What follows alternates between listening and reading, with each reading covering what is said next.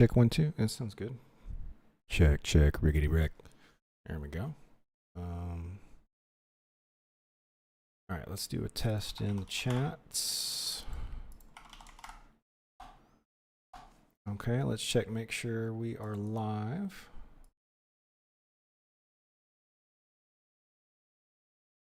Oh shit, that's the wrong title. And that's the wrong thumbnail. Okay. Done.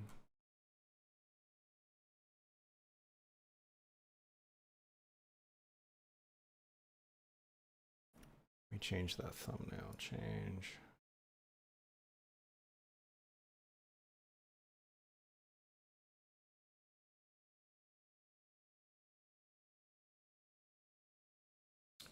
I should make a new, here, let's make a new thumbnail for this.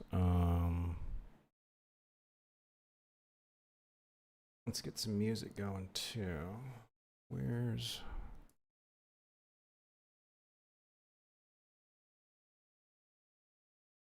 There we go.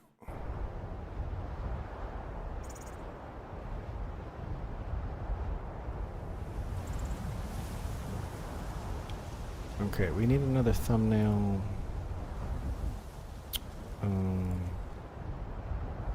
Generating AI. Make me a 1920 by 1080 image of an Asimov inspired robot in the thinking position.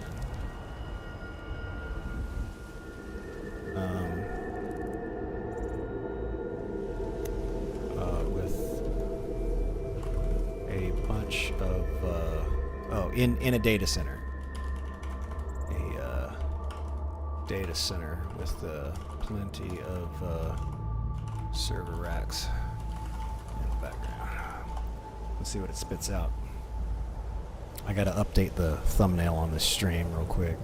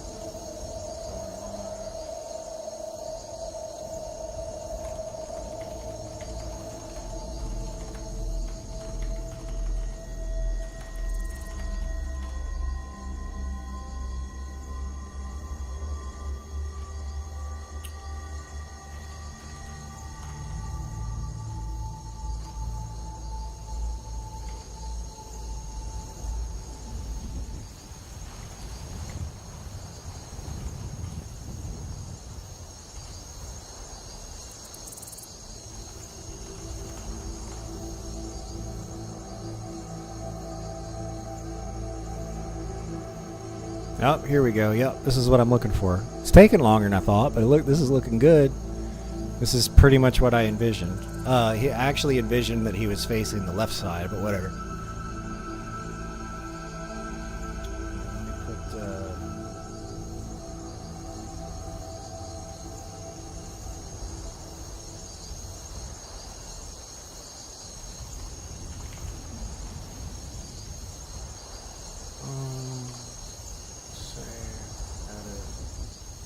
Okay, there we go.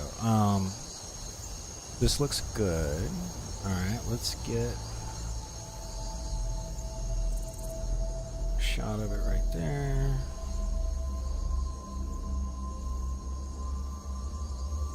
Actually, I'm gonna make it a little bit bigger, because I always end up zooming it in. Save. Put this in the live streaming assets folder.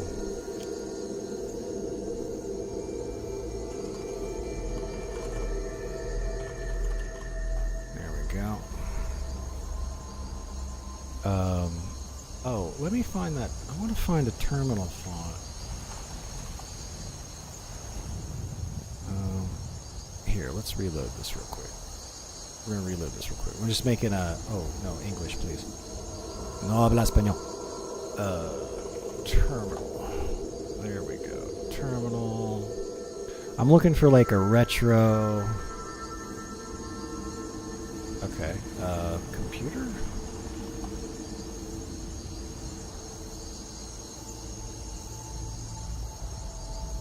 Okay, that one probably... That's a little too bold. I like this one better. This is probably the one. Okay, let's do that one. Download.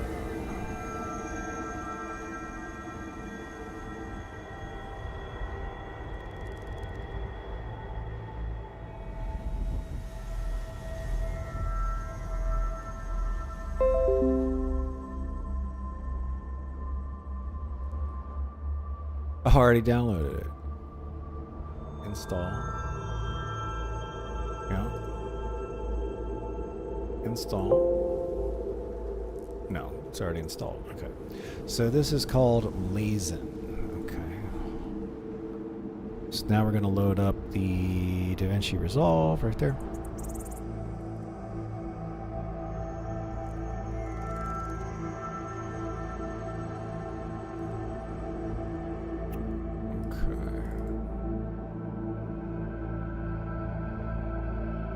Import media, there's the image, pull it down here. Okay, let's zoom that in some.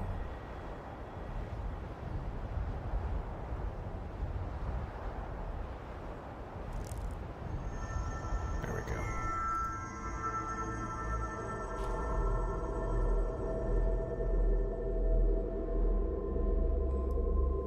Okay, color too bright, better.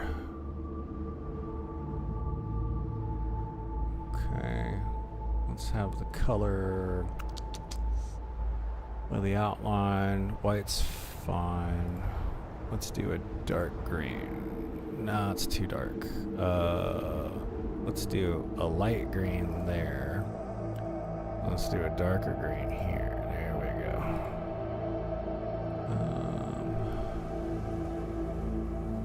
Okay, and then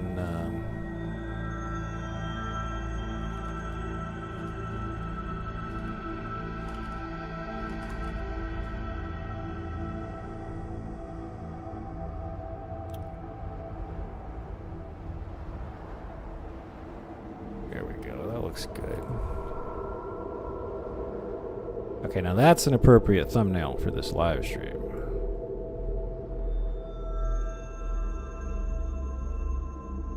Actually, here, let's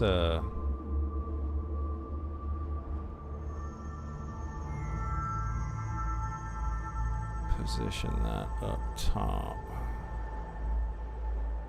Okay, and then copy this, click there, paste it again. Give me another layer. Move this one down. Oh, no. Down, down, down, down.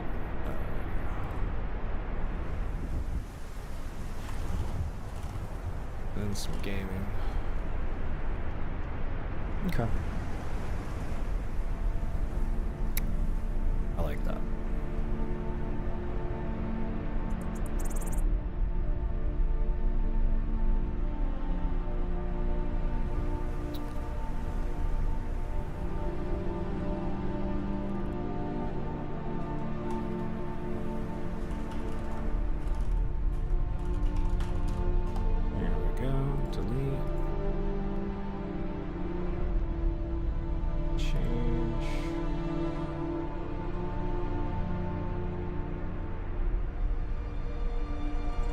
Okay, now the live stream is appropriately thumbnailed.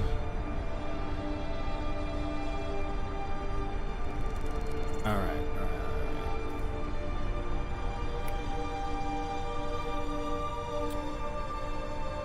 close that, close all this.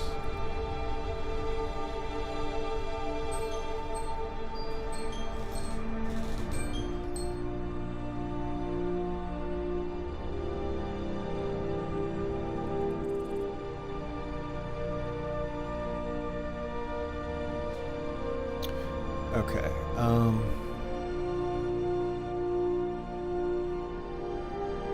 Now where is that? There's a lure around here somewhere. Let me turn the... There we go. Let's turn that down a bit. There we go. Now you should be able to hear me okay. And the music shouldn't be too loud. Okay. Let me find that LoRa model. Where is it?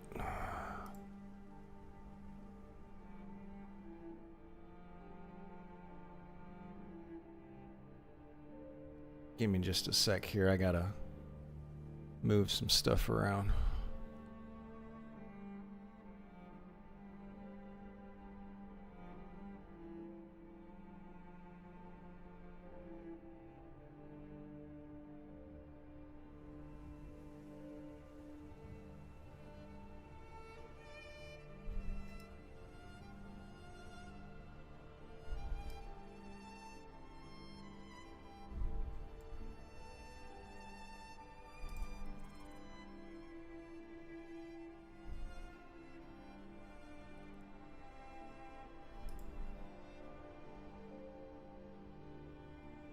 I'm just updating my calendar really quick. Give me a second. I so overslept. I feel bad about it.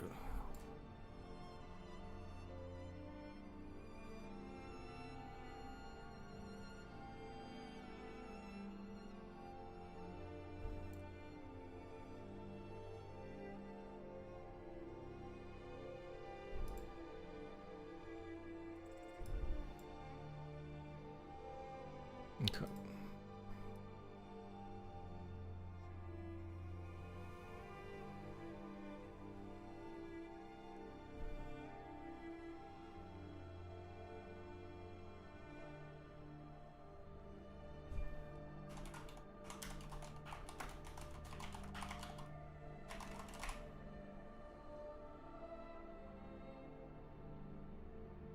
Okay.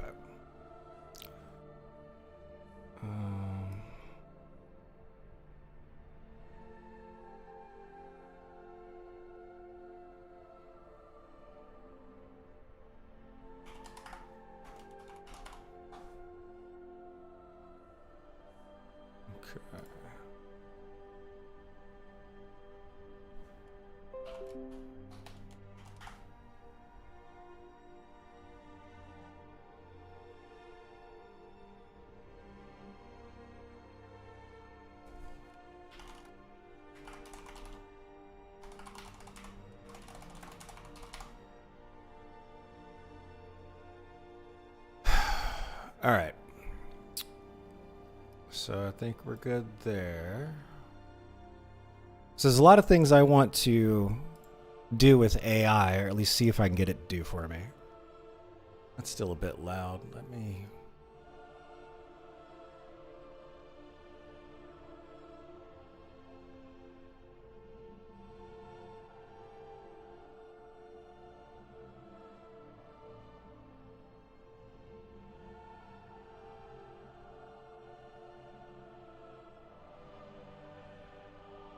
Okay.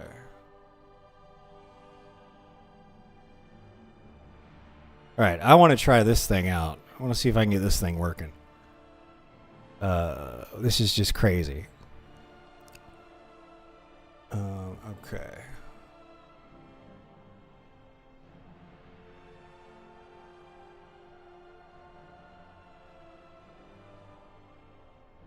Okay.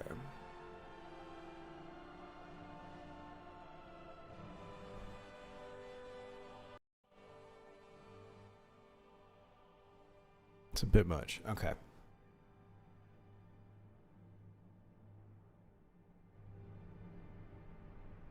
All right, very good. Okay, that's the channel. We're not watching that right now. We'll watch that tomorrow. Okay. New chat. All right. So let's.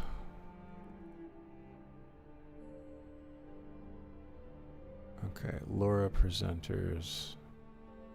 1.5K. This is a Laura. Okay, so let's do. Okay, briefly describe to me what a Laura is in AI generation. Okay, so a LoRa stands for low rank adaptation, and AI generation is a technique used to fine-tune large models like Stable Diffusion with minimal changes. Instead of retraining the entire model, LoRa adds small trainable layers that adjust how the model processes certain features like faces, styles, or objects. This makes training much faster and requires less data and computing power. In practice, LoRa's let you teach a new model, new styles or subjects, and then mix or swap between image generation without changing the original model. Okay, so what we're going to try to do is use the photorealistic AI generator model that I currently have and see if we can't throw this LoRa on top of it. Okay, I'm using Stable Diffusion with the automatic interface. I have a LoRa I want to try. Give me a beginner instructions for installing the LoRa and applying it to my next generated image. Okay, we're going to download the LoRa. Okay, move the LoRa to the file. Okay, so it's going to be in the Stable Diffusion folder. So let's pull that up. Stable Diffusion Web UI. Let's go ahead and load this one up.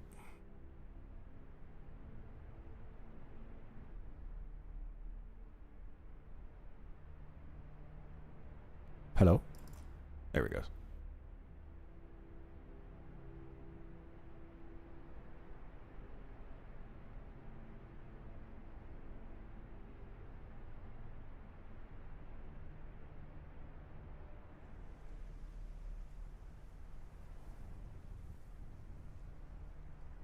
Okay, boom. Here we go. So this is Stable Diffusion.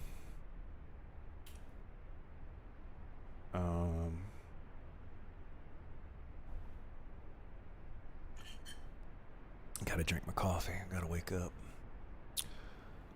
All right.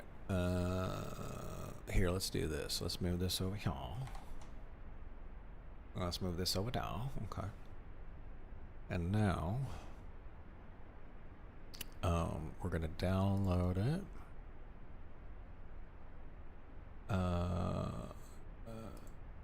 Here, I'll just put it on the desktop really quick. Okay, and this is going to be, let me give this a better name. Shrekman, LoRa, presenters.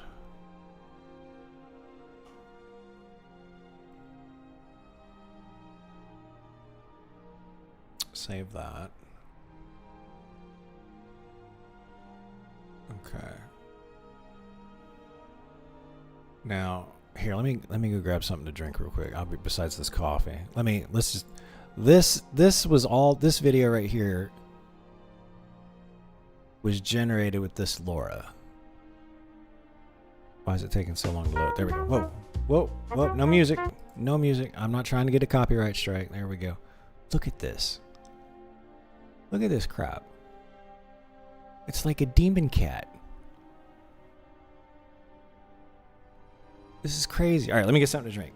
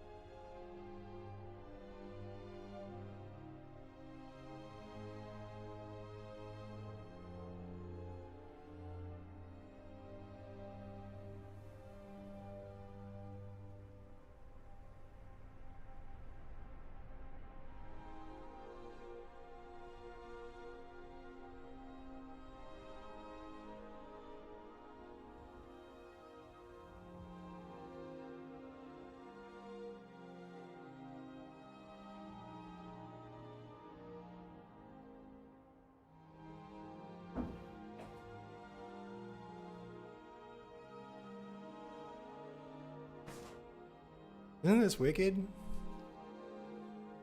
I don't know how we got like this angel here with the demon cat. That doesn't scan. It's a happy kitty. It looks like the Cheshire cat got possessed by chaos from Warhammer 40,000.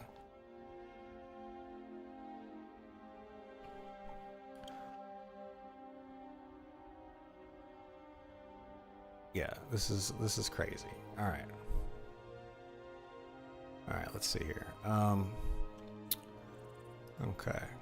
Download the lore. We got that. Move the lore to the file. Okay, so open a new window. Stable Diffusion folder. Nope. 2. We're already in the Stable Diffusion web UI models. Laura, right there. Okay. So this is the one right here. Got it. Okay. So now we can close that. All right.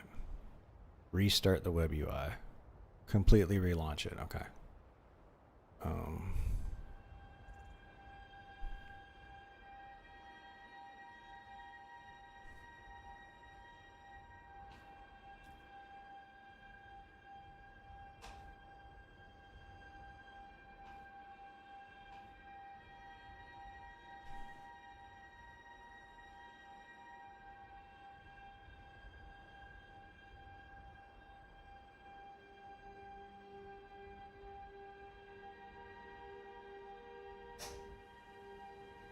All right.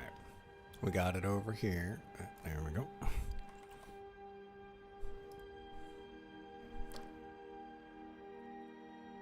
Okay.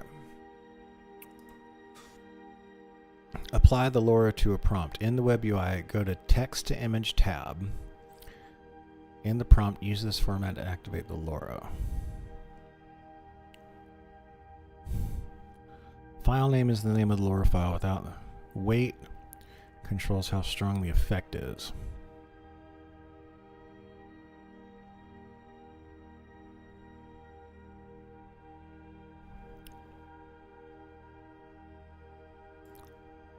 LoRa anime style, LoRa night style. Okay. So hold on. Models. No. LoRa. Okay. Name of my LoRa is give me a prompt formatted.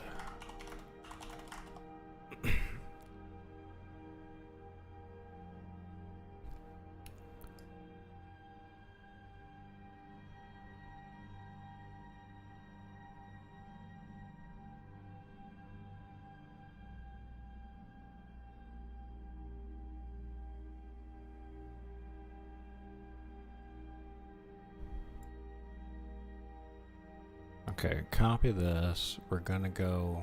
All right, so text to image, right?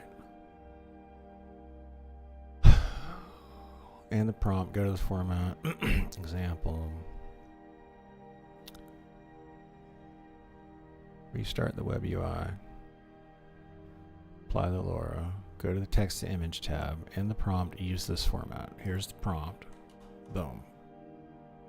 Okay. So let's do.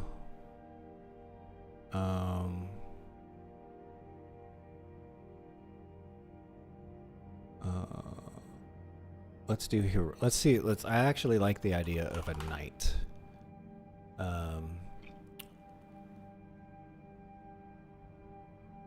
In shining armor.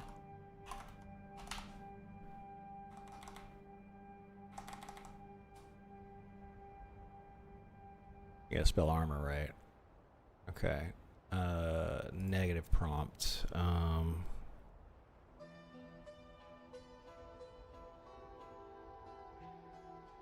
Alright, this should be 1024. 1024. Oh wait, 786.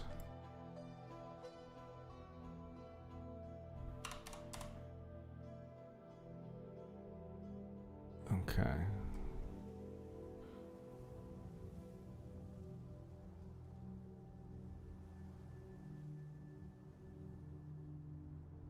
Optimal use of the UI dropdown. If installed correctly, you can also go to the prompt box.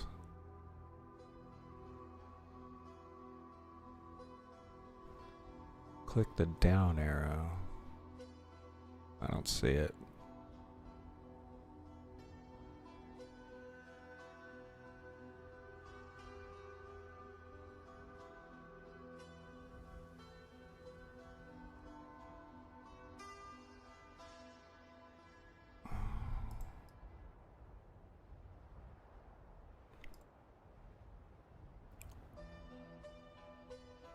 I'm going to ask it a question.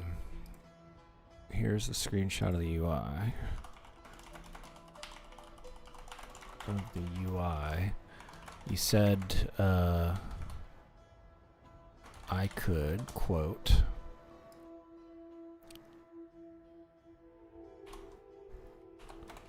where is that dropdown?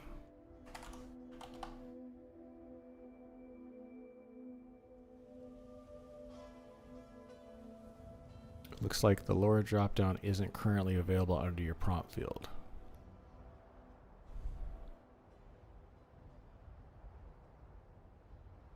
Okay, in the left-hand menu, scroll down and click on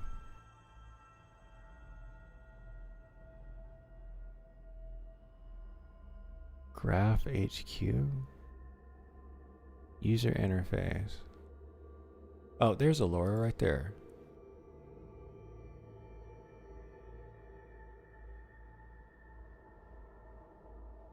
Wait. Left-hand menu, scroll down and click on GraphQL. GraphQL.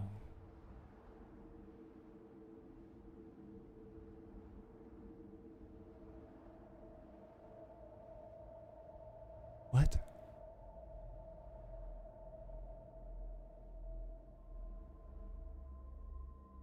I don't see it. Okay, let's just stick with the prompt for now.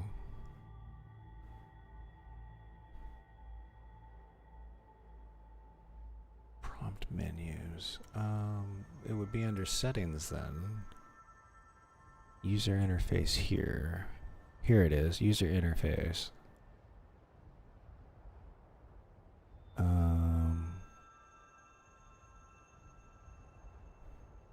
Prompt editings.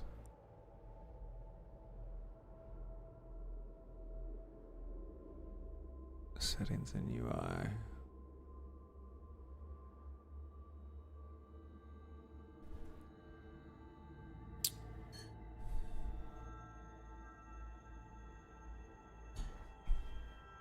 I don't see it. I think this has got outdated info.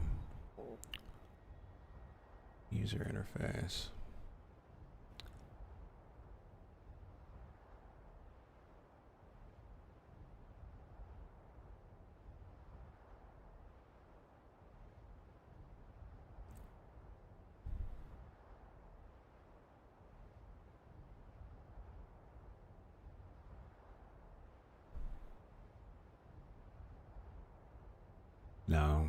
No, these instructions aren't correct.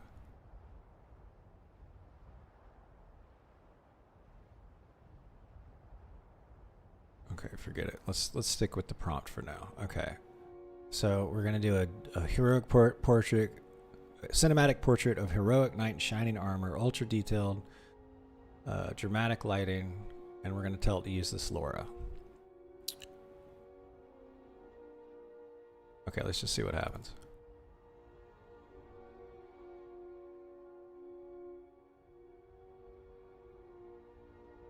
Okay.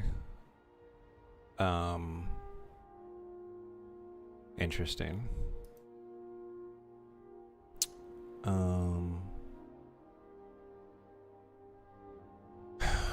is there, besides the automatic interface, what alternatives, what are some popular alternatives?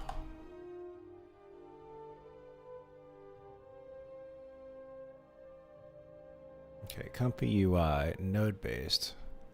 Best for advanced users who want complete control over the workflow.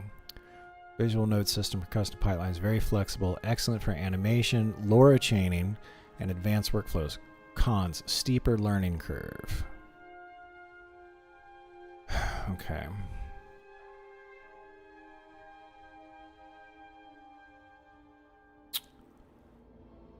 All right, let's stick with this for a little bit, and then we'll probably get that Comfy UI thing. I've seen that being used before. Save, delete. Okay. It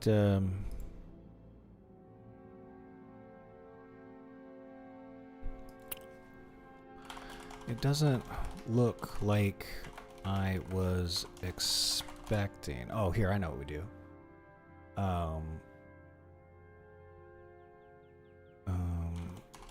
Give me an updated prompt.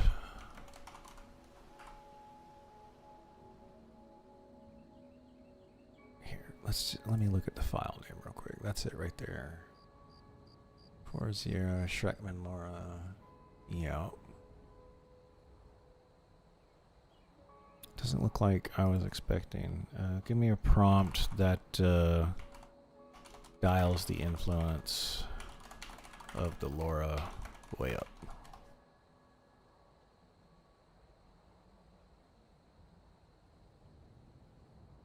Oh, realism. Okay. Surreal. Let's do that. Okay. Surreal digital night.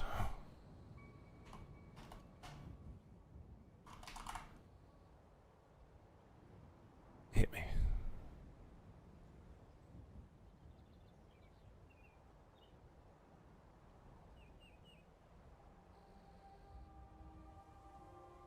Okay. Let's just do it with the cat. Let's do. How do you spell it? Cheshire cat. There it is.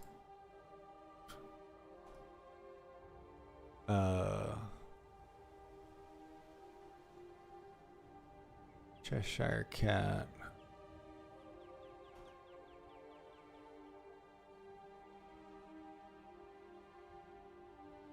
Space or no? Space. Okay.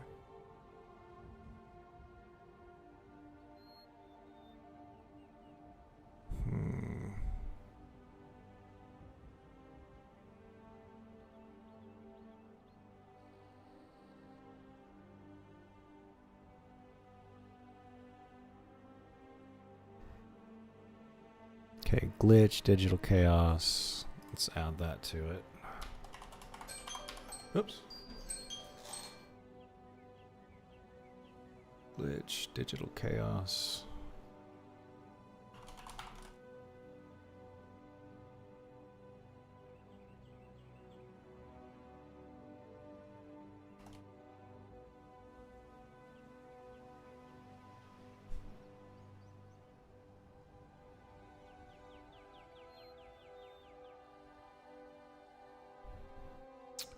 Okay, well, let's see what it does without the LoRa.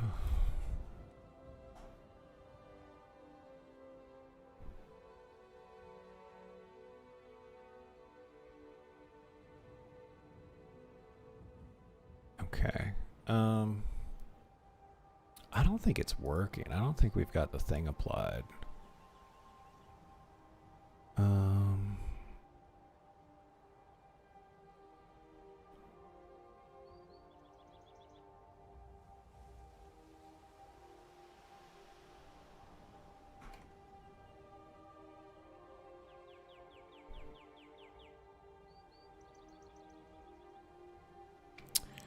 No, I'm not. It could. Oh, here, let's do something else. Let's find something that's got. Here, let's look at the models.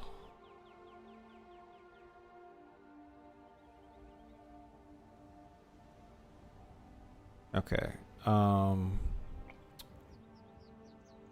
I guess let's use one of these anime ones.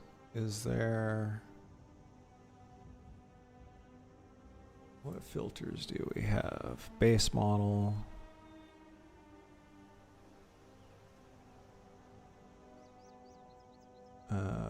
Time period, year.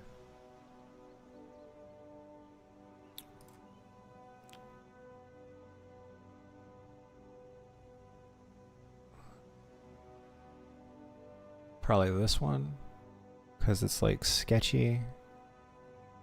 Got a ton of anime, bunch of realistic stuff.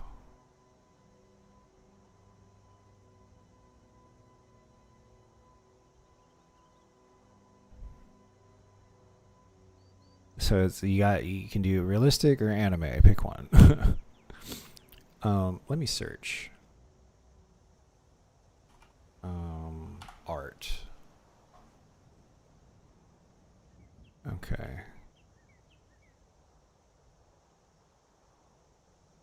Okay, I like that one. That's pretty stylized. Okay. Geared more towards an illustrative and painter style, still very much infused.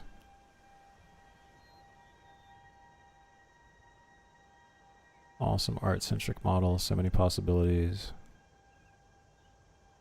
for watercolor and cute characters. Okay.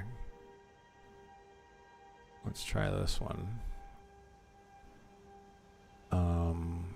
We're going to put this one in the stable diffusion models.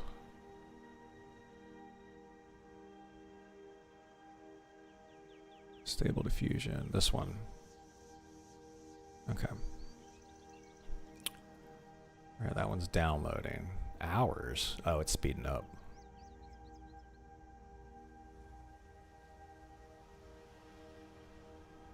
Discussion, load more.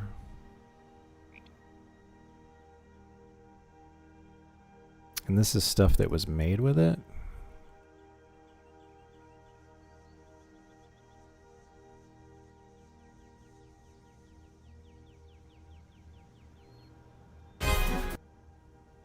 No, thank you.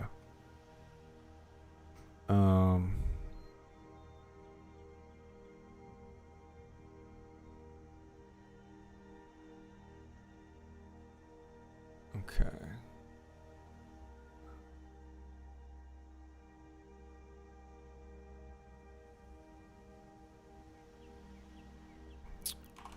Give me instructions for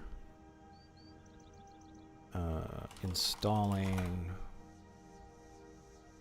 the comfy UI thing.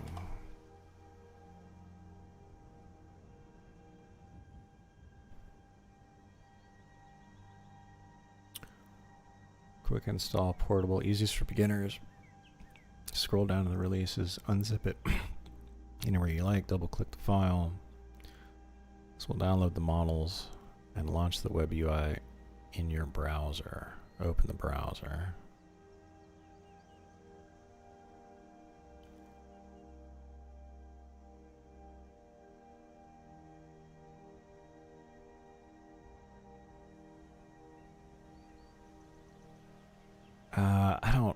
I don't want this to, let's stick with this for a little bit. I need to learn more about virtual environments and stuff.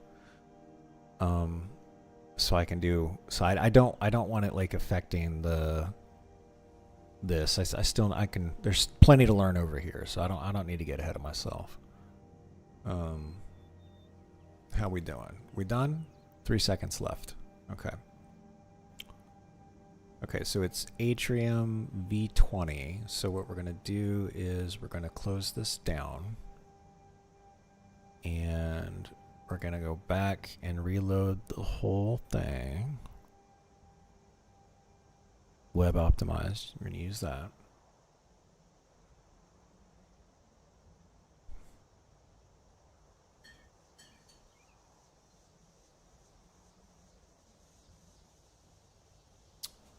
Okay, now I should be able to see it here. Oh, there it is right there. Okay. Okay, so this was successfully installed. Oh, let me ask it. If I didn't install the LoRa properly, it would give me an error? Or would it just generate without the LoRa?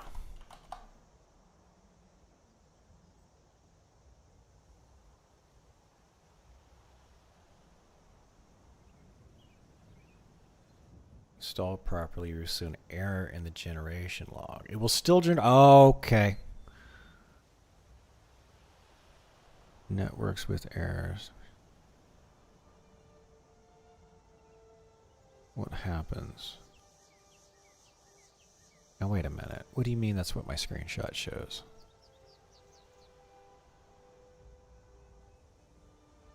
It will still generate the image, but without the LoRa influence, you will see an error in the generation log. This is exactly what your screenshot shows. How do you know that?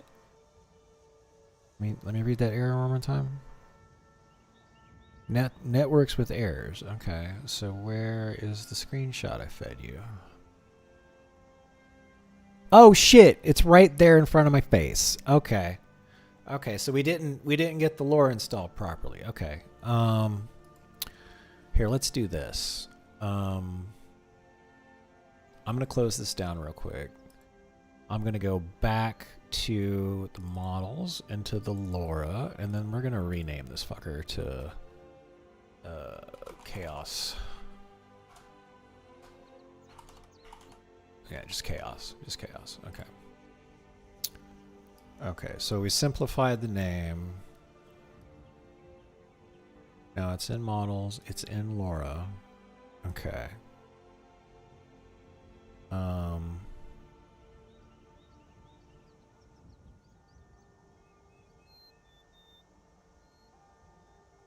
Okay, I renamed it. Alright, save. Screenshot. Add. Okay. Here is a screenshot of the LoRa that I just renamed to Chaos, so things are simpler. Give me another prompt, and I reloaded everything. Give me a prompt for using this LoRa with, you know, as much influence as possible.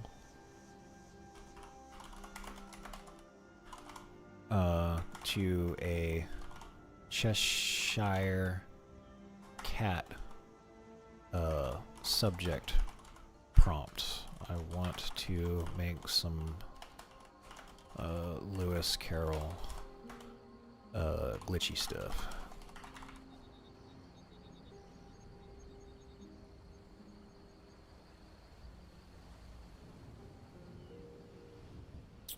.5 is very strong. Crank it that high only when you want the LoRa's influence to dominate.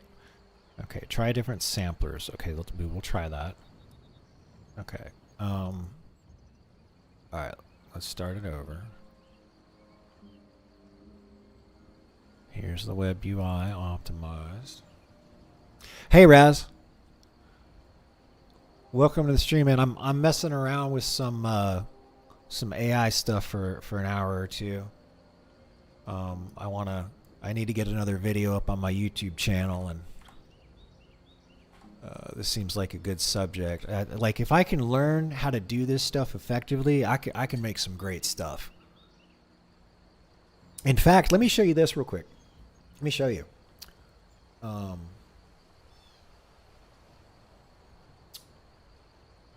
Was it that? Right here. Here, check this out. Let me mute this. Okay, this is something a buddy of mine sent to me because he knows I'm messing around with AI stuff. So look at this here. So they basically did like some street interview stuff. They just took a camera, they did the street interview, and they replaced the two people in the foreground with aliens. We made AI and used it to roast ourselves. Why do they call it taking a dump when they're clearly leaving it? Bro, what's something about humans you just don't understand? My ex was human, and he would just sit on the toilet for hours. That's so real.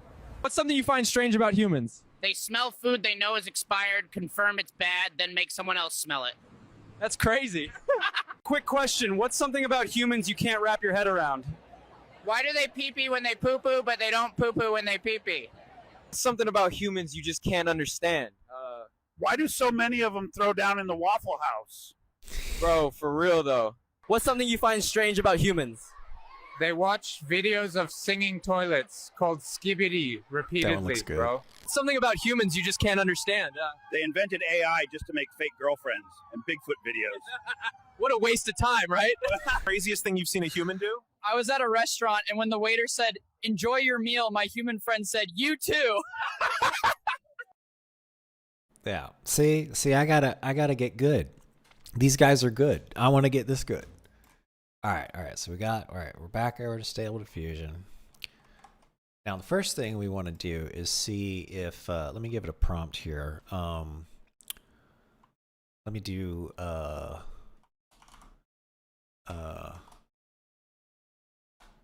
actually, let me ask it. We'll do that in a second here.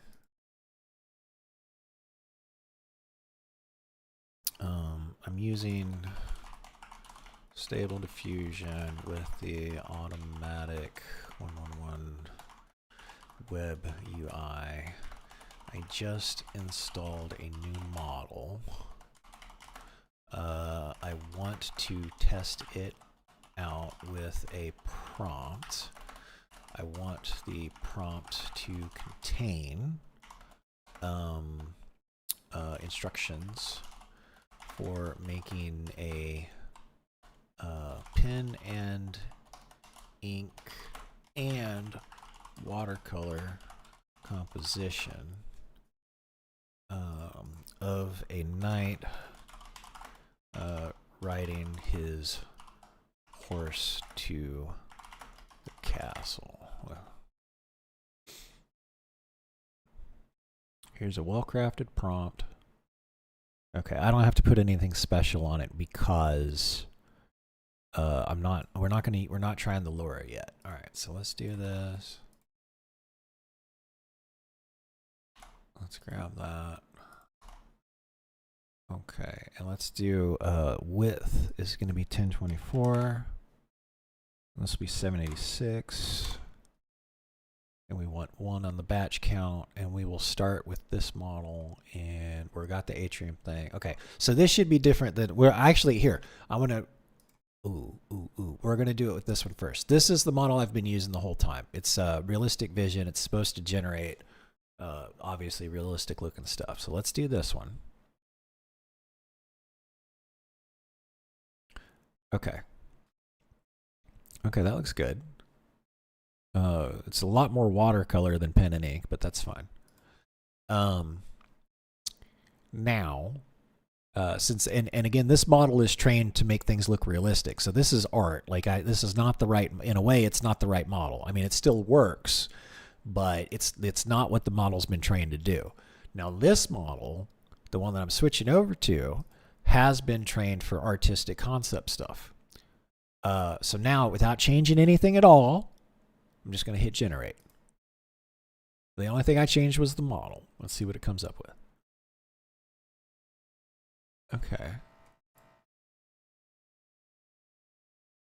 Wow. Okay. Let me look at this. Pen and ink with watercolor wash. I want to change something real quick. Primarily pen and ink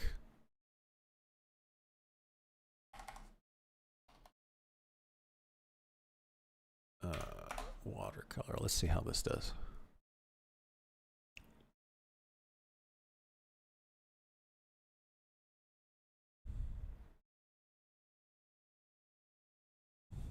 Okay. Okay, this is interesting. All right. Okay, now let's go back over to here. Okay, high influence. All right. Let's just here. Let's go back over to the realistic one, and let's just say, here, copy this, paste that.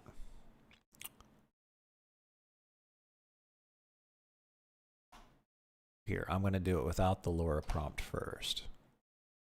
Okay, this is the realistic vision when fine. Generate.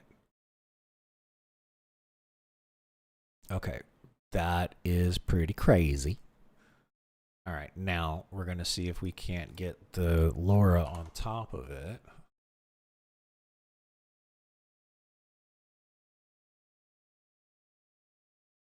No, network with errors 46. Okay. Let me give it this and find out what's wrong. Okay, so save, delete, close, add photos, screenshot, boom. Okay, it looks like even after simplifying the name of the LoRa, I'm still getting that error. Oh, 3 T's. Getting that error. How do I troubleshoot this? Simplify. Fine. What can I do to troubleshoot? Already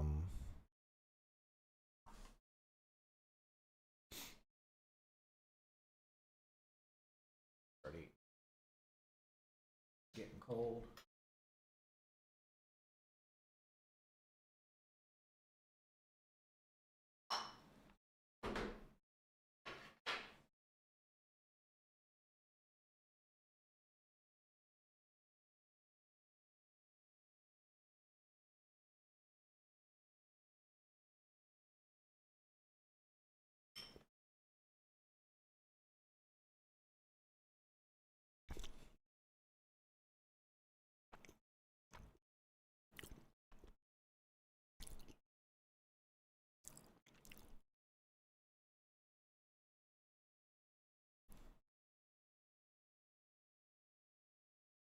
You're using the lower folder. Stable diffusion, models LoRa. Already confirmed that. Enable the LoRa support if disabled. Oh! Go to settings in the web UI. Settings. In the left panel, click Extra Networks.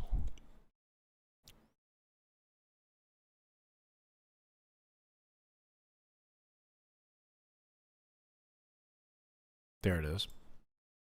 Okay. Ensure that Enable LoRa is checked.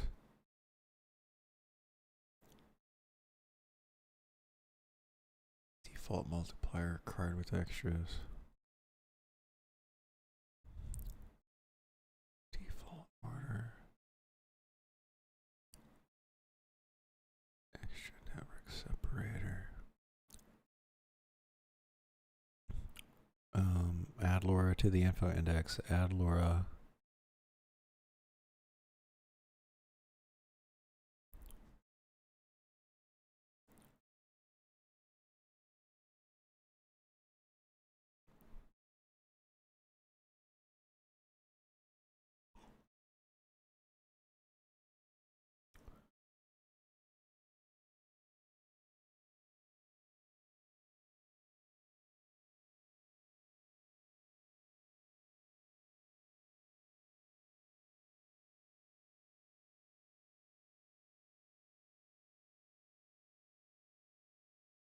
Okay, I don't see anything like that. Let's feed it this. That's the first one. Delete, close. And then let's just go from here to here. Save. There we go. Okay. We can close that. Move that back over there.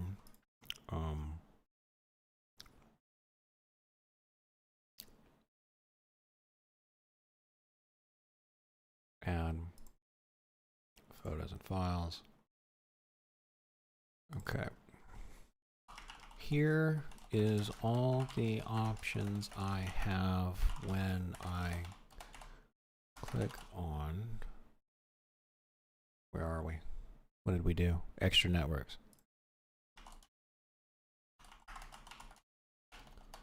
It's in the settings. What do I need to change? I'm not seeing.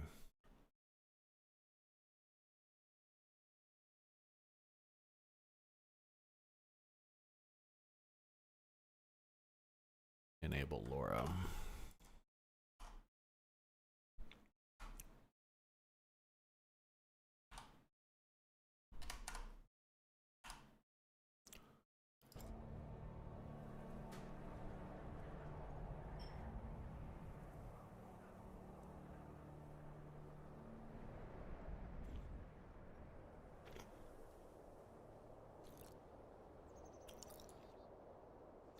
Okay, well here, let me copy. This is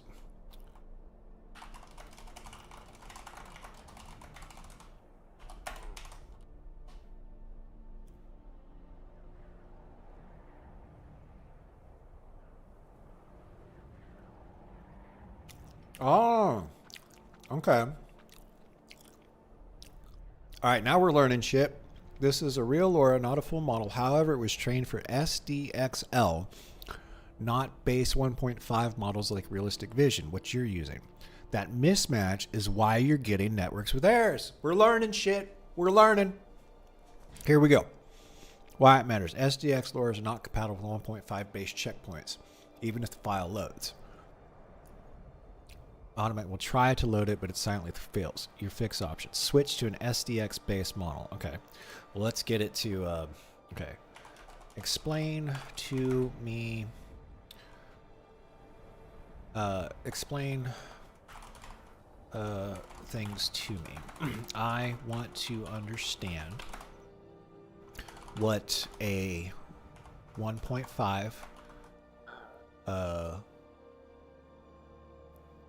based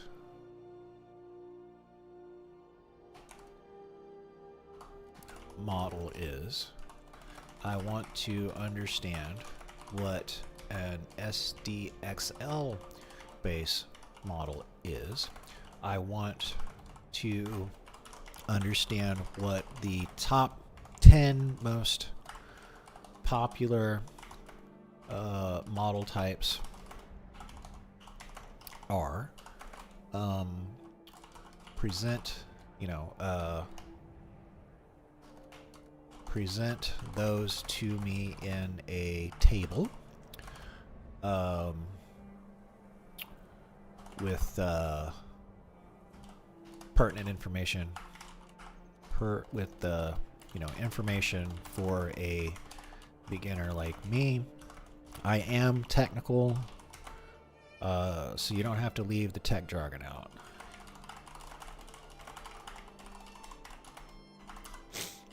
Okay, what we got here?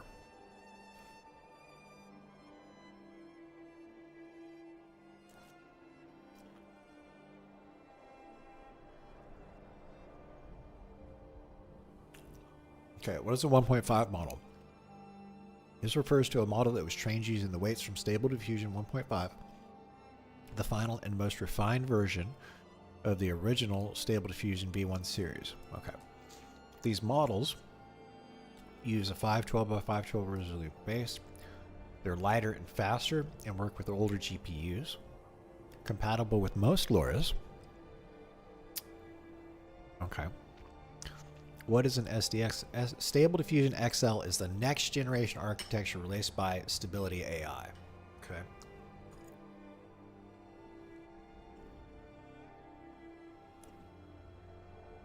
Trained at 1024 by 1024 resolution. More layers, better text comprehension. More realistic and coherent generators. Typically split into base, refiner, optional second pass to clean up details. Requires a stronger GPU. Lowers trains for SDX won't work with 1.5 models. Okay.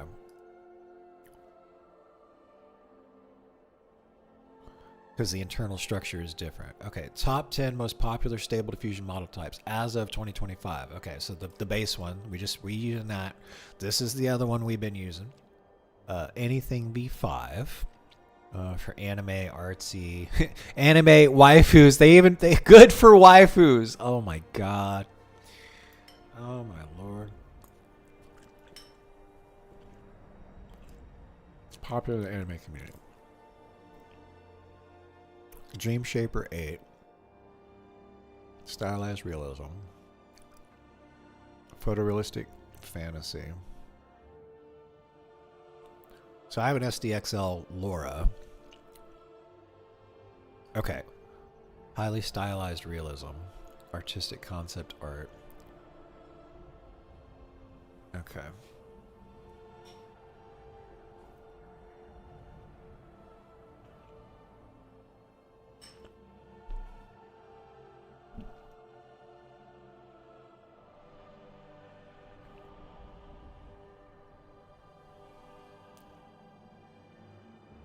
Deliberate. Great for storytelling. Interesting.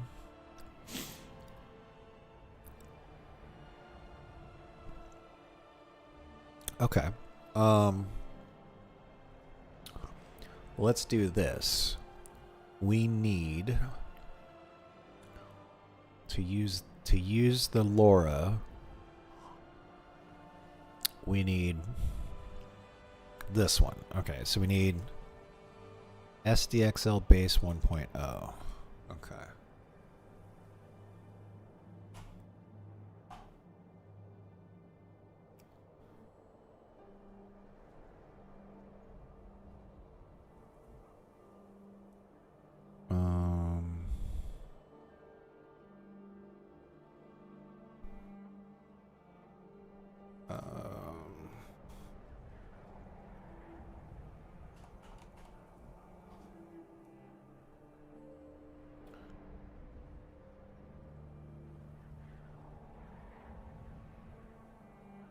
Oh, here we go. Now this is, yeah, the stuff on that website is people like taking this and changing it.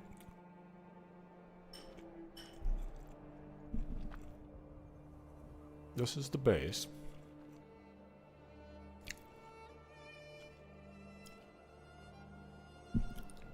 Hey, okay.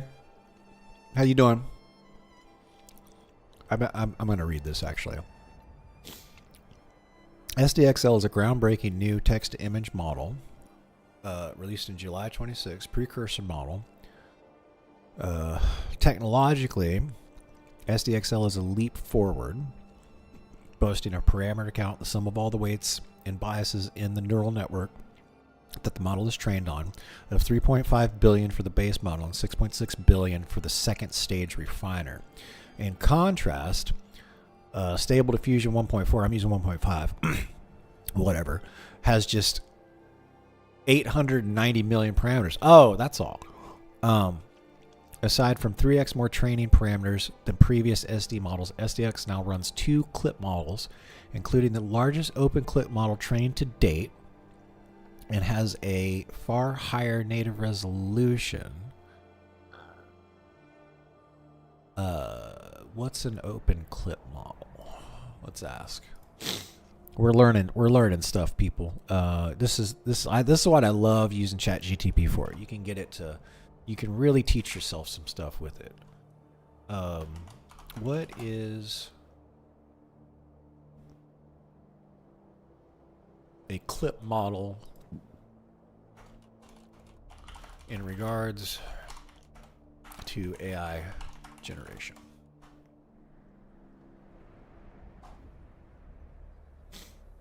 You gotta forgive me. I'm starving over here.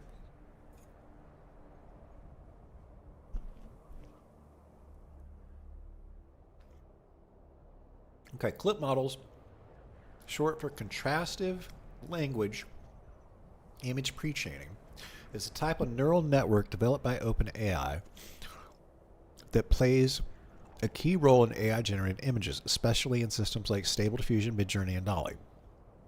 Here's a beginner-friendly but technical breakdown. Clip connects images to texts. Oh, okay. That's like the label, so you can, so the machine knows what it is, because it doesn't know it until we tell it.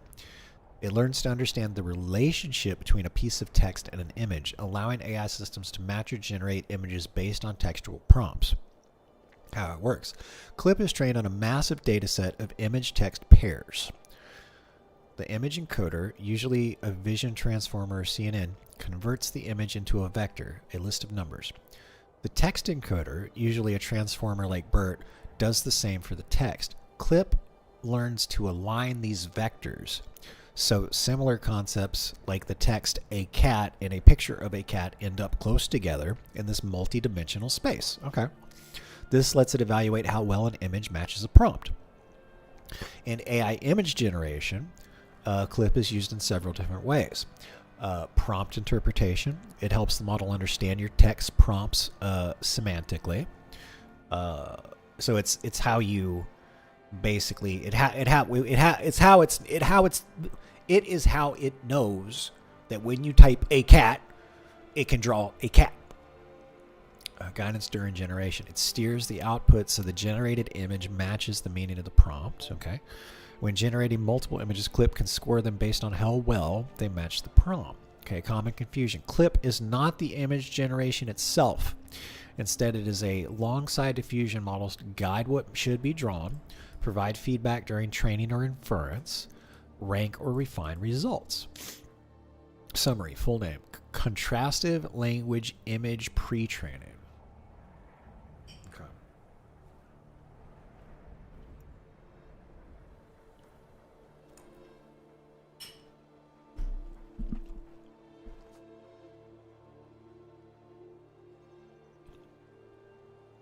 Okay. All right.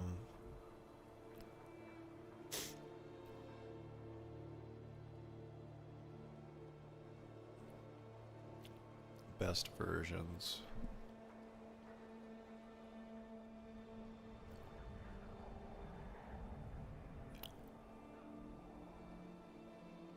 Are all hosted here. Okay.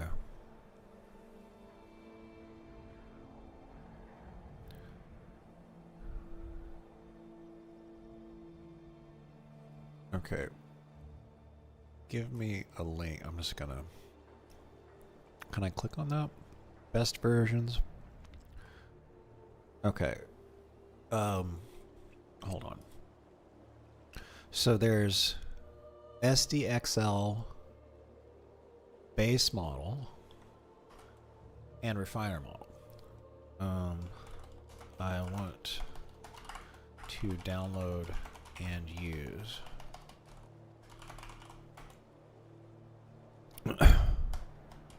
There is a base model and a refiner model. Explain these to me, and yeah, no, let's just hold on. Let's just explain it. Great question. Okay, there are two main modules you encounter: the base model and the refiner model. These two work together to produce higher quality images, but each serves a distinct purpose. Okay.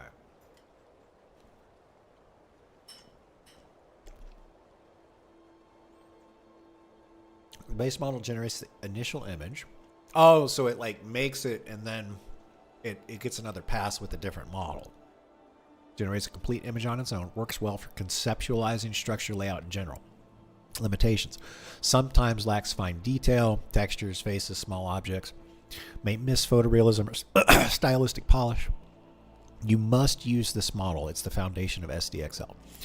The refiner model. The refiner is an optional second step that takes the base model output and enhances detail similar to a post-processing pass. All right, that makes sense. Oh, I'm doing pretty good. Okay, I'm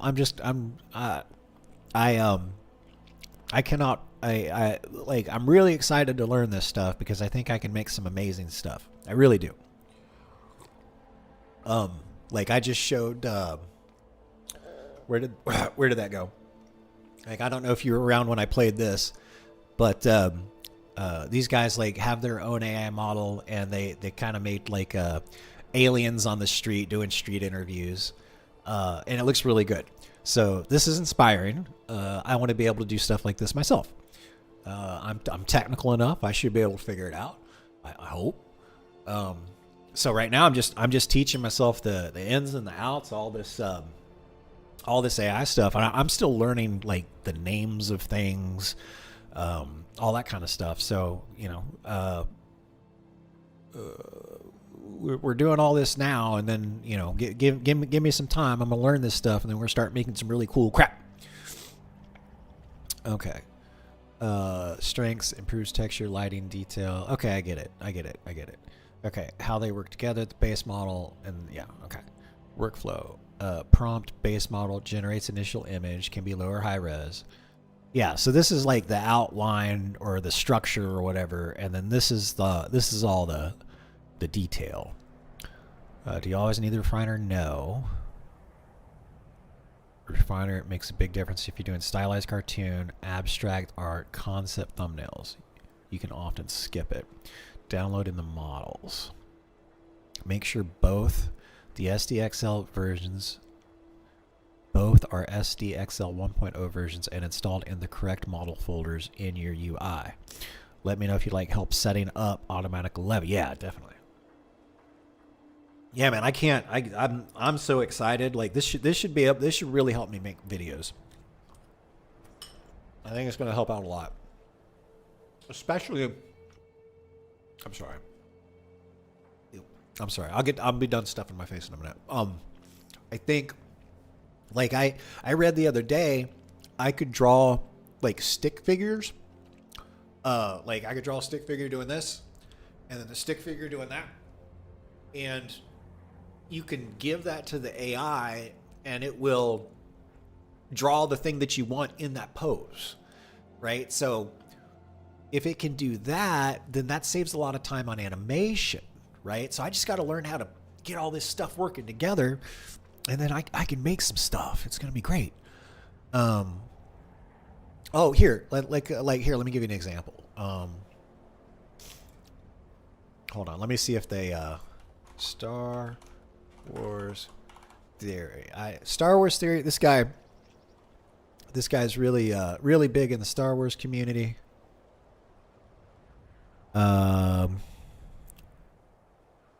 This right here. Okay, check this out. Okay, this is using AI the right way. Okay, so this guy here, I'm turning it up. Let me mute the Skyrim. There we go. Okay, so this is really inspiring because Star Wars Theory, he's really well known in the Star Wars community. He has a company that makes these really high quality prop lightsabers, and he has been really disappointed with the Disney movies, right? And he used AI. He basically wrote, AI didn't write this part. This is why it's so good. He imagined himself the type of movie that he would want to see if like George Lucas was still going to do the next Star Wars movie, right? And then he took that and he used AI to put all of these visual scenes together to make like a cinematic trailer. So this is just, let's just check this out. This way I can eat and stuff too. And then Gus says, yep, from what I've seen, a lot of traditional animation concepts, creating keyframes and letting the AI fill in the in-betweening. Oh yeah, man. Yeah, we're once I get all this figured out, we're gonna be off to the races. We're gonna make so much stuff. We're gonna check.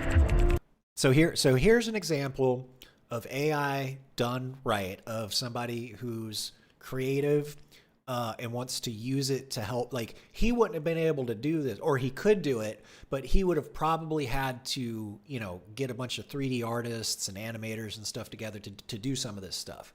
he was able to do this, like, probably, I mean, I don't think he did it himself. I think he got like help or contracted some things out, but like the amount of work that would have had to go into making this 5 years ago would have been astronomical compared to the amount of work that they had to put in to get this created today.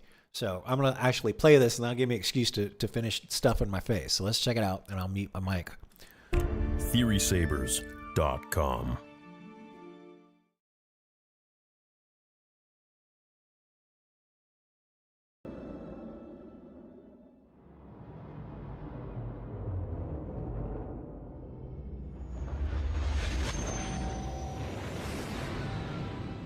Jeddah, a dying moon. I've been here before. It was one of the first systems used to demonstrate the power of the Death Star. A single reactor blast to its holy city destabilized its core.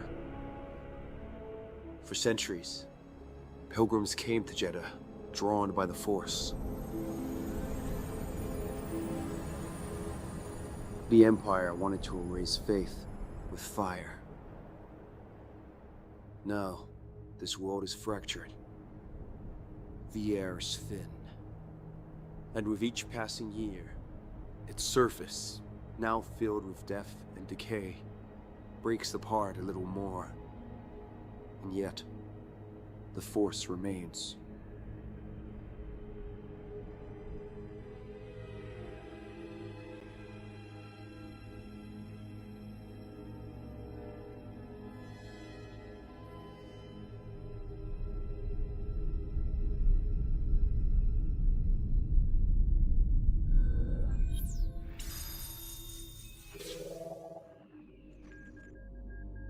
Form 5 emphasizes strength and domination. You don't wait for an opening, you make one. But remember, the Jedi must choose when to strike. It's unwise to lower your defenses. Keep your eye on your opponent. Stay focused. Breathe.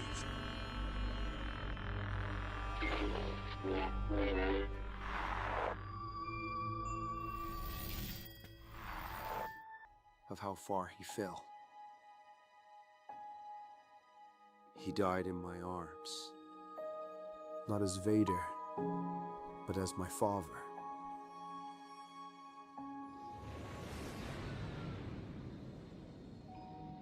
Ilum. It was here where the Jedi brought their younglings. A great trial. They came to seek their kyber crystals. The heart of every lightsaber.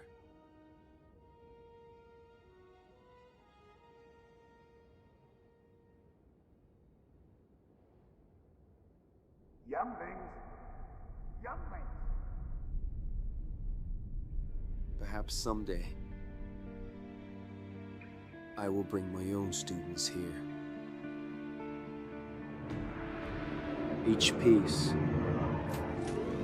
tells a tale. Ruins, lost to time.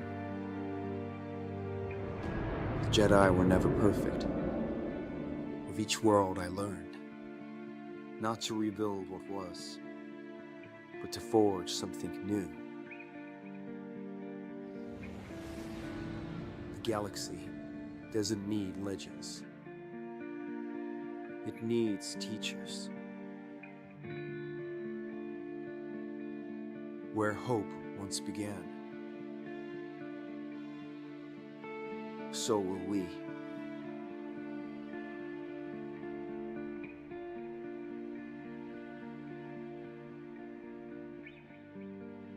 Was that great? Was that great? Here, let's check out the credits really quick. Let's see. Sponsor. Okay, so he paid people to do it.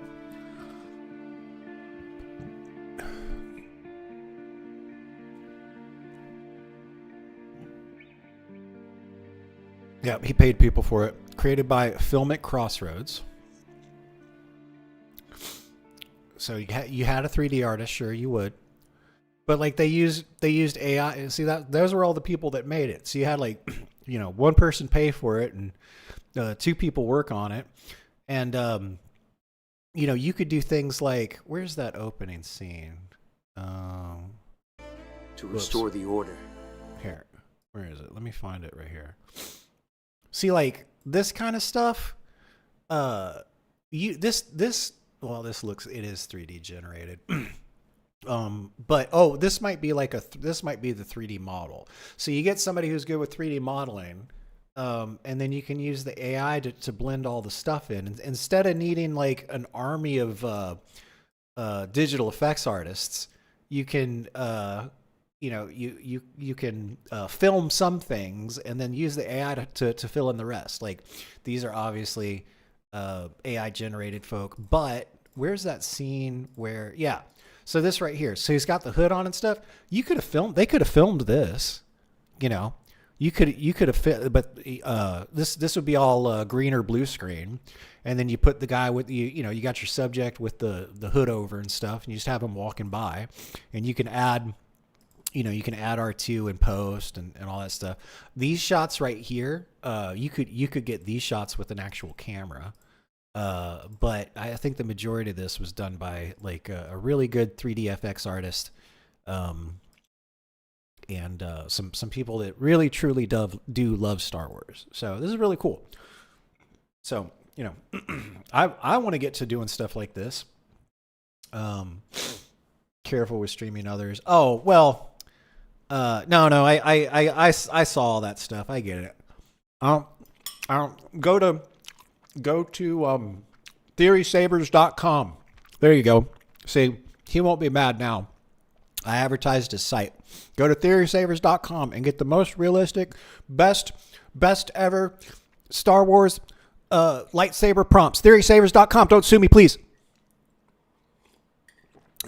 So I get it. I appreciate you telling me. I appreciate you looking out for me though, Gus. I do. I just learned of that. Like, where was that? Hold on. Let's see it.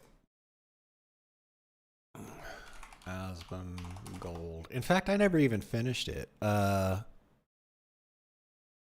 see here. Videos. This one. Okay, now we're doing the YouTube Inception shit. This is a reaction video to a reaction of a reaction video. Why aren't you playing? As traffic from the original. Okay, I haven't even finished watching this yet. One of the comments that I saw was like, imagine setting a rabbit trap, and when you come back to the trap, there's an entirely cooked rabbit, with all of his friends. It's like, I don't even know who most of these people are. I don't really consume. I'm more trying to produce content instead of consume it. But yeah, he basically, all right, here, let me check this part out. I mean, it's just like, I understand if you have to go AFK for a minute or two. Like, it's all right, but like, if you just are just gone and you're just playing a video and it's somebody else's video, like, I don't know if that's really transformative. I feel like it's kind of not. Or to eat, or to talk to his mom, yeah, or to do whatever. Disappears for an extended period of time and leaves the video playing for his chair. Mr. Chair, they call it. IDF had warned people to leave the area around the main airport. And see, I feel okay because like I was literally eating in front of the camera and watching it, and it was 5 minutes. We let it ride. Go to his go give him here. Go, boom. Let's put it in chat right there, and then let's go right there. Okay, and then y'all go over there and give him a like and subscribe if you want to. See, there we go. Now nobody's gonna be mad at me doing that. That's how you got to do it. I think the problem is like you were saying, like dude gets up and he leaves a video going for like 30 minutes while he's jerking off in the bathroom, and then he comes back and just loads the next one, right? He's not adding anything to it. But like I wanted to show this because it's a prime example of the type of stuff that you can now accomplish with the level of technology that's available to like a general consumer. Well, not a general consumer, to an enthusiast niche consumer, technological niche consumer like me. What a react is supposed to be for is that you're reacting to it. So but am I like, I mean, the more I wouldn't even say I was reacting to it, actually. Like I was showcasing it. I think about this, the more insane it sounds. You can pause live here now. Yeah. No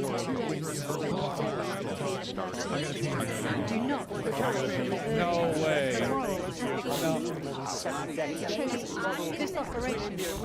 Oh no. Oh no.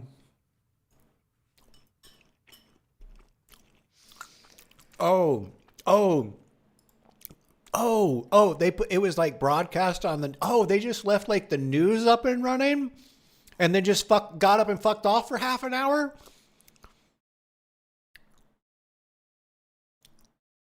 Genius chess moves on getting those folks. What? Okay. All right. You're reacting to it.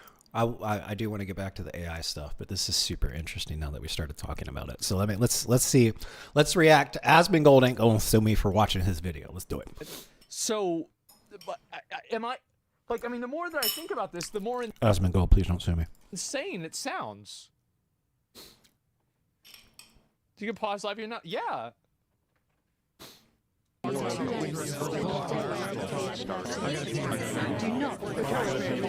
way.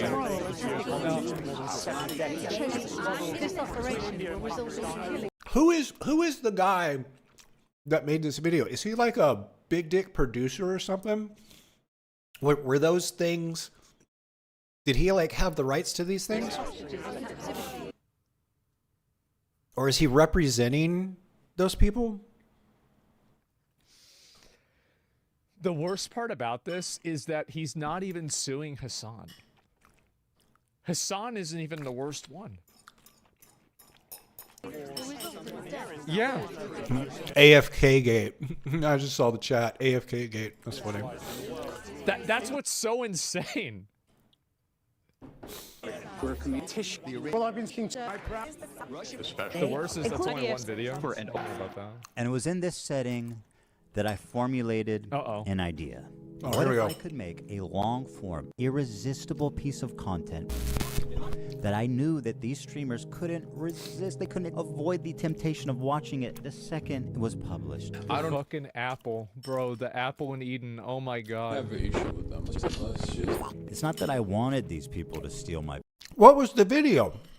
What did he make though? Did I link it here? What was the bait? Oh, H3. Oh, I've heard of these guys before. Here, let me give him a like. All right, let's go back. I like Asmon. Asmon's a good dude. My video. The folks he's suing were blatantly stealing his content to prevent his video getting views monetization. Oh, that's fucked. No, yeah, the order of operations should be like. The order of operations should be like, hey, we're going to check out this video, the reason why, and you got to like pause it and give your commentary and stuff to add to it, right? Instead of just letting it ride. And then you better like link the dude's video in chat and like tell him to like go give the video a like or comment and something like, you know what I mean? Like that should be the order of operations. Hey, we're going to watch this other person's stuff. Here's a link to the video. You know, you guys like give them a sub or give them a like or something. Leave a comment, like help the other person out, right? It's that I knew they would. I knew they would watch the entire video, add little to no commentary, react to it instantly, giving them no time to form an opinion. The trap was set, and it worked even better than I imagined it would. We captured pretty much every large streamer reacting to it in its entirety immediately after it was published. Now the thing is, except for me, who waited multiple days, because again, the most ethical streamer. But yeah, everybody else besides me, that's true. Yeah. Yeah, Asman actually does do a good job of like pausing stuff and giving some commentary. He doesn't let it just keep riding. there were a few people that just went how it is. above and beyond to commit copyright infringement. Yes. For example, Denim sits here silently with nearly 50,000 live viewers. That's a lot of people. 30 times her regular viewership. Wow. She's working directly with the Snark subreddit moderators to siphon views, and their intentions could... Content nuke, where to watch, and discussion. We've seen a lot of comments about wanting to watch the nuke without showing support for H3. Oh, what douchebags! Like, oh, there's people. Oh my God! I just realized there's people that actually like. They actually think like that. Oh man, there's people out there that are that actually think like this.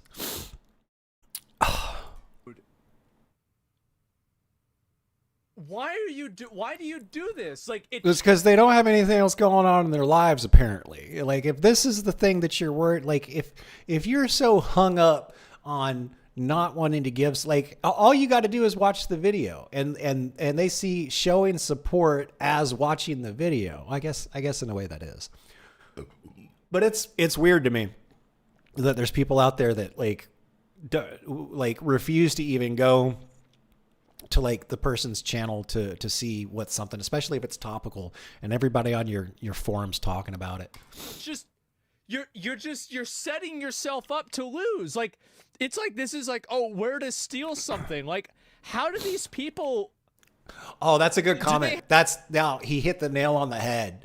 That's exactly what this post is. How do we steal from H3? That's exactly what this is. Have no sense of self-preservation. He's got his, I gotta start. Well, I don't even know if I want to start thinking like that. I just want to make cool shit and want people to enjoy it. I'm not trying to do something where I don't really want to like chase the trends or any of that kind of stuff. I'd rather set the trend. Right. That's but I got to put in a hell of a lot of work to do that. So that's what we doing. That's what you see me doing in the live streams. But Asmon's Gold, especially with him being such a big YouTuber, like that makes perfect sense that he has that mindset, and that is exactly the perspective to take. Is what he hit the nail on the head. It's how do we steal from H3, basically. At all? Do they think that? And this is what I really think that it is. I think it's privileged people that are used to getting everything that they want for their entire life, used to being catered to, pacified, placated, and served constantly for their whole life. They get held accountable one time and they collapse. There's been no accountability for this at all. Full-on complacency. No, this isn't even complacency. This is like beyond that. Complacency is not giving a fuck. This is being aggressive. It's being malicious. Yes. Yes, They're 100% Karens, yes. They are absolutely. To be clear, here's an excerpt from a stickied post from the Snark subreddit. Yes. Hey everyone, we've seen a lot of comments about... Is this a... Hold on a second. What is... Oh, this is... Don't... if you go to Reddit and you enjoy it, that's great. But I never go to Reddit. I don't really care about... But here, I want to see what this forum is. RH3 Snark.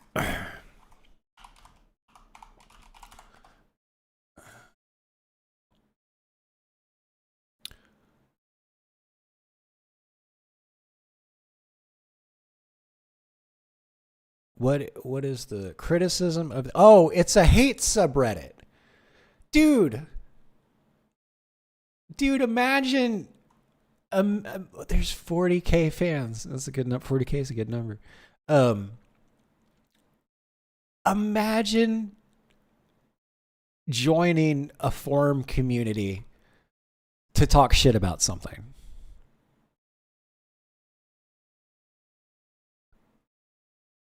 Like, Asmon's so right. How entitled do you have to be to complain about something that somebody else posts on the internet? Just don't watch it.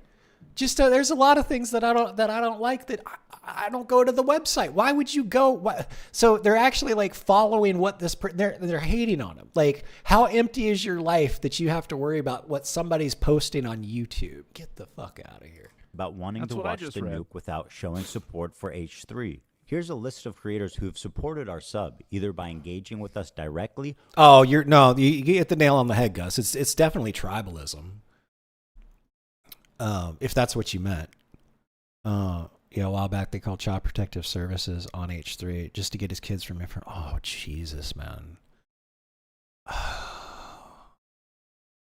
That's sad, dude. That's fucked up. Like, I hope, dude, I'd lawyer the fuck up.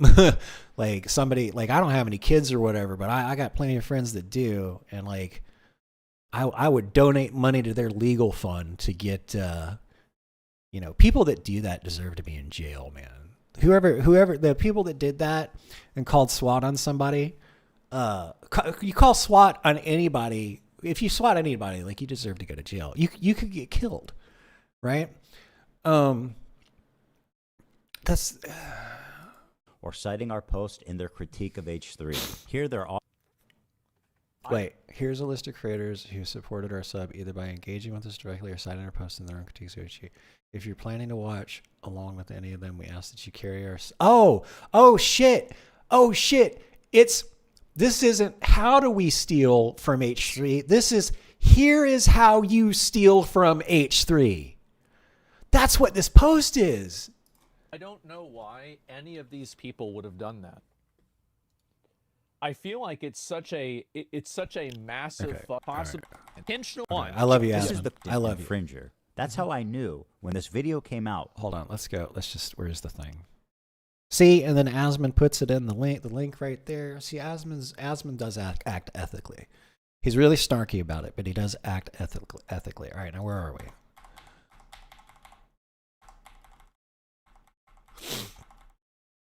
Did I give him a like already? Yeah, I gave him a like. Where's the... Here it is, right here. Hey everyone, we've seen a lot of comments about wanting to watch the either by offering the site infringement. When this video came out, the snarkers were going to encourage, promote, and push streamers to commit copyright infringement. I should thank the snarkers actually. Because of their predictability, they acted like double agents for us, incriminating their favorite streamers and serving them up on a golden platter. So yeah, this is all the evidence you need. Oh man, and then you can go into discovery, and any messages that they've sent to each other over Reddit or Twitch, you can subpoena. And if any of them, they're YouTube, so you can subpoena anything on their YouTubes and any like DMs or messages or anything like that. So they're going to get screwed in discovery because they're obviously collaborating with whoever this loser is who runs a hate subreddit. Infringement. But how do you get the streamers themselves to admit that they're stealing content? Oh, here we go. Okay, this is the meat and potatoes of the video, I'm guessing. Well, guys, if you enjoyed not giving any views to that terrible video, follow, shit, subscribe, throw a prime. If you like the content, if you enjoyed your time here, it turns out they just do it for you. You couldn't cook up a more incriminating statement if you. Oh my gosh, these people don't think. They just their mouth just runs. Their mouth just runs. I do this thing before I open my mouth. It's called thinking. Pride. Denim's the queen of self-owning. You prevail again. There's one thing about copyright you should know is that you got to register it before you publish to be eligible for statutory damages and attorney's fees, which is the main biting force of a copyright infringement lawsuit. Well, I'm happy to tell you guys now. I, Ethan Klein, have registered Hassan Piker Content Nuke with the United States Library of Congress. Some of you guys out there sweating? Even though... Where's the, is that it? Hold on. Where's the actual bait? What was the bait? I want to know what the bait was. Was it content new? This is the one right here. This one? What's the subject matter? Oh, this is why I tell you right now why I didn't watch this. It's because this is what I consider this to be YouTube drama. When it's like one person is talking about what somebody else on YouTube did, and then they make a video talking about it. It's so fucking high school. Like that's yeah. This is why I don't know about it, because I don't watch this stuff. I think it's great that, you know, he set this up, and like, you know, these people are like obviously colluding to basically steal from another content creator. So, you know, they clearly broke the law. at least that girl did when she self-incriminated. You know, have to, but I won't talk about the rest of them because I don't know. But I can clearly say that girl, from that quote that she said, she broke the law, right? And he has every right to sue her under the ground. Do the same. Two people. Most people.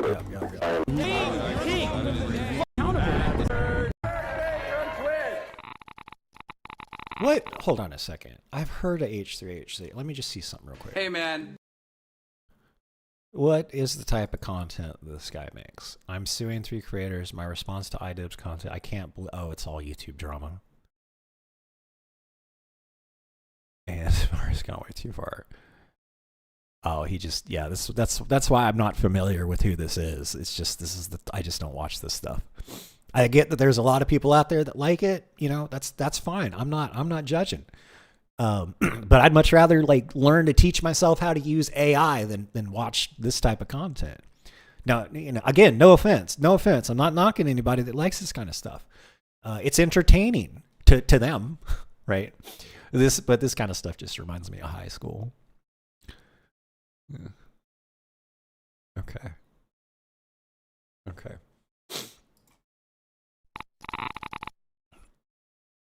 The Vape Nation meme guy.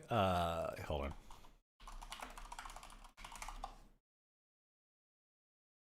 I don't.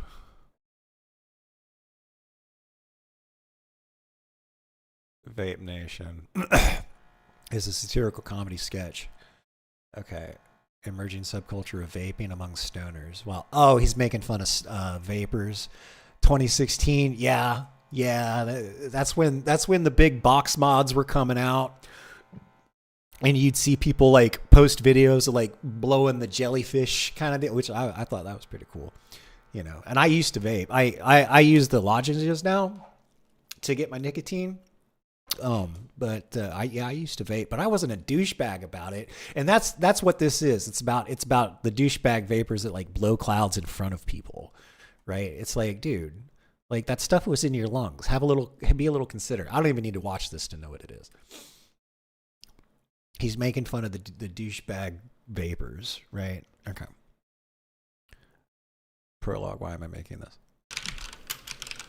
Oh, I get it. He targeted this guy, who must be like friends with all of the other people that were in that Reddit post. All the other people's channels within that Reddit post. So he did this, so he would start shit, and then those other people would watch it. Oh, hi there. And react it's to me, it. your old friend. Kids, all boys, probably a lot. Someone should bomb. I'm cool like that now. Left or right, I always thought that, despite our differences, there was one thing we could all agree on. And what was that? That we love America. Amen to that. Everything she stands for. America! Mom and dad and apple pie. Sure, there's plenty to criticize and endless things to improve, but I thought it was about making a more perfect union. Not tearing it down. Marching bands, a pride that only the thing is, there's something kind of scary brewing in America. Oh my God. He knows how to make this type of content though. This is not actually him. This is him playing a role to generate this. So he knows what he's doing. So I respect the craft, if not the actual, well, I actually respect the content that he made to catch these guys. But I respect the craft. Communism. That's America. I don't care for that old crew stuff anymore, except Filthy Frank. Now, I've heard of Filthy Frank, but you guys got to understand, like, I've lived under a rock for, like, the last 10 years. It's just clickbait drama, not my cup of coffee. Yeah, no, I get it. Oh, let me throw the ban hammer down real quick. Ban LQPUCVRSEID. Hold on, y'all. I'm banning a bot. Spam. There we go. That's America too. Okay, so this is all bait. I started, and like, and there's people that, you know, it's about the outrage. You know, there's like this whole generated content outrage cycle. Watch this, be mad, and the reason they do that is because more people engage with it. They'll link it to people. They'll post a comment about it and stuff like that. I don't want to do that. I just want to make something so fucking cool that everybody's like, you got to see this. I don't want to make this. I don't ever want to make this type of content. I just want to put something out there that the people that react to stuff will react to it, basically. But not because it's like drama or some shit. Just because like I did a really good job making something. a couple of years ago. That's my goal. That's what I strive for. And that's just me. So like, you know, if this guy makes plenty of content, and obviously plenty of money, if he's got almost 5.5 million subscribers, you know, he makes, you know, I'm glad that he's successful at this, but it's not for me, and it's not for OK either.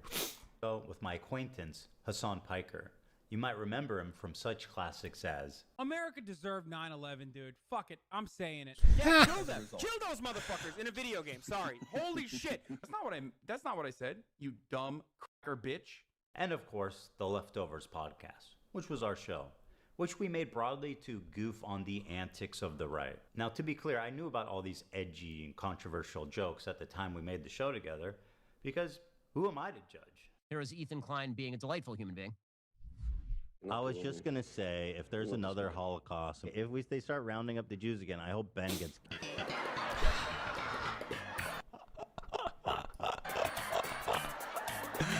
He presents himself as someone like me, a left-leaning Democrat. Oh, Jehovah. Basic things, and we went on making the show problem. And for the first time, I noticed an inordinate amount of radical, hardcore leftists. I mean, idea of means right. I do. And okay, yeah, that's the easiest way to get the outrage up is start talking about political shit. Okay, all right, this makes sense. Okay, we don't need. All right, I understand what happened. Okay, I understand. I get it now. I gave that guy a like, yeah. Okay, and then there's Asman, and then we got here because I was, you know, we got here because Gus was looking out for me and mentioned that content, and I heard about it. And I knew fuck all about it, so I didn't realize that's everything that went down. That's funny. Okay, Jesus.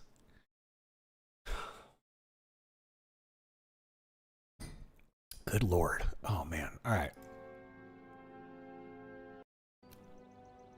Okay. All right. We're back to it. We're learning about AI. Okay, that was a nice little detour. Okay, so there's a newer. So I've been using like an older model. Where is it? Here it is, right here. So I've been using this realistic vision thing. This is an older model. That does look kind of cool. So essential base model. Make sure that both SDXL 0.0 versions are installed in the correct module folders. Module state. Let me know if you'd like help setting them up. Okay. Yeah. Give me instructions for getting the base and refiner models installed to the automatic web user interface. Okay, but download. You'll need 2 of the tensor files, the base model and the refiner model. We download both. Move the files to the right folders. So you place both of them in the stable. All right, well, that's easy. Get it from here. Open link. Dismiss. Train. I've never been to this website before. Train. Use the small.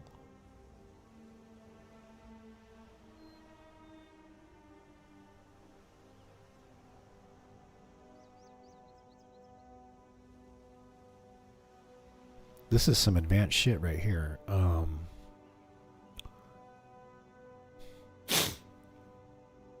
Oh, here we go. Files and versions. Duh. Now wait a second.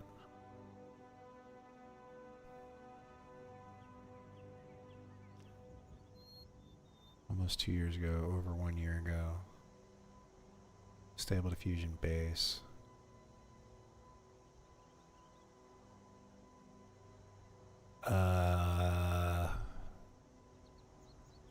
So this is like older. Okay, hold on. I don't understand what to do to get the files from Hugging Face.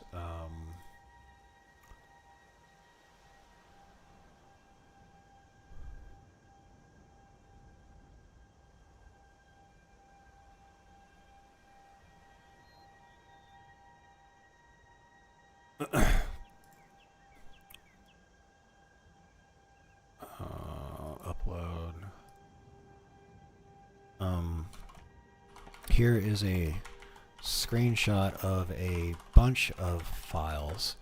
I would assume I use one of the three at the bottom, but how do I know which one? Is that even correct?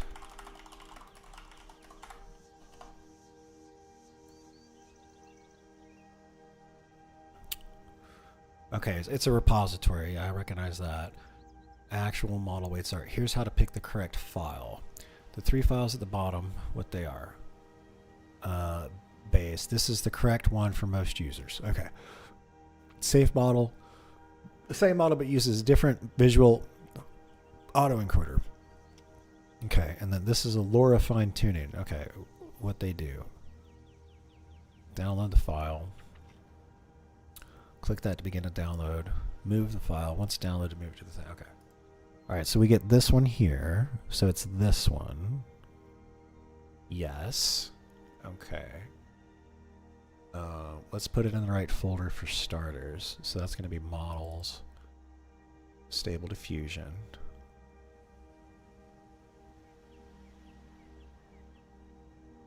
Okay, we're going to save this one.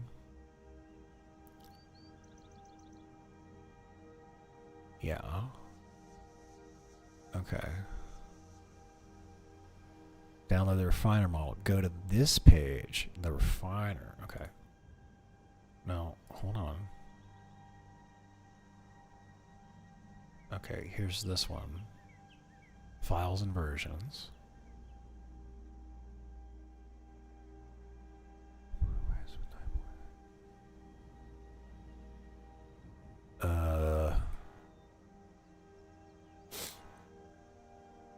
Download similar steps. Okay.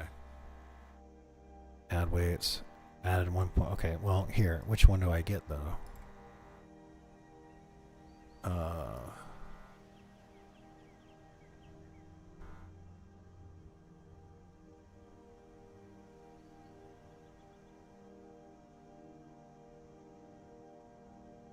Do I get the one with weights or without? What is the difference?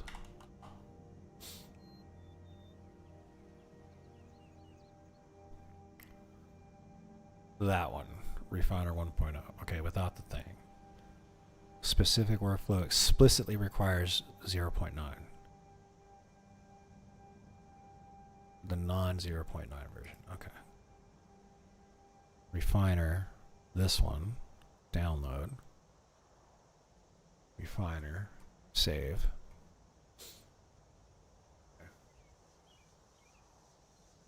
right, so we gotta wait for that to download and then we restart it. A variational autoencoder. It compresses and decompresses images in the generation process, affects color richness, fine detail, and how noise is interpreted. It's been tuned to higher quality and realism. What to do next? Okay, we got all that. Okay. Okay, once I restart,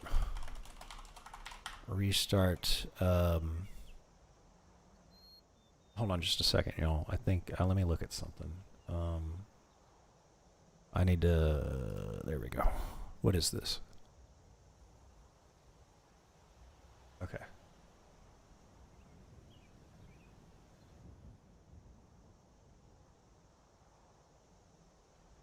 Confirm spam.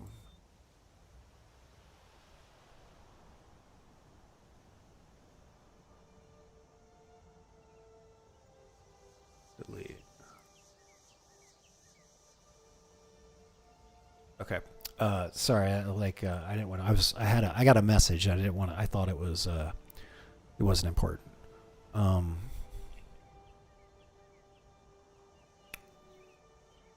Okay. Where were we? Okay, once I restart the web UI, how do I make sure it will use the model and the refiner?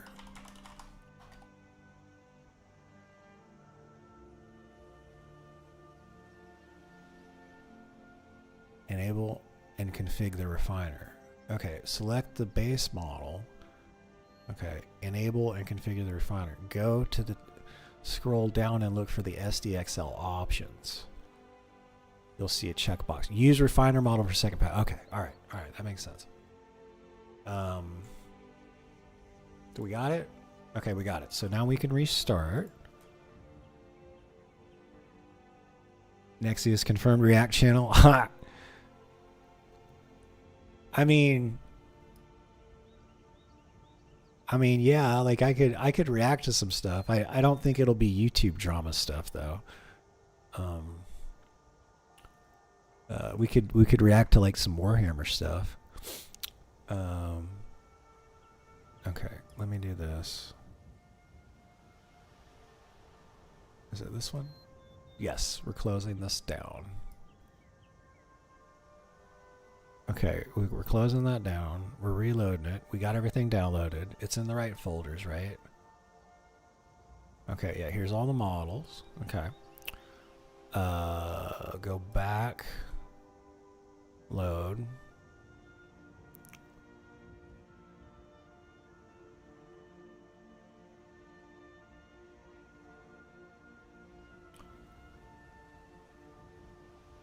Okay. Here's me stable diffusion. There it is. Okay. Now we're going to select the base.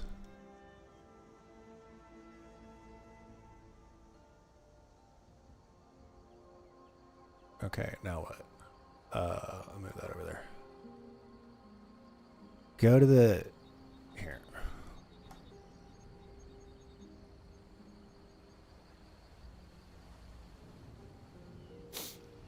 Okay.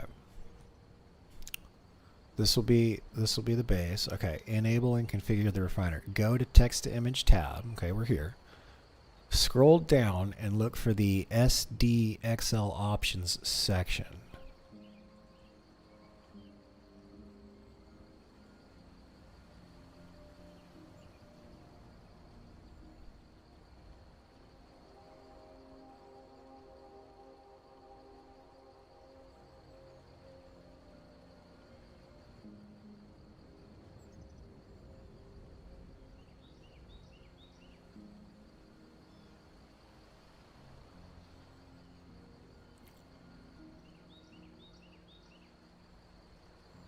Y'all see it?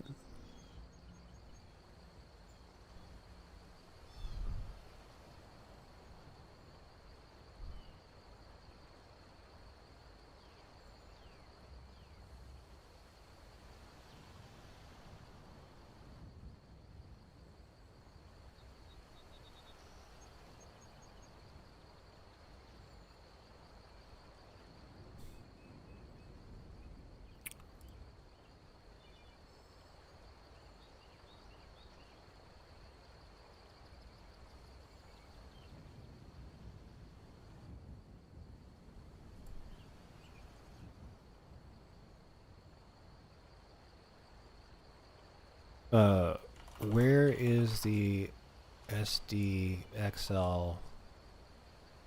What'd you tell me to do? Options section.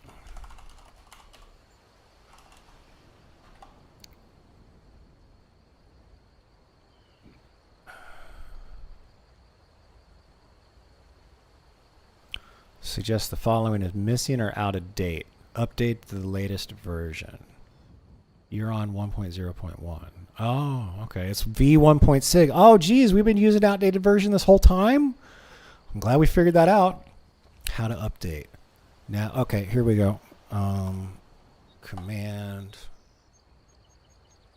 Okay.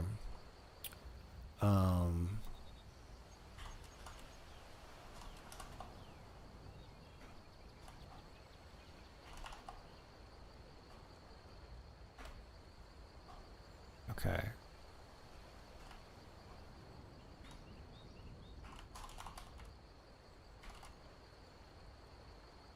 Okay.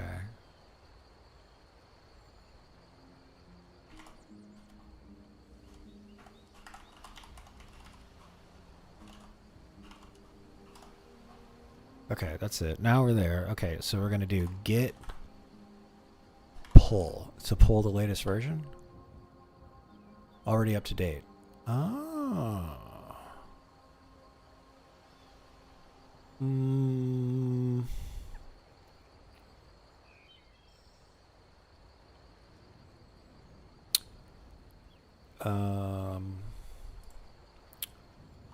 It says already up to date. What do?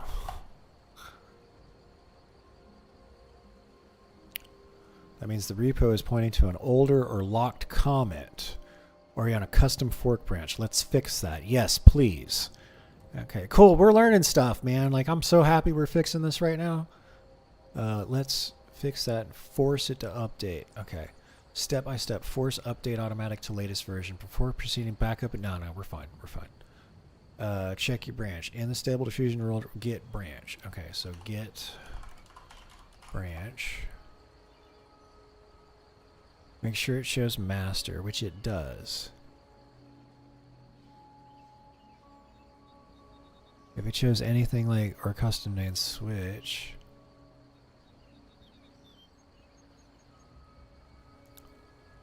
Okay,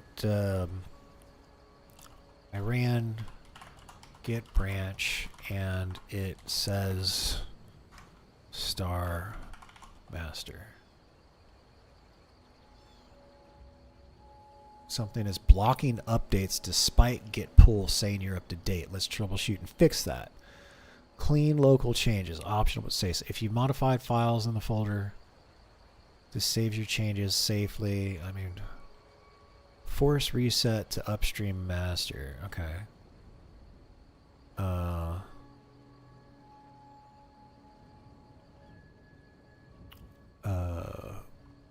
Git fetch origin tags.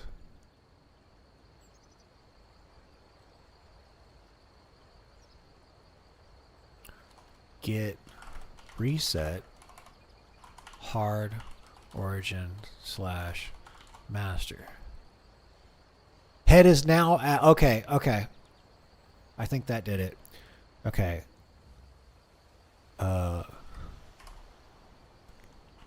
When I ran hard origin / master, it says perfect. That message means your automatic is now fully synced with the latest original version. You're on comment, which is up to date. This includes, okay, perfect. What to do next? All right, here we go. Oh, wait. Hold on. Let's do something real quick. I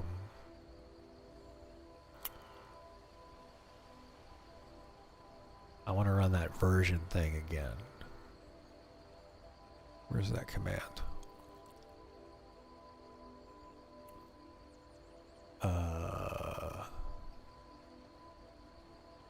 Git branch. That's what it is. I'm going to memorize all this stuff one of these. Git branch. Okay, well, it says it again. All right, well, let's close this. And then how do you do...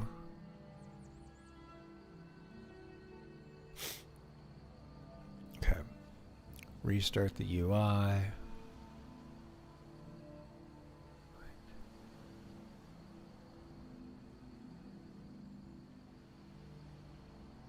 Okay, so we just launch it from here. So web UI-user.bat.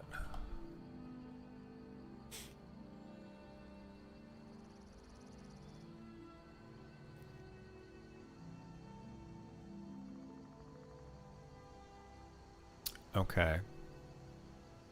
There we go. Version v.10. Originally, what did we have?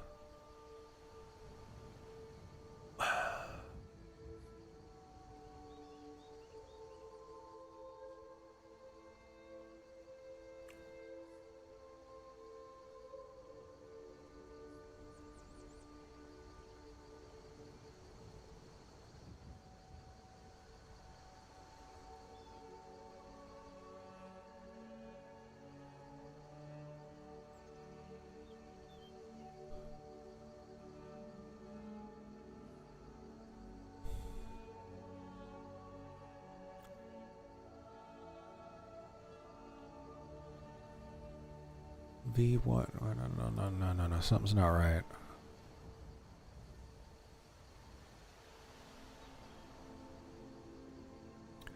Oh, V.0.1. This is V 1.10. Okay, yes. All right, yes. All right. Making sure. Okay. So we restarted the web UI. We've done that. Okay.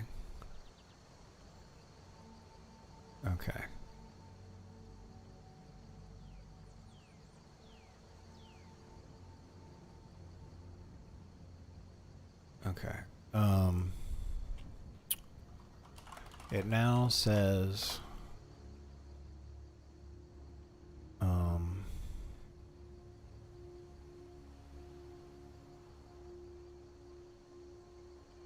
oh, it's over here.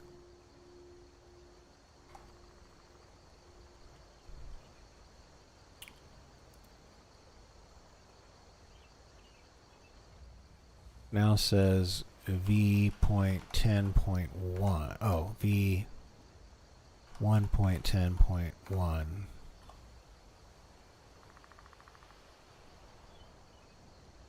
Okay.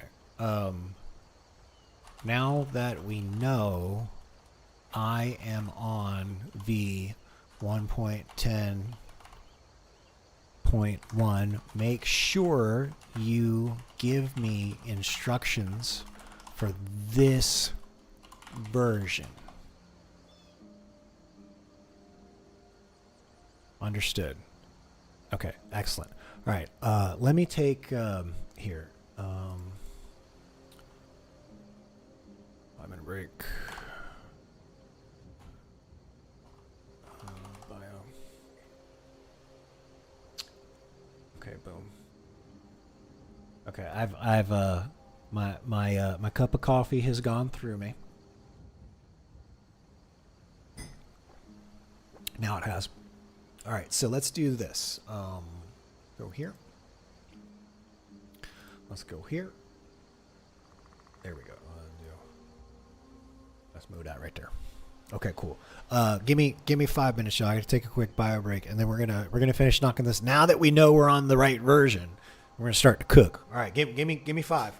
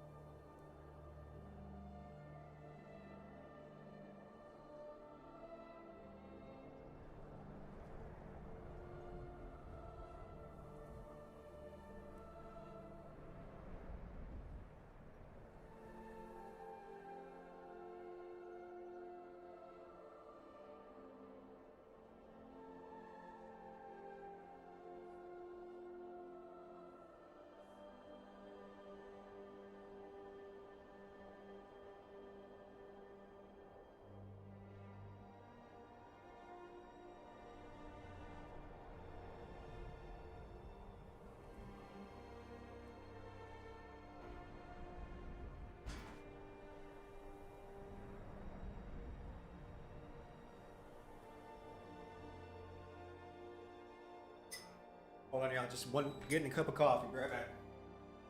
90 seconds.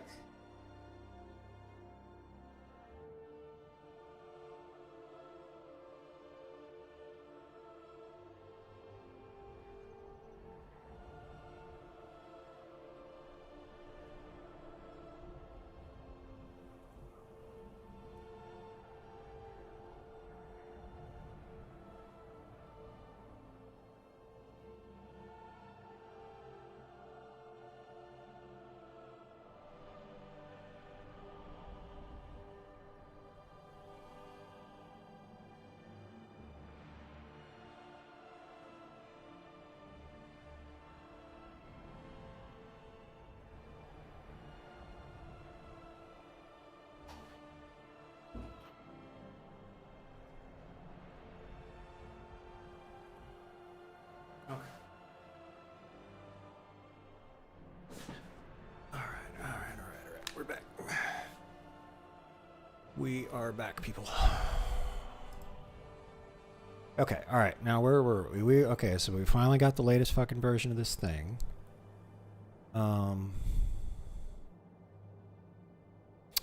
Okay, now the statement instructions be tailored specifically ensures. If you ever need to workflow script examples, would you like help with the next saving base plus refiner as a preset? Okay. All right, yeah.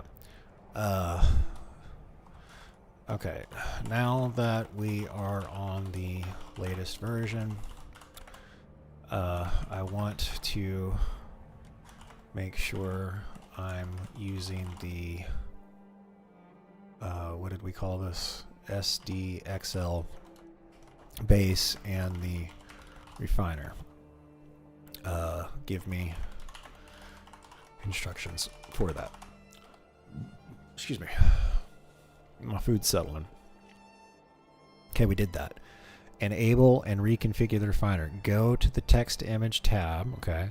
Scroll down and find the SDXL section.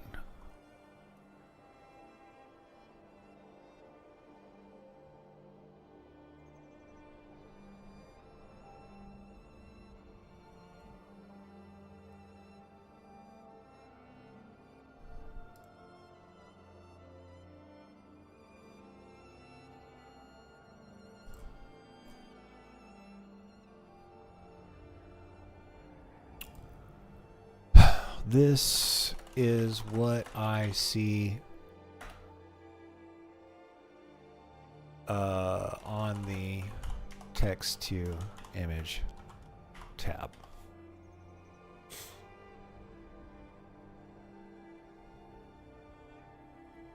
Are still missing. Okay, that means one of two things.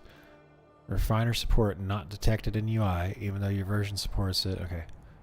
Make sure the refiner model is correctly installed. Confirm the model. We do. We got that. No typos. Refresh the model list. Once the settings are in the correct, once the file's in the correct folder, go to the settings tab.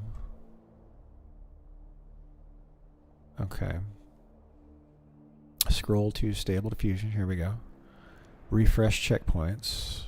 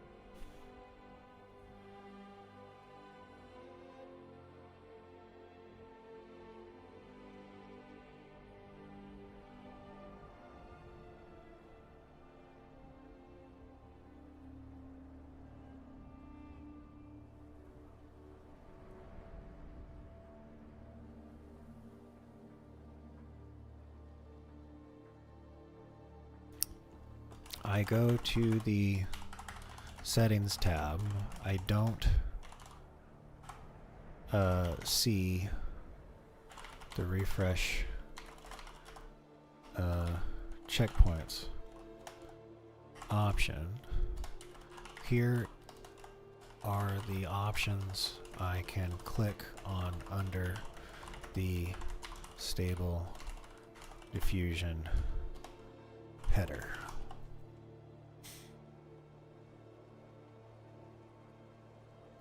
Exactly what you're seeing in the missing is no problem. You can trigger the same effect by doing the following. How to force automatic to detect new modules. Base. From the click reload UI. Okay.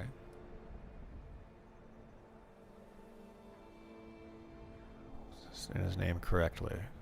Okay. Okay. In your screenshot, there's a Stable Diffusion XL section in settings. Okay. Stable Diffusion XL in settings. Click that. Inside, you should see a refiner config.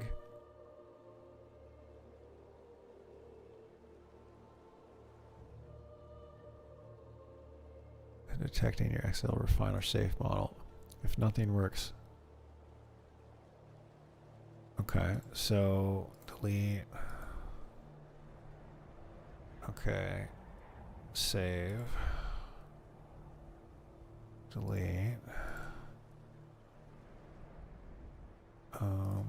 Okay, here is a screenshot of options in Stable Diffusion XL, and here is a screenshot of my models folder.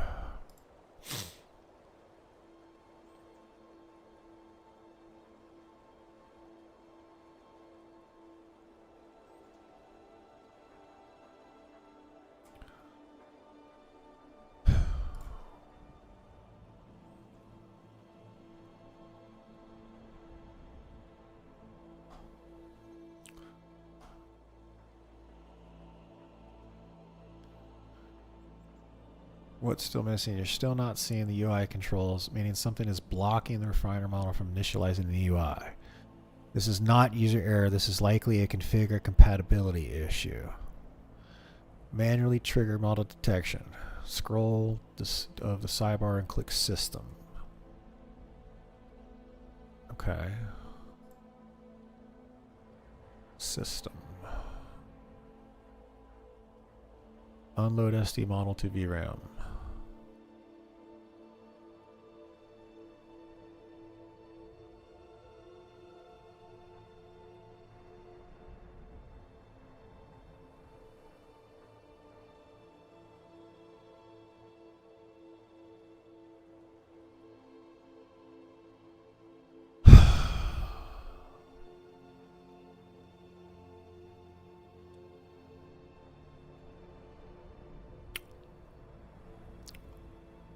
Delete everything in the temp folder. All right, let's do that.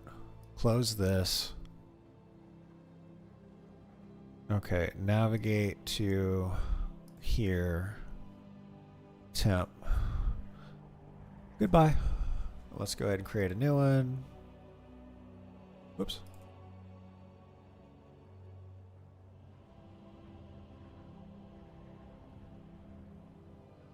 TMP. There we go. Okay.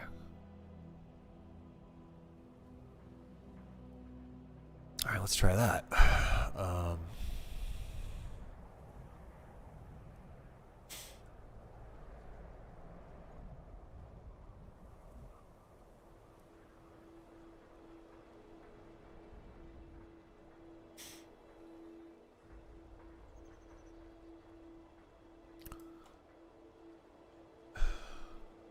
Okay.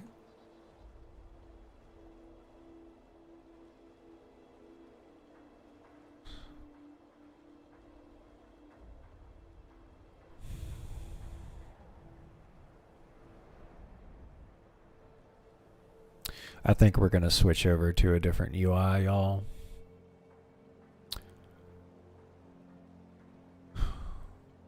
Settings, Stable Diffusion XL, no. All right, let's go. We're gonna. I'm not getting anywhere with this. I'm getting pissed. I can't get good instructions out of this thing. I mean, I am, but we clearly have some sort of compatibility issue here because that's not picking up the.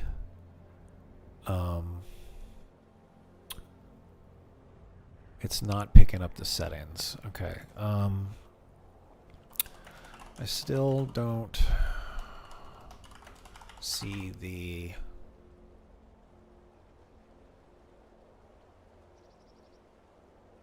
deleted the temp folder.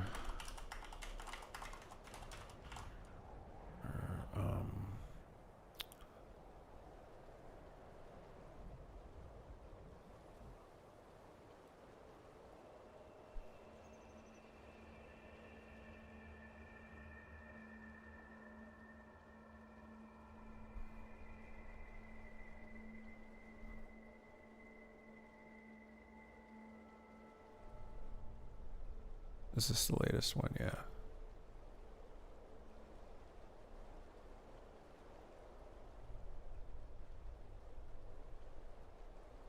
Base. Refiner. Okay, so it shows that. Okay.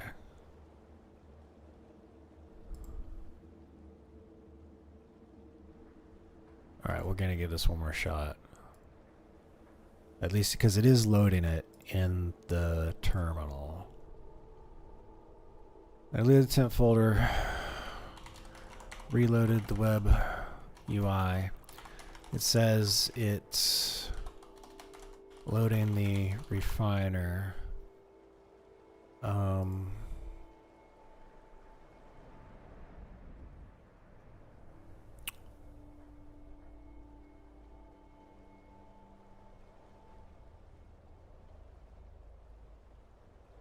Save.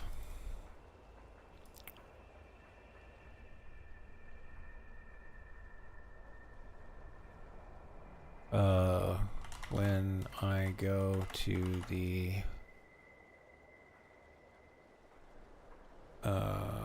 what is this called? Stable Diffusion XL in the settings. I uploaded a screenshot of what I see.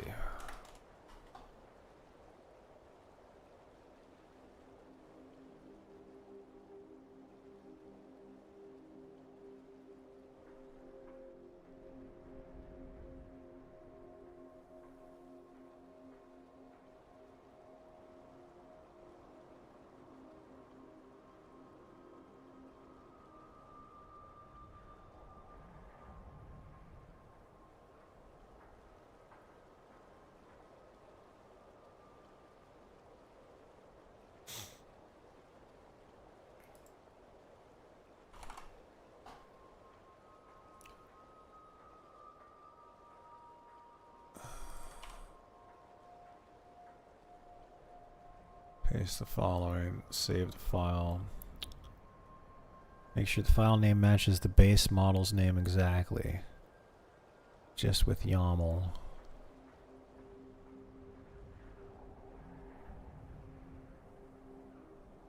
Okay, hold on.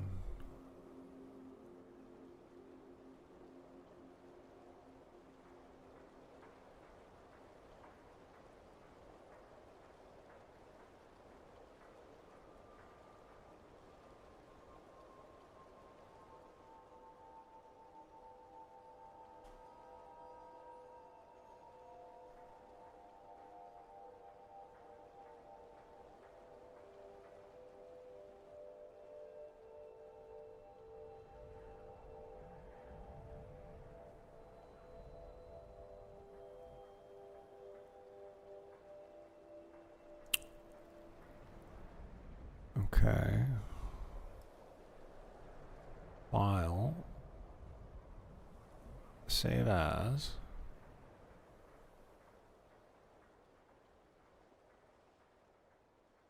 All files.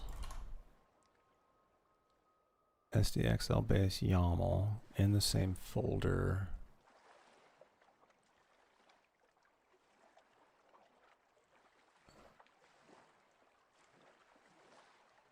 In the same folder, WebUI models, stable diffusion.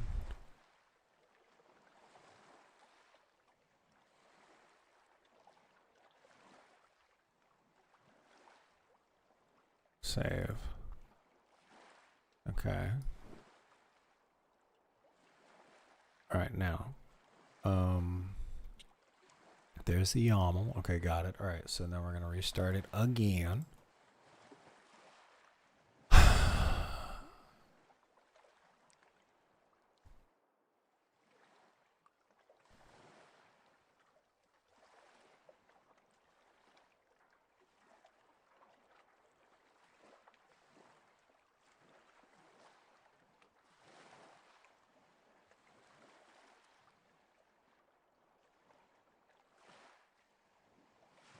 Okay.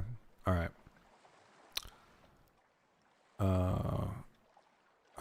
I did that, and I still don't see hypernetworks, checkpoints, LoRa, textual inversion, generation, and I still don't see the options. Let's go ahead and switch over to the Comfy UI, since that is one of the most, hold on, isn't Comfy UI one of the most popular alternatives to automatic 111?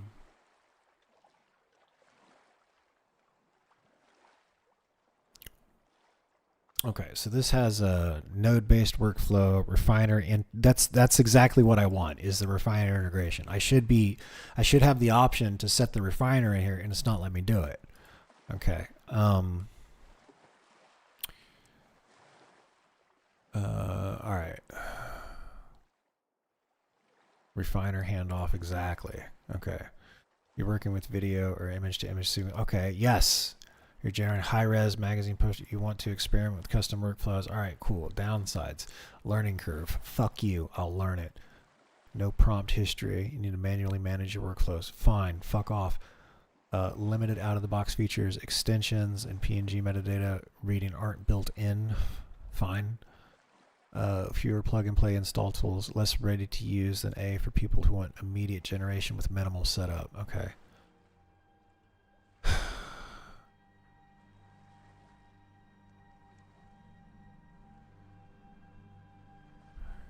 No graph for SDXL.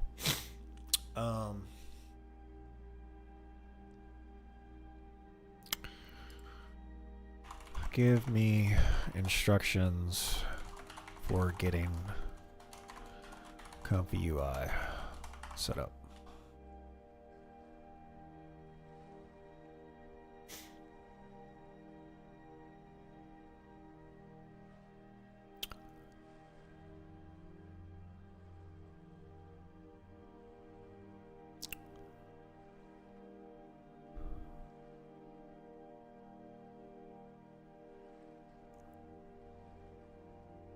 Okay, so let me see if I've learned. Whoa. All right, let's close all these.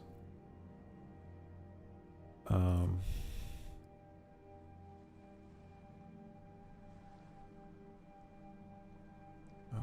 yeah, close that, close, close. What else? One more.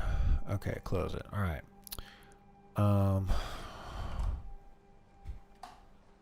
We're gonna go to command.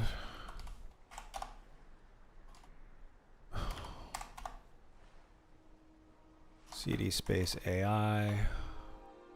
dir.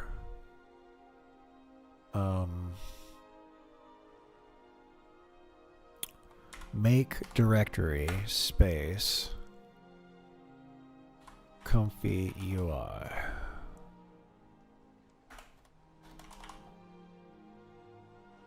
Okay, there it is. So CD space comfy UI. Okay.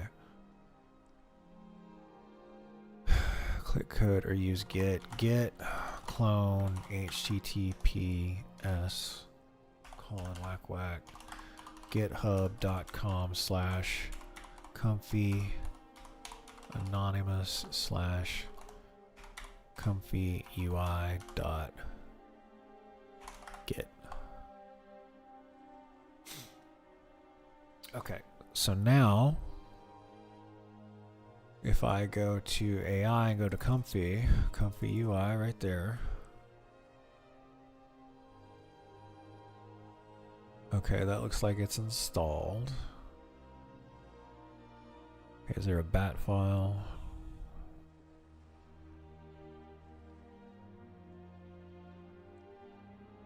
Okay.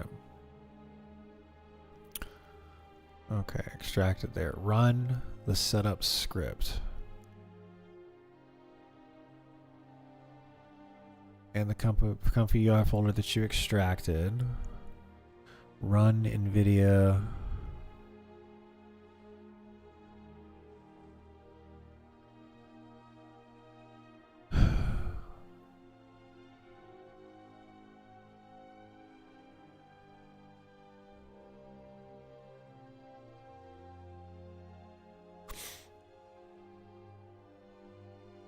Okay.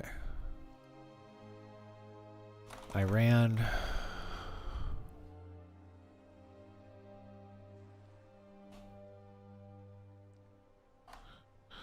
and attached is a screenshot of what I see in the folder.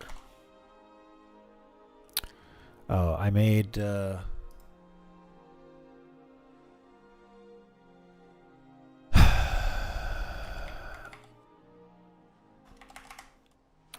I created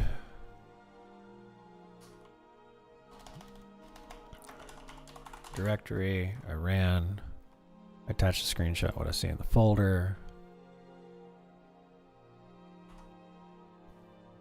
I do not see run NVIDIA GPU.bat.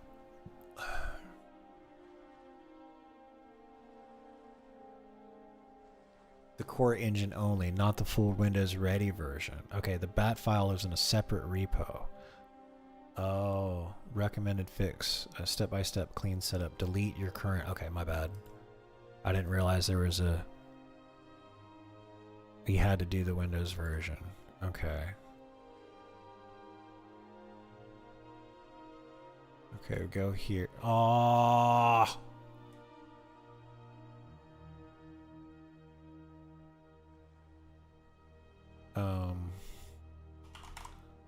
Search the web for the latest info.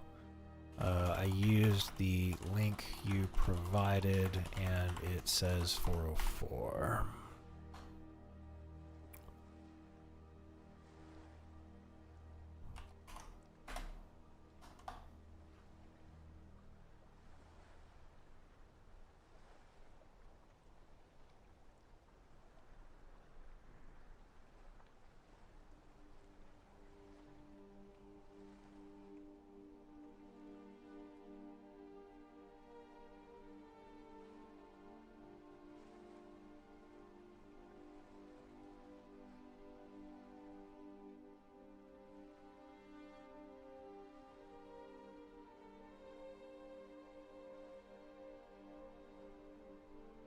Okay.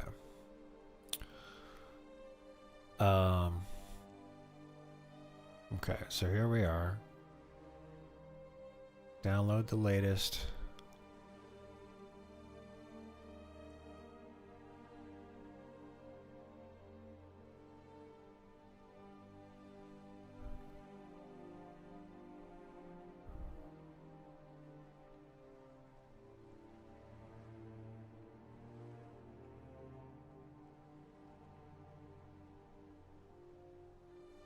Okay.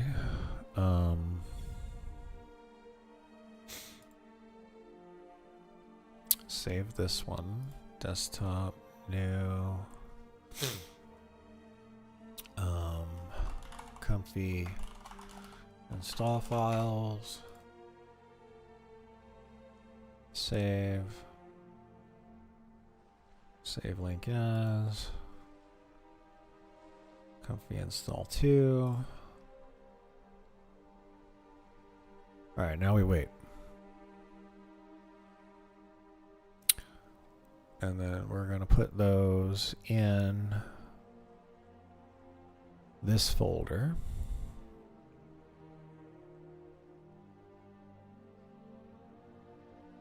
Oh, let me take that break off of there. I'm so sorry that's still up there.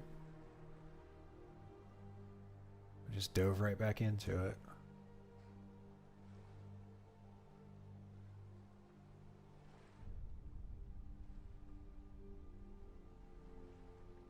Okay, almost.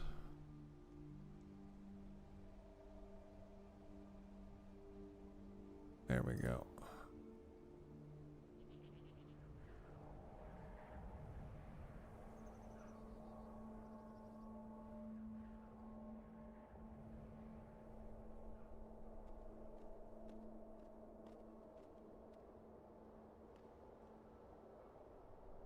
Both compressed files into the single folder. Okay.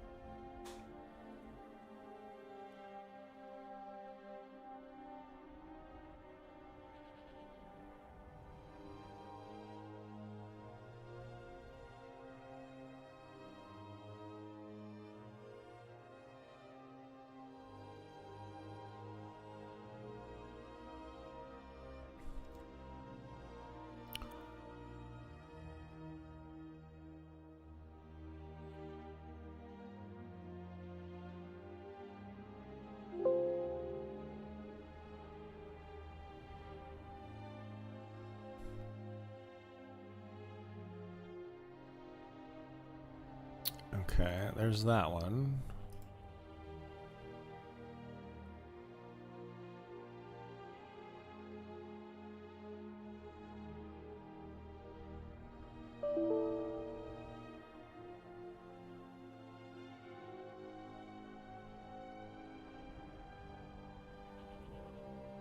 Okay. I think this is fine.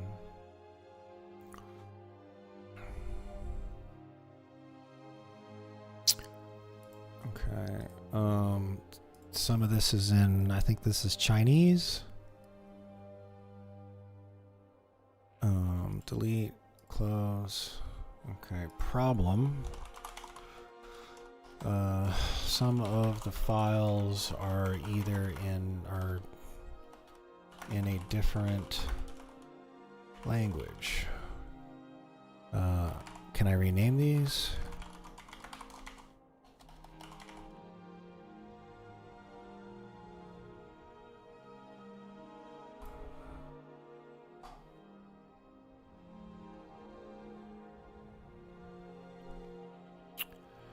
Okay, so this one is launcher.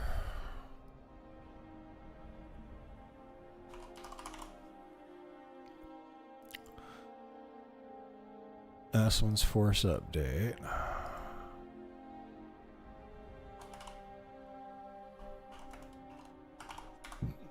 Excuse me. Okay, and the folder.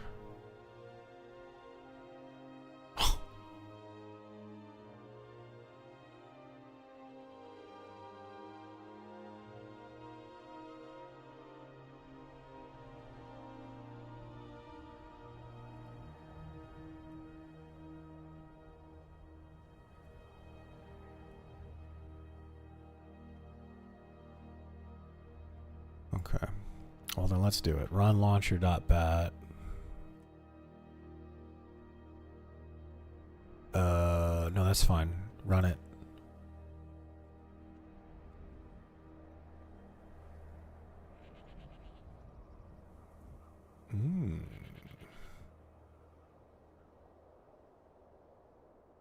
Okay.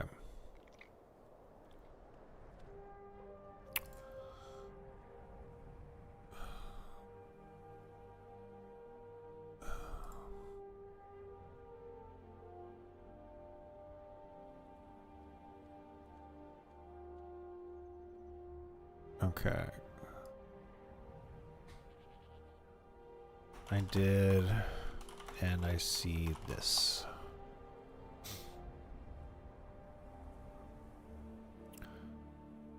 This is a custom wrapper. Yes. Proxy, Hugging Face token. Custom mirrors. Okay, what to do now? Leave everything blank unless you know you need any of the following. I don't know if I need any of that shit. Now click start. Okay.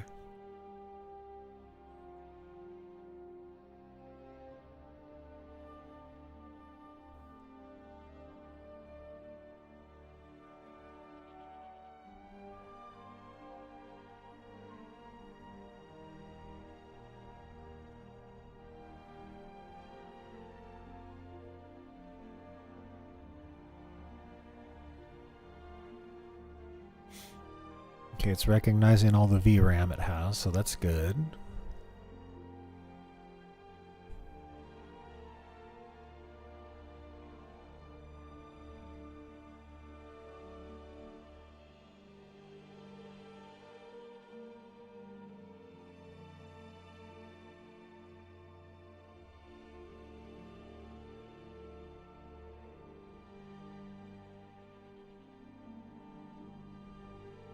It's probably customizing itself for my hardware.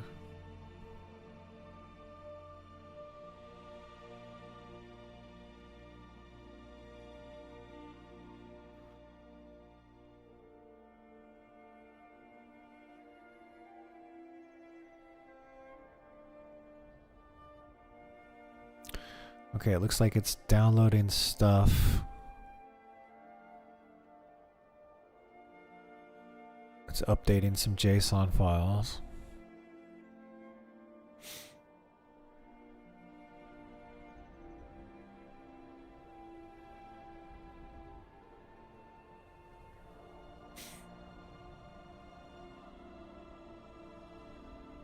Aha.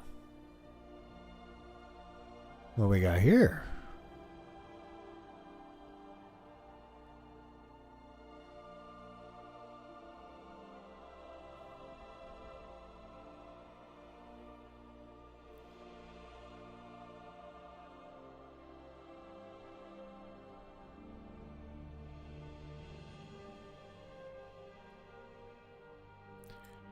Okay. Oh, look at all this. Look at all this. Okay. Okay. Oh, there it is. So I can apply a lure right there. Okay. All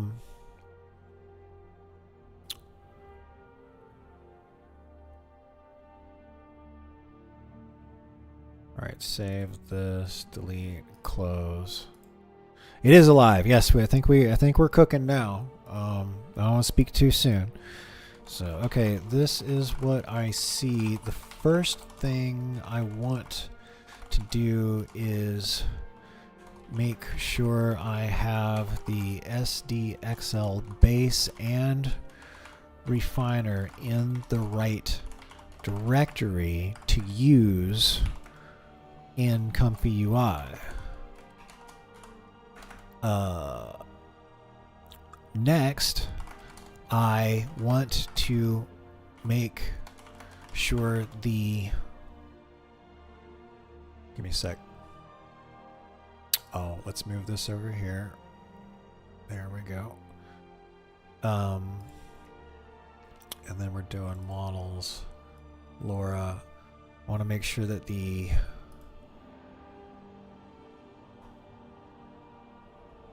Okay, comfy UI. I want to generate. Hold on. XDL. First, I have the XDL base and refiner in the right direction. Comfy UI. I want to generate something with just the base to test it. Then I want to generate something with the base and the refiner to test that. Then I want to make sure then I want to use the chaos and safe sensors LoRa I have to you know, to see if it is working. Let's see here. Is there a version or something?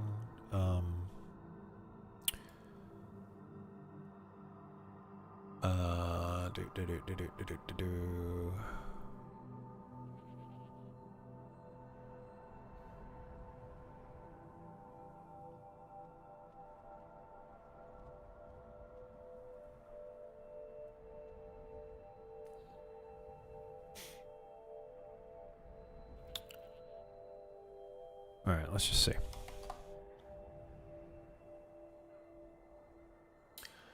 Comfy UI, everything looks great. Let's walk you through the checklist step by step. Okay. Okay, make sure your files are here. Okay, if the files aren't there specifically, all right, cool. So here, all right, so this is my stable diffusion folder. This is my comfy UI folder. Okay, so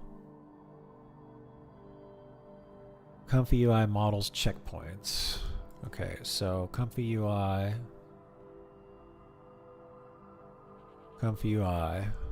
models checkpoints. Okay. Alright, so what we're gonna do,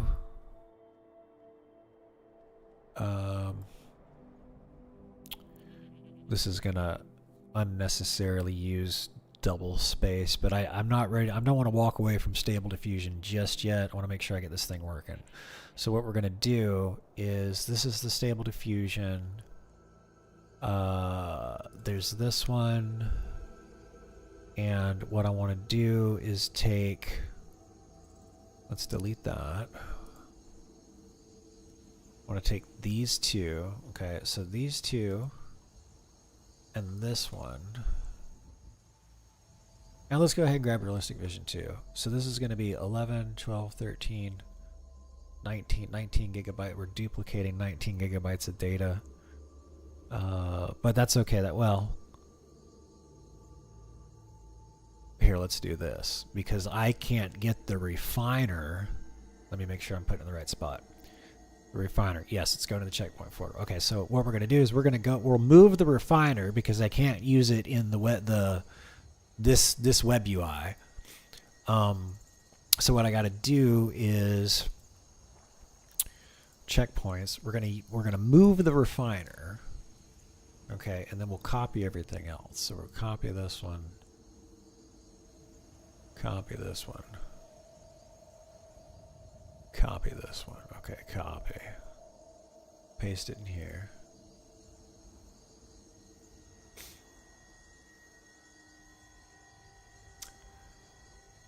And I'll just leave this open.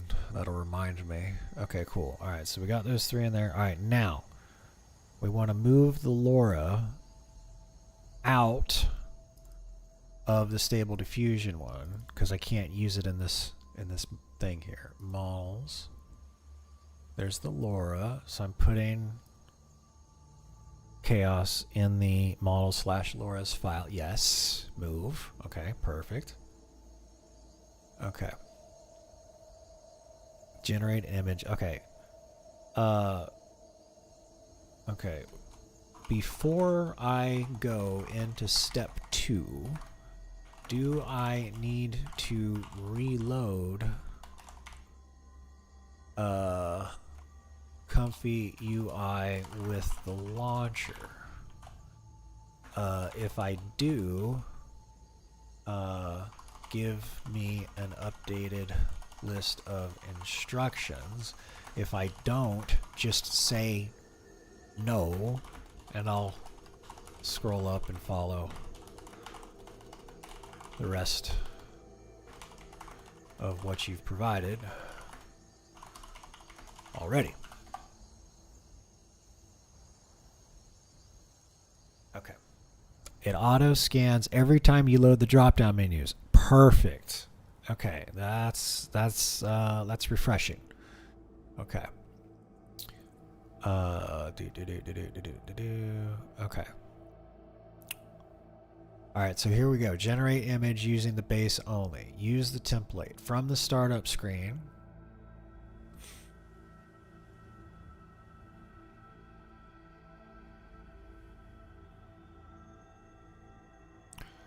Okay, from the startup option A, use the template.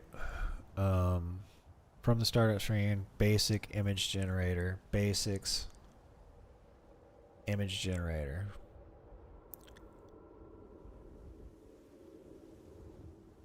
Oh shit, oh shit, oh shit, oh shit. I know what's wrong.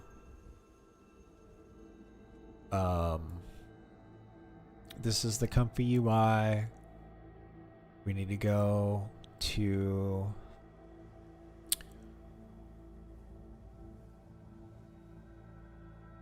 checkpoints. Yes. Okay, and then in here, this is the stable diffusion. This is the models. This is the stable diffusion one. And there, right there. Let's copy that. Paste it over here.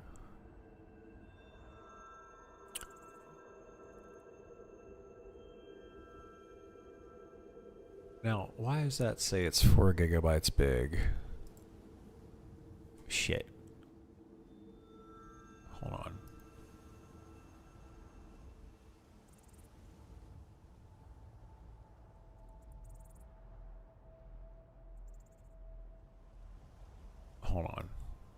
Hold on. I want to recreate that. Give me a second here. Move this over here. Wait, I copied it. Here, delete this. Comfy UI, open a new window.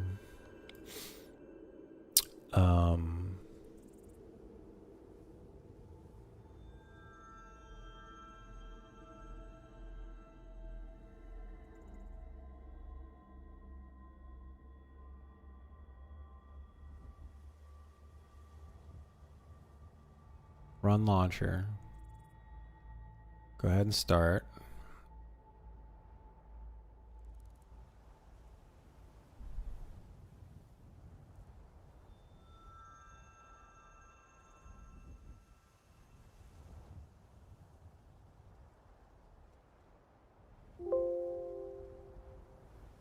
Okay.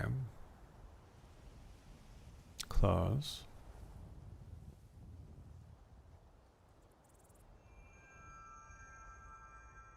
Launcher, maybe? Oh, there it is. Run anyway. Oh, motherfucker. Cancel. Run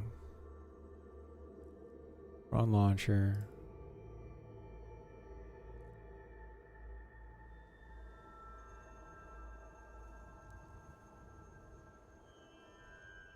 Start.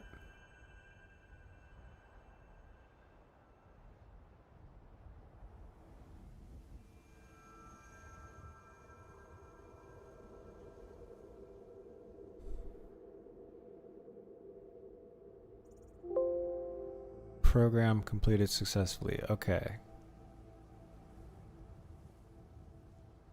Close. Fuck me. Alright. Okay. I went to reload the program. I ran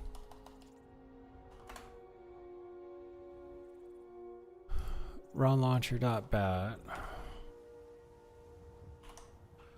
It does something.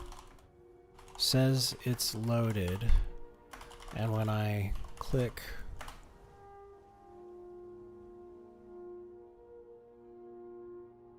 I ran launch.bat. I click start. It does something.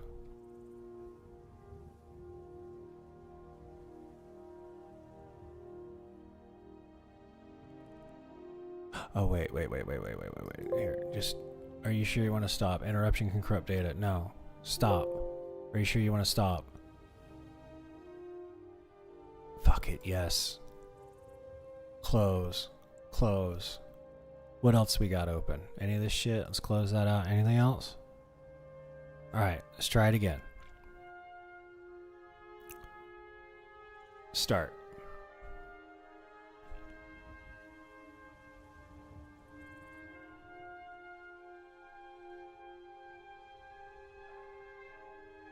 I might not have shut it down all the way. There it goes. That's what the problem was. Okay.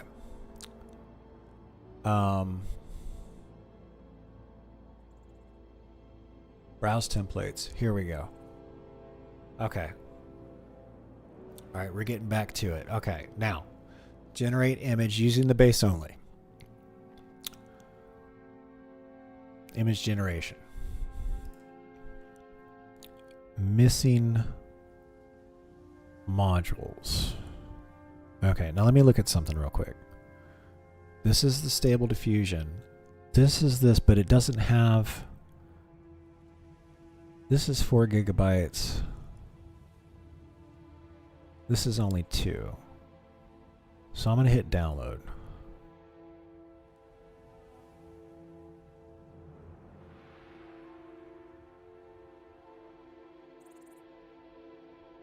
I guess it wants to put it in this folder, so that's what we're going to do. We're hit save.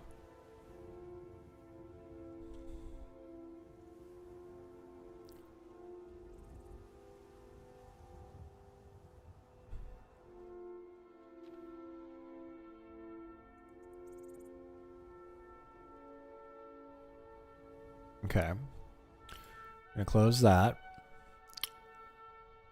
We're going to go back to workflow, browse templates again, hit image generator again. Okay.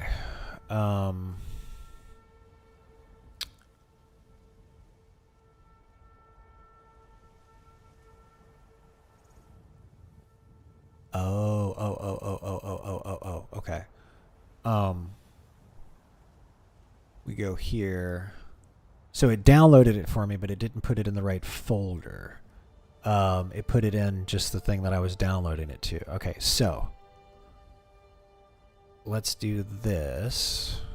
Copy, save. Okay, we're getting there, y'all. I swear we're gonna start making images in a couple of minutes here. Just we're almost there. And then we start making videos. Okay, so we got that. I got this warning when I clicked on the image template. I downloaded the file. Which folder do I need to put it in, and what exactly does this file do?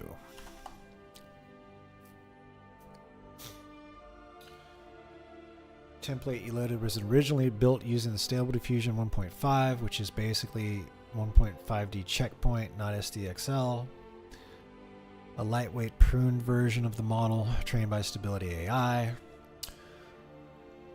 File size too big only if you intentionally use 1.5 workflows, which you're not right now. Where to put it? Inside of the checkpoints folder. Okay, so what we're going to do is we're going to go here and we're going to cut. And then we'll go to Comfy UI, Models, Checkpoints, Paste. Alright, now, close that, back to workflow, back to templates, back to image generator. Don't give me a fucking error this time. It did not. Okay. All right. Finally.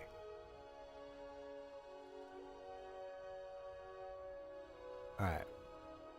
Okay, we did that. All right. Generate image using... Okay. This loads a minimal base workflow. All right, so I'm just going to... Here, let's just see. Let's see what we got here. So this is going to be testing the base. So there's that. There's the checkpoint.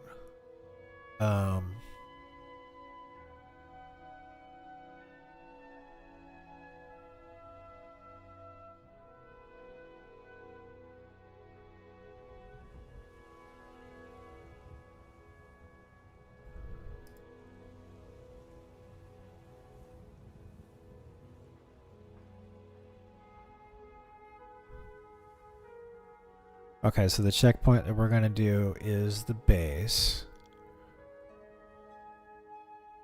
Okay. And we're going to call this give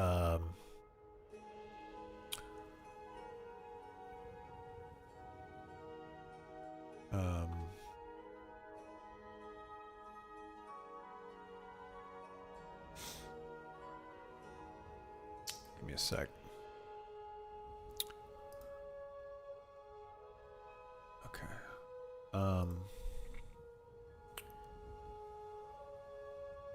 Now, here's this one.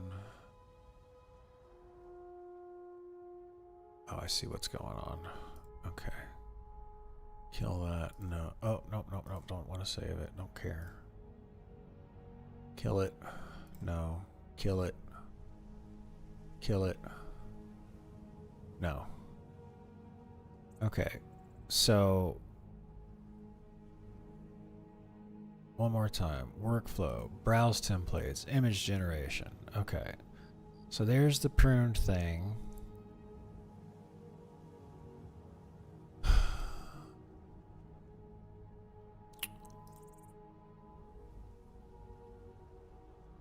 Workflow. Okay. All right. That's running. Right. Okay. So here's the... These are the nodes.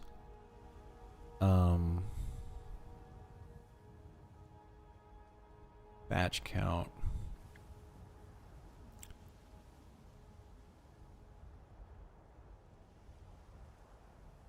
Let's just see what it spits out.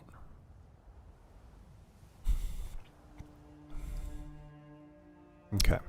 So that's clearly working. Okay.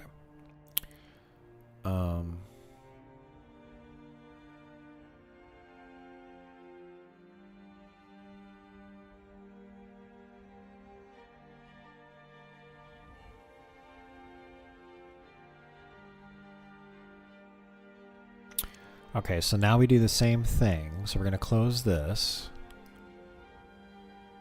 Now we do the same thing for the base. Run.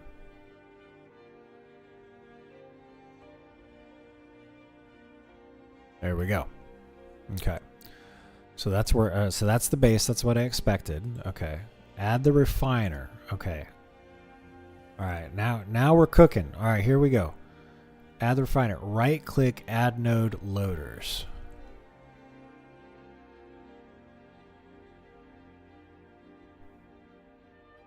Loaders. SDXL refiner.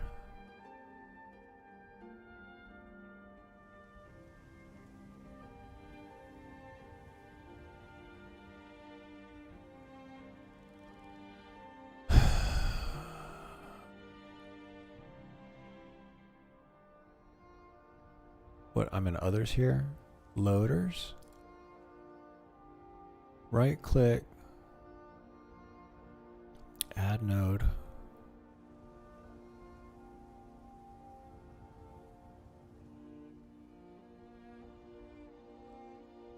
Loaders.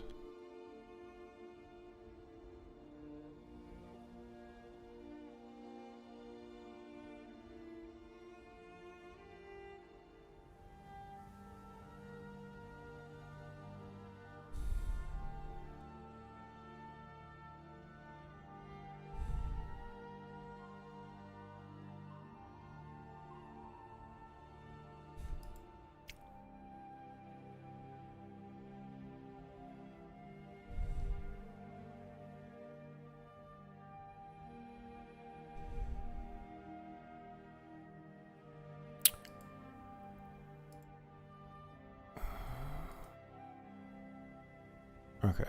Add a refiner node. Right click, add node, loaders, refiner. Connect it to the output of the case sampler base.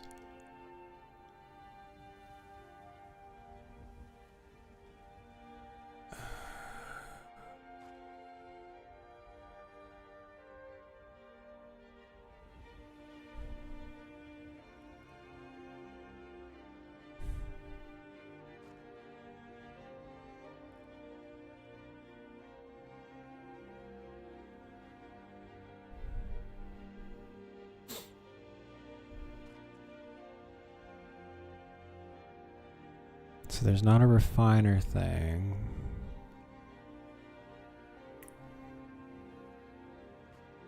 Loaders.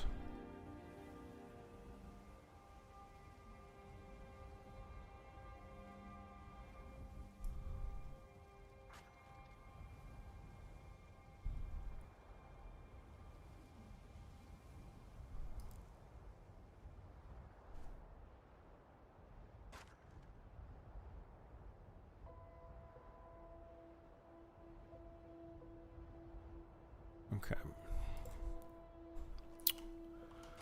I'm trying to do step 3. Add the SDXL refiner. I right click on a blank space.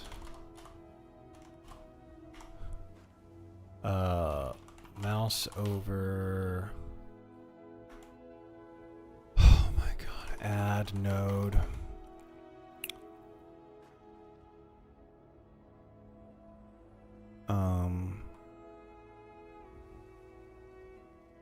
Then I mouse over. Then I click on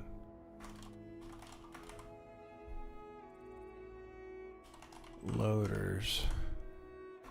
And this is what I see. Nothing that says refiner anywhere.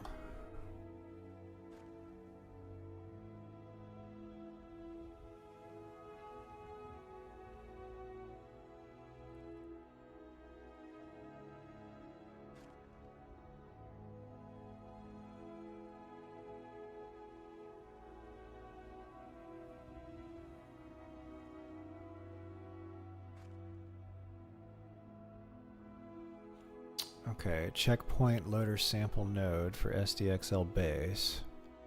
Another checkpoint sampler node for the SDXL refiner. So, add node.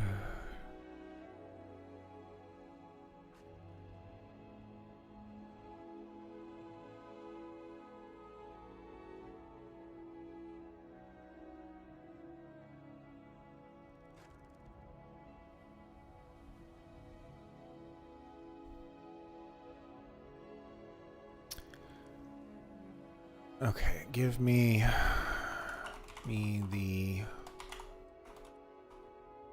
JSON and instructions for how to use it in Comfy UI.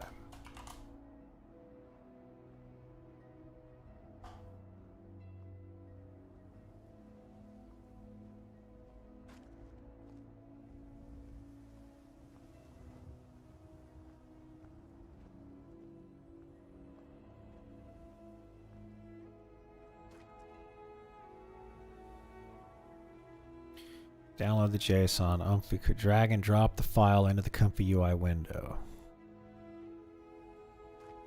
Okay. Save as.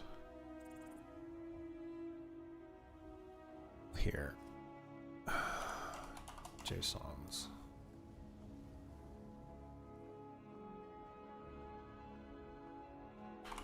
Testing 1.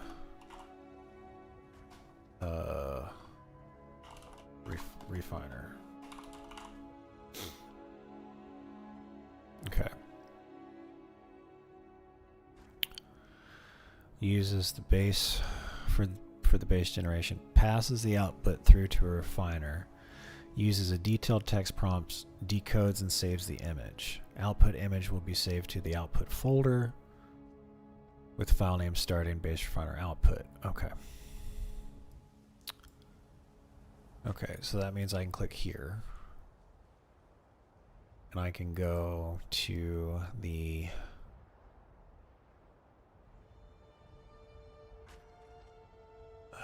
desktop. We're gonna go to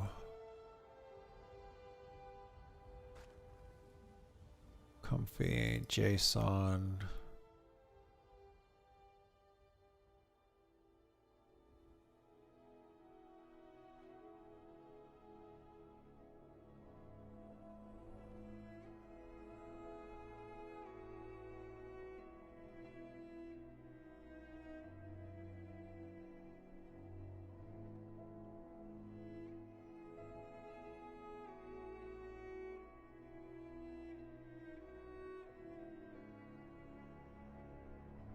What?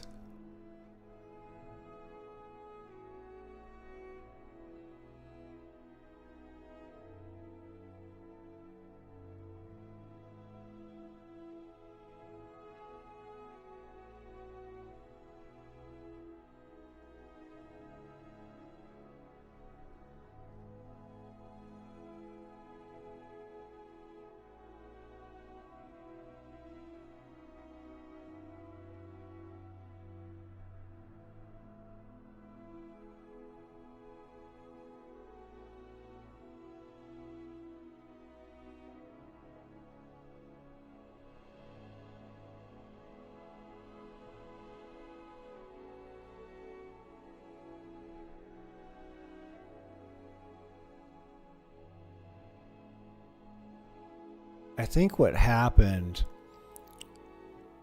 saving this thing as an HTML, like, actually ran it.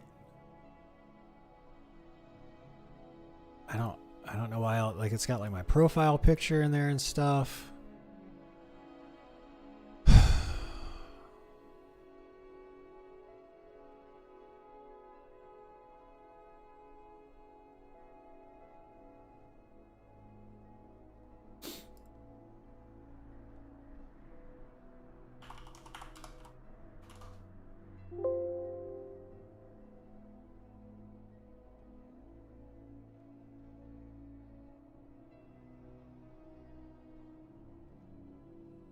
Okay.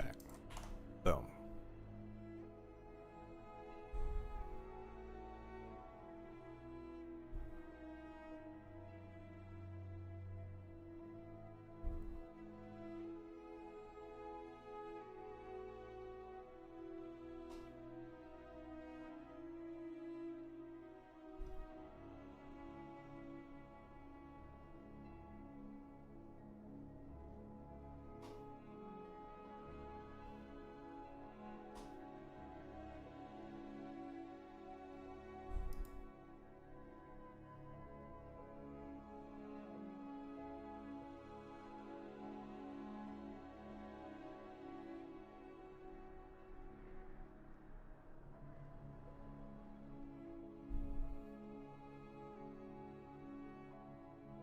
Okay, well, a lot of help you are.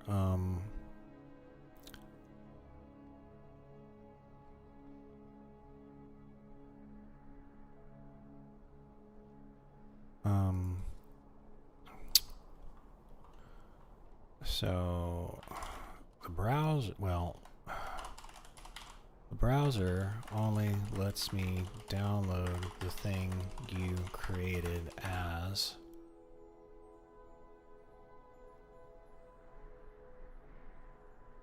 oh, now it wants to do it? Fucking hell. Alright, save this. Alright, it's fine. It's fine. It's fine, as long as it works. Load aboard due to error reloading workflow data. Show the report. Okay. It looks like I'm going to be learning how to write JSON files. Okay.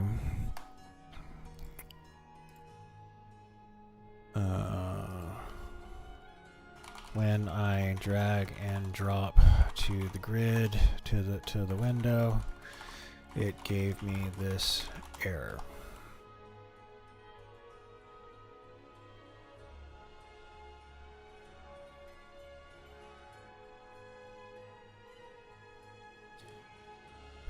The dot map error suggests the workflow contained invalid or unexpected values. Let me fix that right now and generate a fully compatible workflow manually optimized for to re-export a properly structured JSON.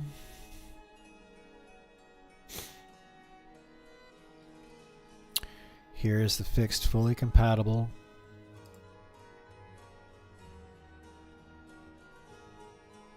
okay. All right.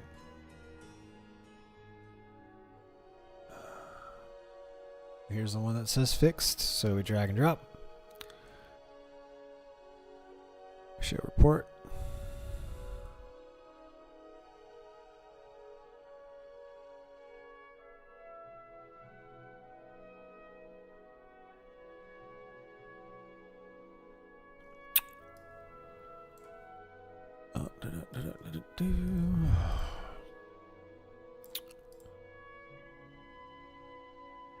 Got another error.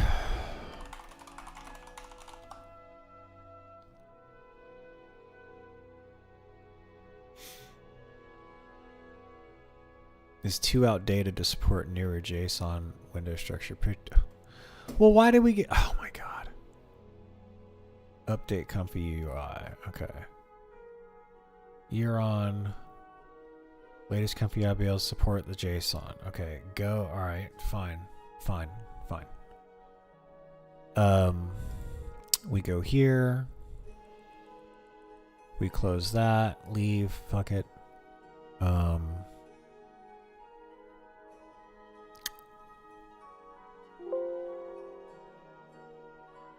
Yeah, it's fine.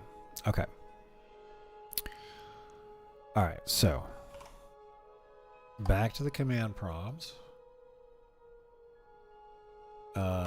CD space AI, CD space, CD backslash, CD space AI, yep, CD, DR, CD space, comfy UI, DR.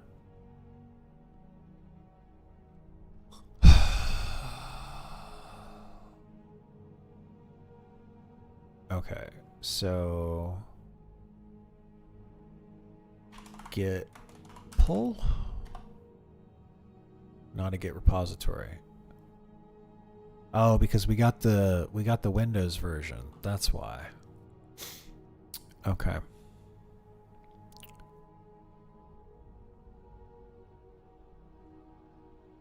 Okay. Well, the problem is you gave me instructions for using a Windows version, and when I try to run git pull, it says, you know, fatal, not a git repository. Repository.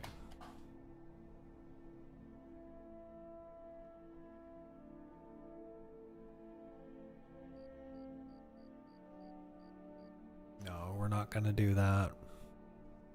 Place your current folder with the get ready version. That's what we're going to do. Okay. Rename your current folder to old. All right, fine. We're going to get this to work, y'all. You think I'm giving up? You think this is the hardest fucking thing I've ever done on a computer?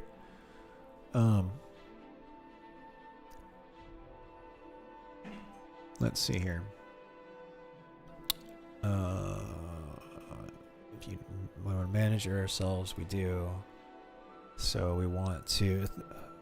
Thank you. Okay, I'm glad. I'm glad you got my back. Open a new window. Let's go back to AI dash old. There we go. Okay. Okay, so now we're gonna go here, command. Let's go back to the root. Whoa, cd /root cd space AI. We should just be able to do this one.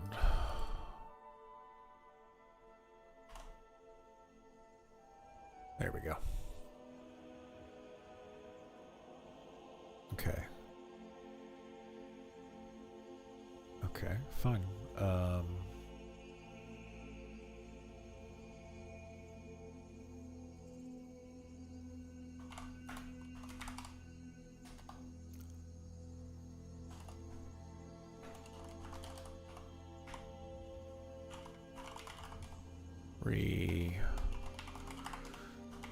Text.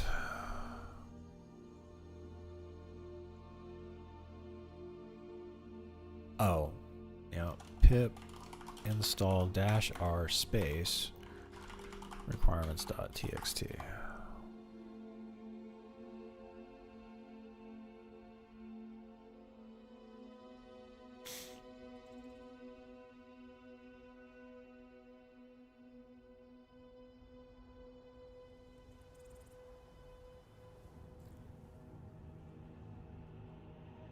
Let it cook.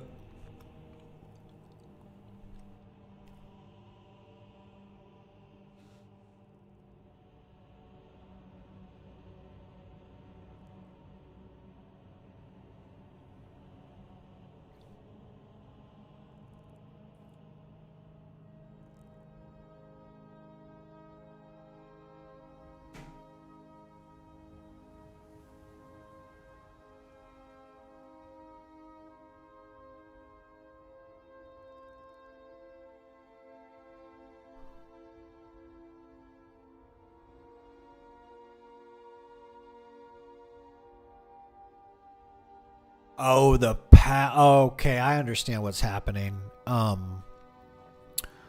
It's found some of the stuff that it needs, but it's installed in like my user profile instead of somewhere else. Okay.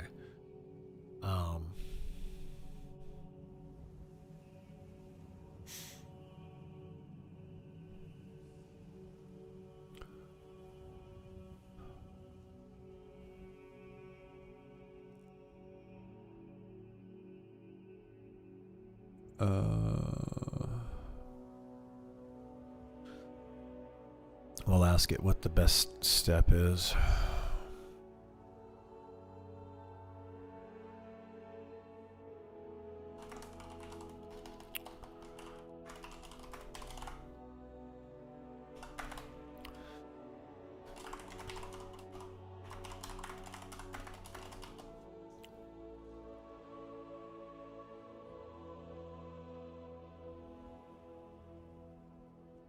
Let's go ahead and do that.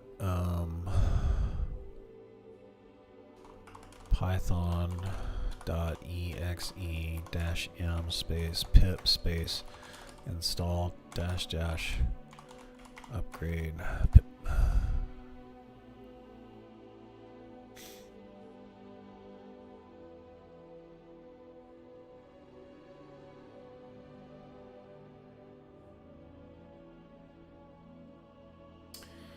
Okay.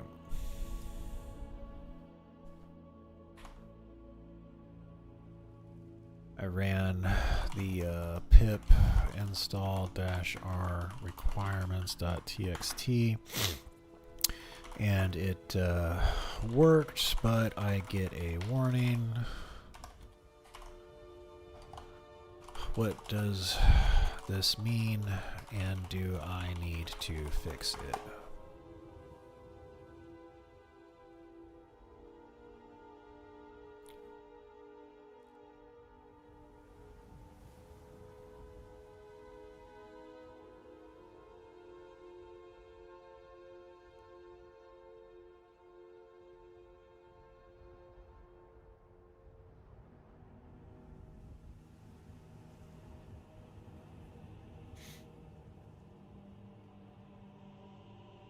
Okay, open start in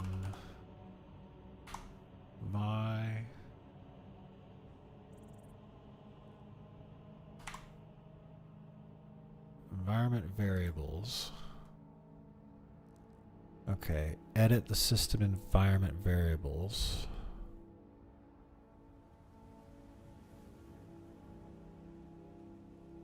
Path. Environment variables. Under user variables, find the select path, click edit.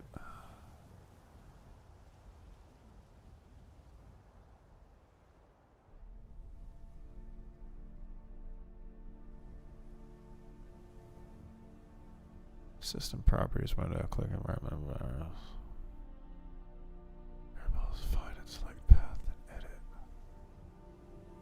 This is one. Then edit.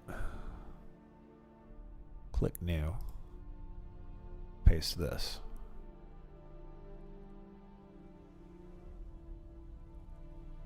Okay.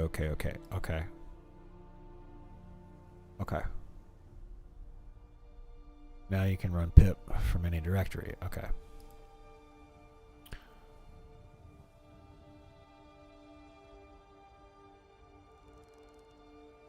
Alright, so now this should work.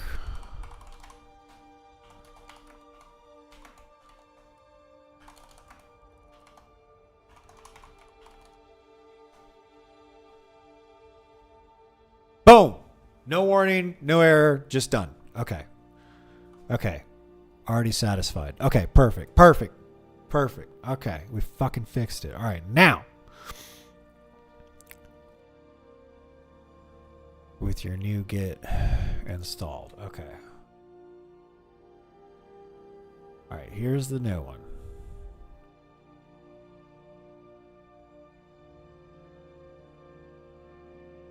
I don't even see a bat file. Okay. Okay, save.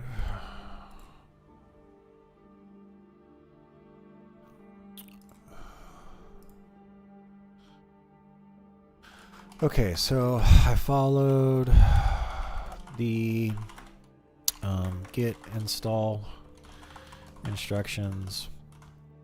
No longer getting any errors or warnings. Only thing is, I don't know how to load Comfy UI now that I don't have a .bat file to run. Here is what is in the directory. What do?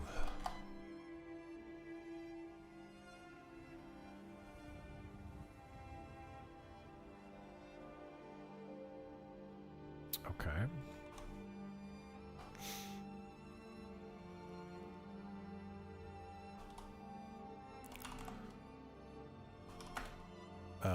AI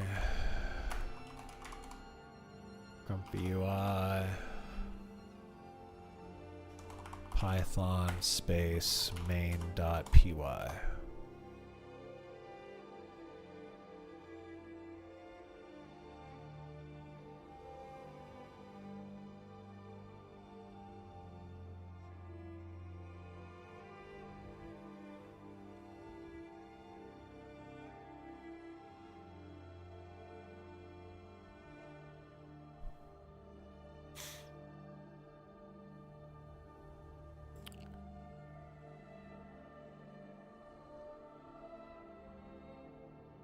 I don't think this is gonna work. Let me just try it.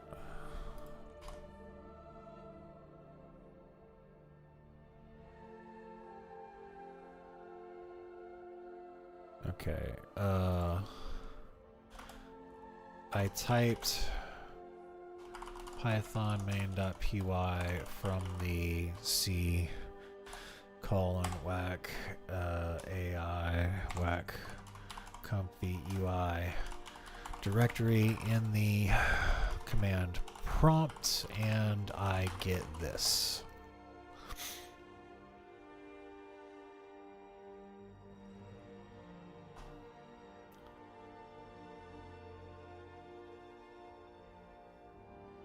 Assertion error. Torch not compiled with CUDA enabled. Means your current installation of PyTorch is CPU only. Oh shit, we gotta fix that. You'll need to install a version of PyTorch that's built with CUDA support. Yeah, I don't want to fry my CPU. Uninstall the current CPU PyTorch. Alright, here we go. Pip. Uninstall Torch. Torch. Vision. Space. Torch. Audio. Yes. Yes, proceed.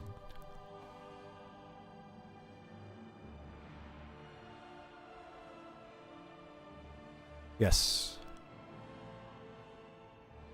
Yes. Okay, so uninstalled. All right, now NVIDIA GPU, your drivers are up to date. Use this. So copy that, paste that. There we go. There we go, fellas.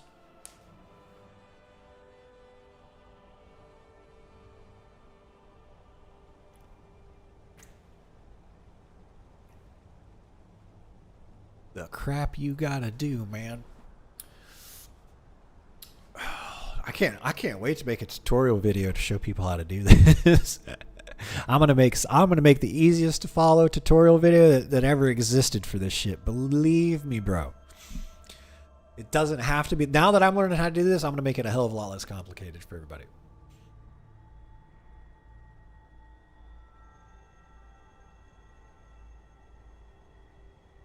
Okay, good. It's saying that it needs some requirements and it's finding them. It needed one and it didn't find it, so it downloaded it. That's what that is. Requirement satisfied, satisfied, satisfied.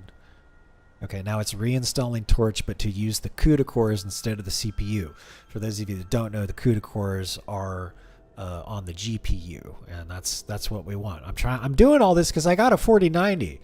You know, I need to do more than just play a couple of video games with it. You know what I'm saying? I'm trying to get my money's worth out of this thing.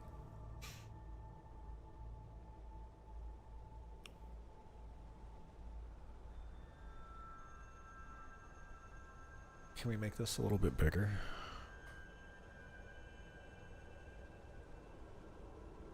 There we go. There we go. Okay. Okay. Great. Okay, so this installs PyTorch 2.1 with CUDA 12.1, which is commonly compatible with modern GPUs. Okay. Verify installation. Open Python. All right. Whoop, whoop, whoop, whoop, whoop, whoop, whoop, whoop, whoop, whoop, whoop, whoop. Okay. So Python.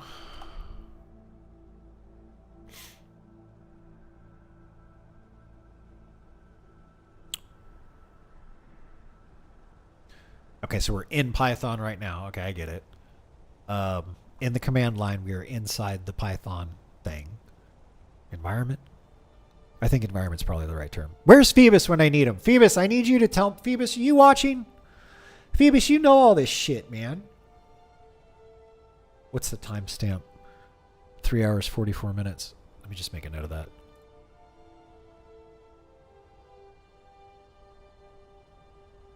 File new. Where is Phoebus? 3 hours, 44. I'll say 44 minutes, and we're just gonna watch it from there. I'll make a clip of it and I'll send it to him. He ain't here. All right. Yeah, Phoebus knows all this shit already like the back of his hand. I am but a babe in the woods right now. I'm not afraid to admit it. Okay, so we're in there. Import. Okay, so copy. If it prints true, you're good to go. Here we go. Fingers crossed, everybody.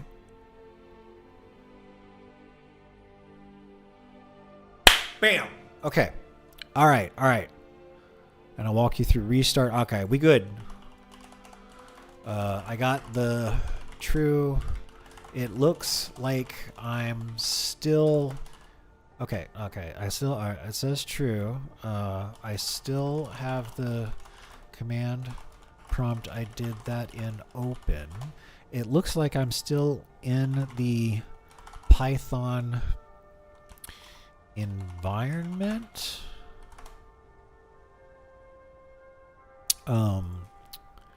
Because I'm seeing under true. Okay. Is this assumption correct? Is it proper? Is environment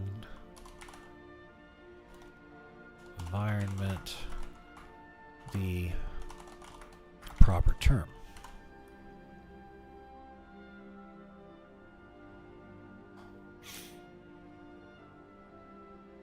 You're very close. And your instincts are solid, but let's clear it up with the correct terminology. Yes. See, this is what I'm talking. This is one of the way you teach yourself with the AI. If you give it what you think is going on, and then it can help you do this. See, this is helping me correct and get better at this stuff. All right. Your instincts are solid. Let's clear up with the correct terminology. What you're in right now is Python rep L. Prompt means you're in the Python, which stands for real eval print loop. It's an interactive Python shell. Oh, we're in a shell. Okay. Where you can type Python code and get immediate output. It is not the same as a Python environment, though they are often used together. Okay, so Python environment, everybody put your learning caps on. A Python environment is a self-contained installation of Python packages and dependencies, most often created using I've seen that command before. Built-in virtual environment manager, Conda from Anaconda. Okay. You enter an environment by activating it, and then any Python shell or script you launch from that environment will use its dependencies. So to recap, this prompt is I'm in a Python interactive shell. Environment refers to the full context, the Python version and all of its installed packages. And the Python shell, the thing I'm typing into right now. I'm right. I was right. Sort of, after I got corrected 2 times. Okay, what to do now? Okay, type exit. Okay, all right. We learning. Exit. Is that a space? No. Boom. Okay, now we're back into the thing. Okay, we'll get you out of the Python repel.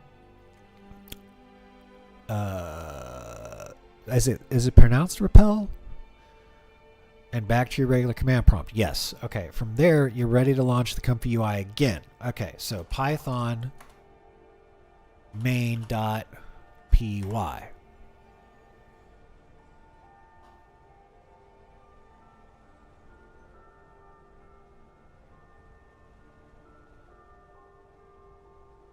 Oh, that's right, because we're in the directory with that Python main.py. Okay. To see the GUI. Okay. Hold on. That means this is locally hosted. All right. So that means I should be able to open a new window and go. Boom, motherfucker. Okay. Verifying the base refiner. Okay. We are back to Comfy UI.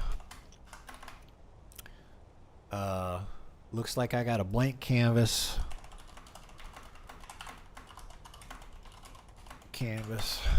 Let's rock.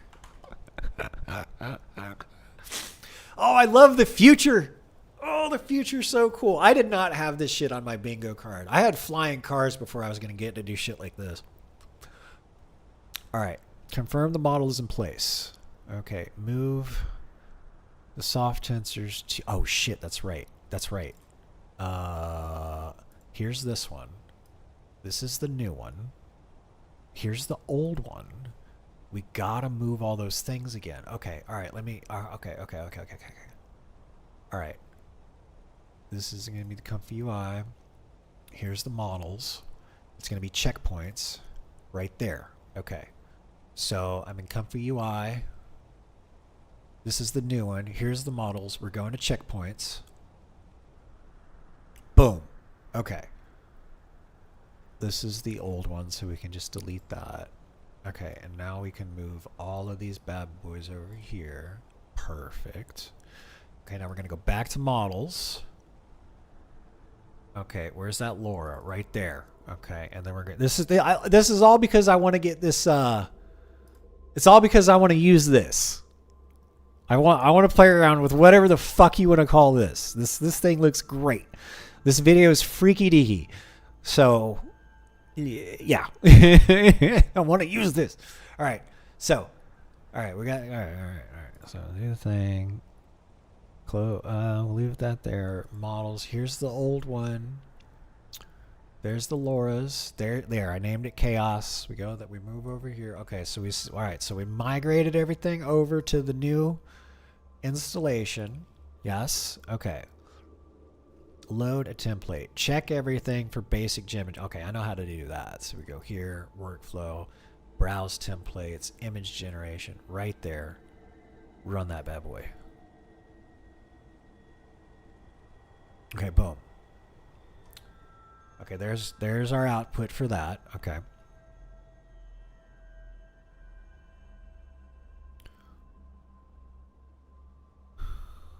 Oh, no. Look at that. Look at that. That's the check. That's the pruned one. Okay, so hold on. Undefined.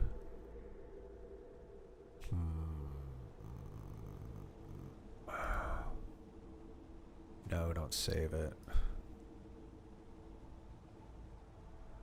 It says undefined still.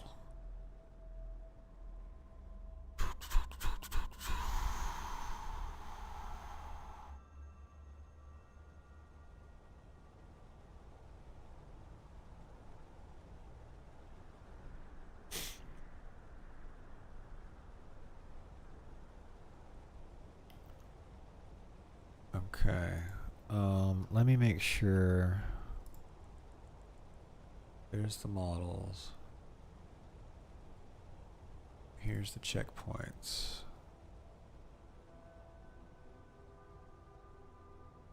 Okay. So we got a problem. Another one. Okay. So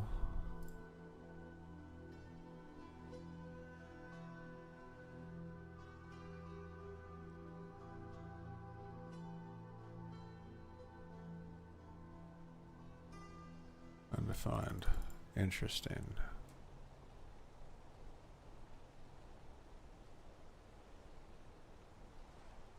Okay. All right. So okay. Save that one. Add photos here. Okay, so I use the workflow, browse templates, image generation, workflow, browse templates, image generation, and up pops the first screenshot. The load checkpoint node is set to the V1-5 pruned model, and it does generate an image if I click run. Now, if in the load checkpoint node I click the right arrow,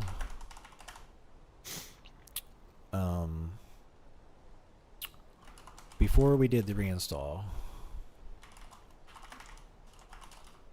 it would list the other models that I had in the checkpoints folder. It would list, it would move to the next, and it would move to the next in the list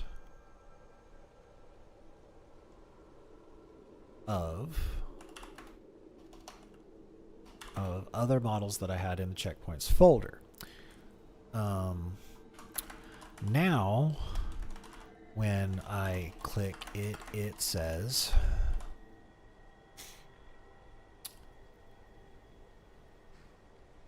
let's do that. CKPT underscore name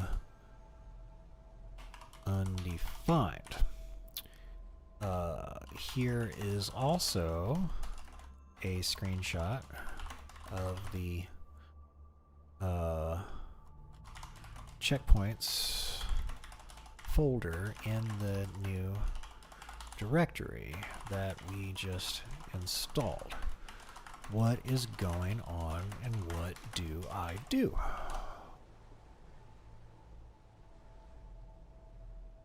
Okay.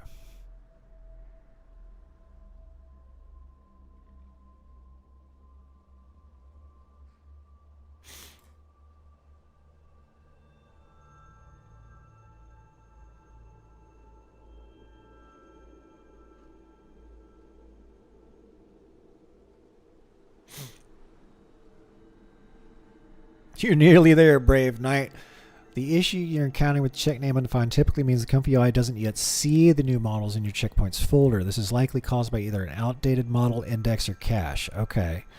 Comfy UI caches model paths and names at launch. If you dropped the new, folder launch, it won't exist until, okay. Refresh your model list. Okay. Do the following. Open a Option A, restart Comfy UI. Fully close Comfy UI and we'll relaunch it. All right, let's try that.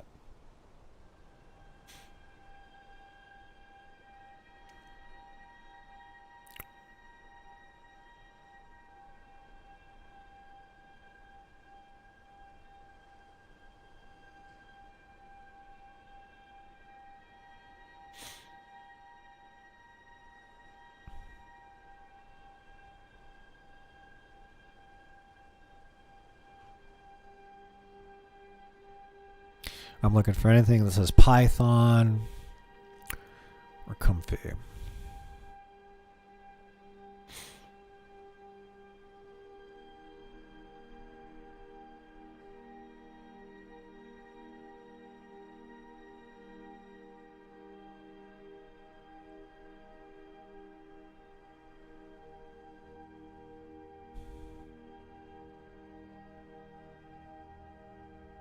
Okay. I think we're okay. I'm actually interested to leave this open to see the performance.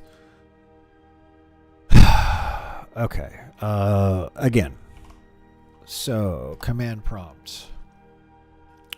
And we're going to navigate to cd space c colon whack AI whack AI whack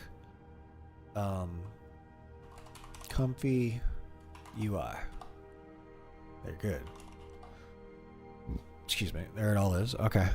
All right. So Python main.py.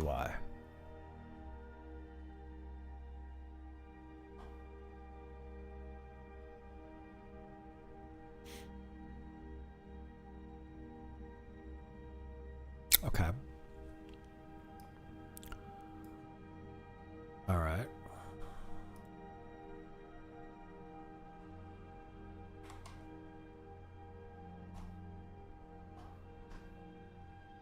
There we are. Here we go.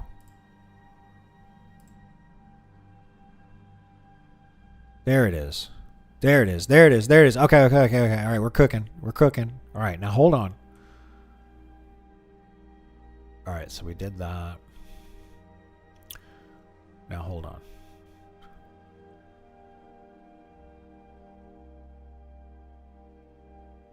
XDL base only. Okay, so we're going to do this one.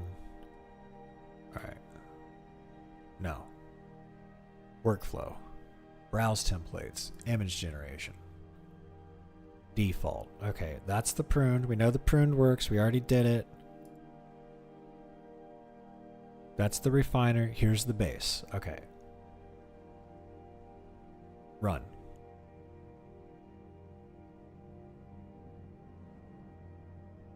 Boom. Okay. Okay. Run it. Okay, confirm. Add the SDXL refiner. Okay, put refiner in place. Move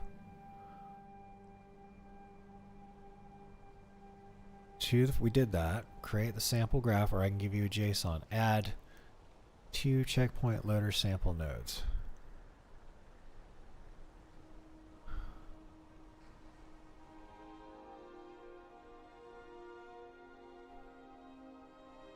All right, this is a little advanced here. All right, no. Okay, give me a JSON to test the base SDXL refiner with SDSL base with the refiner.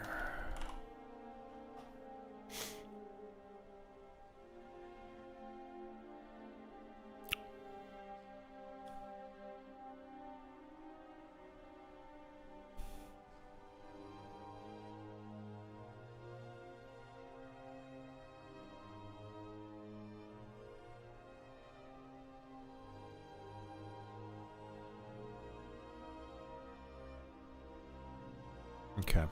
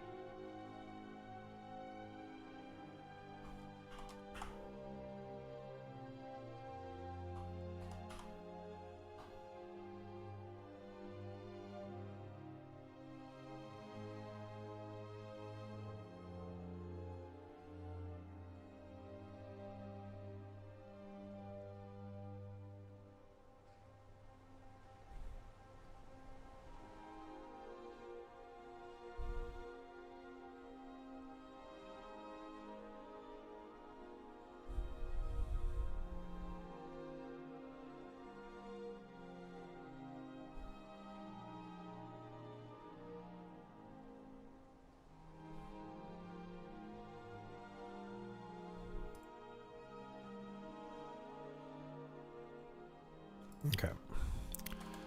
I made the JSON.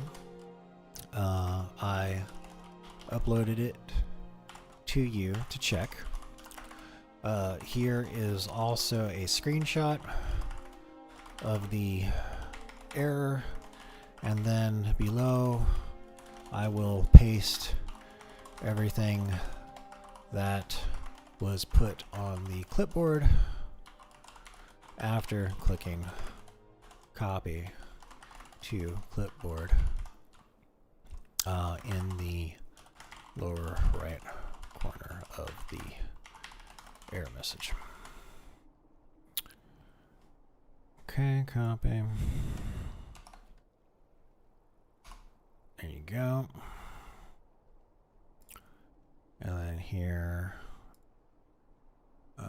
there's the screenshot. Yep, and then add from the JSON test open.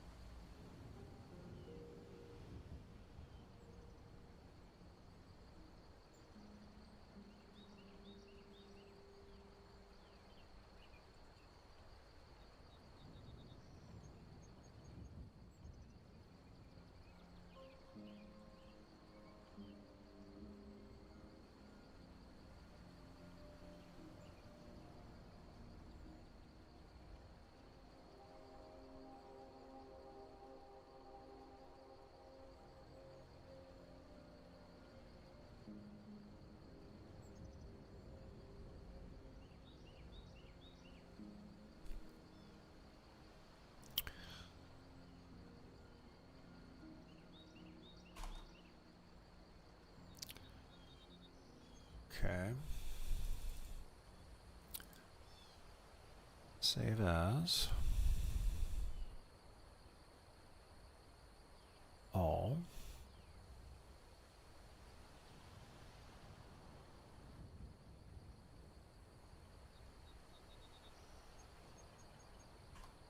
Okay. Save. Minimize. Close. Folder.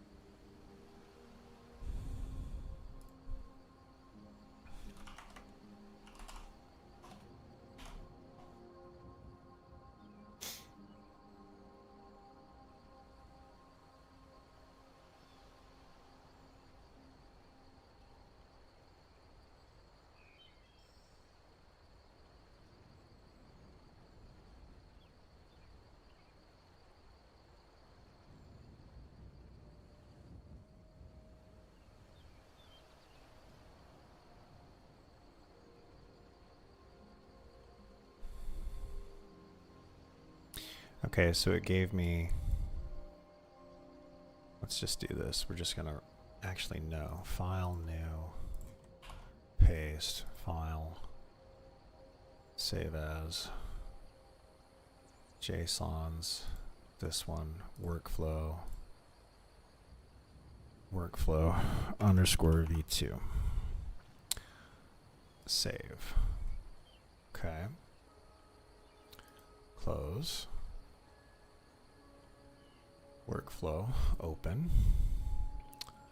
V2, open. Share report, copy clipboard.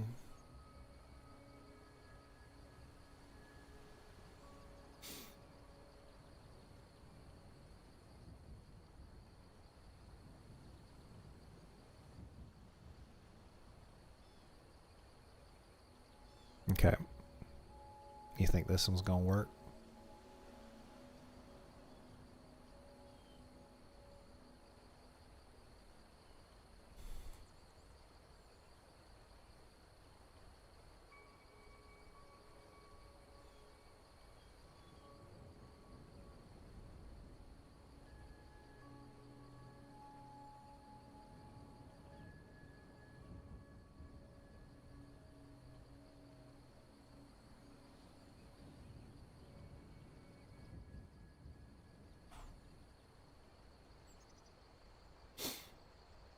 We might hop over to DeepSeek in a second. I might use a different AI for this. If this, we're gonna give this one more try. We're gonna do this, and if it gives an error, we're gonna try to resolve one more time.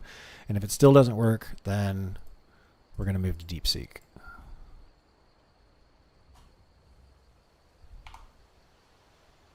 Three, save. Okay. Workflow, open. version 3. Well, that's different.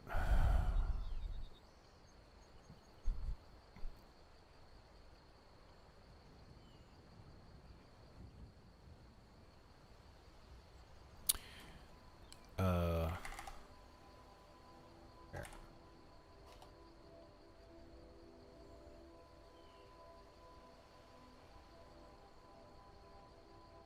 Are still written in the old format. The array solution. You must change every node's input field of array objects dictionary like this. Rewritten your workflow correctly, and you can now download it in this link or load it using this path if local.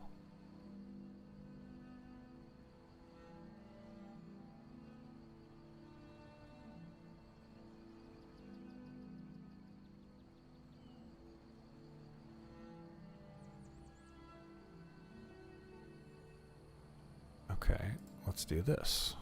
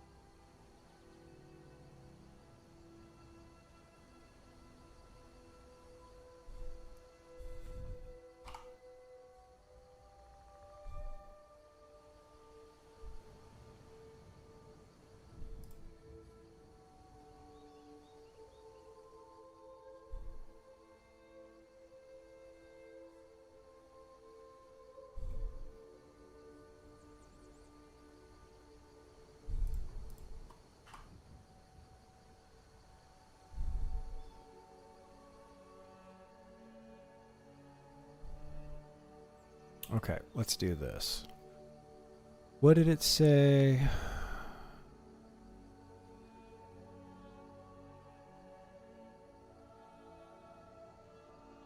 Hold on.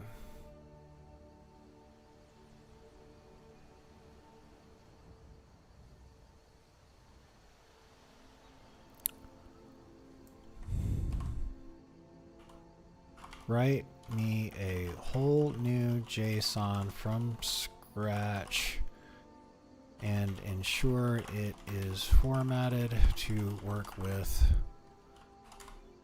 comfy UI.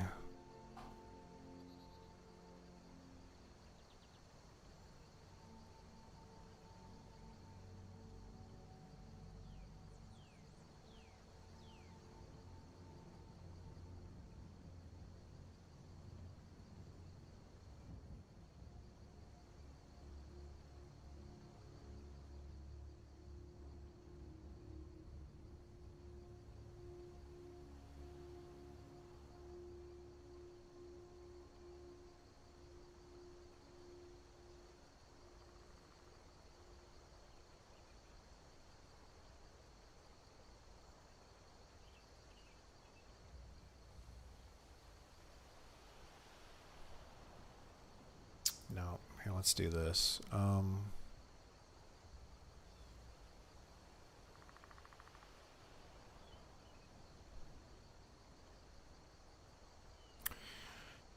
Okay. In fact, actually, let's do something else real quick. Let's go to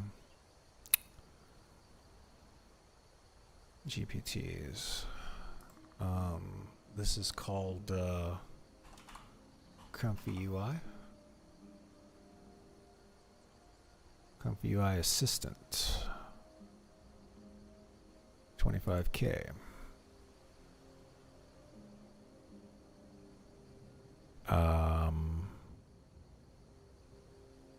Maybe not. Comfy UI.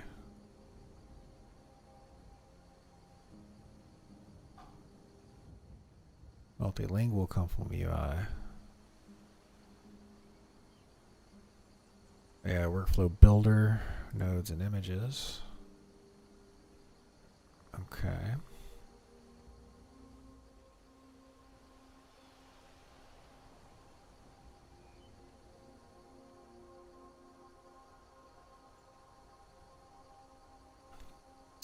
Okay.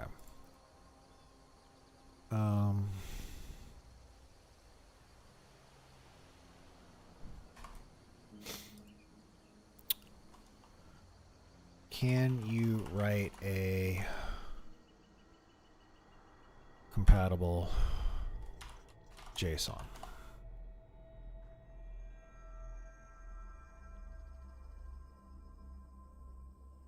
Okay. I simply want to test if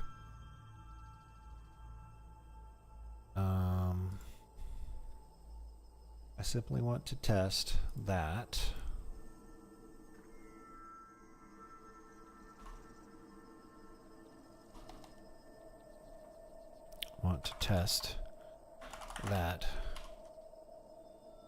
the model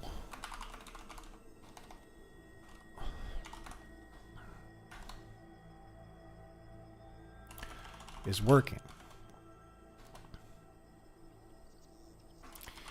Make me a simple JSON to do so.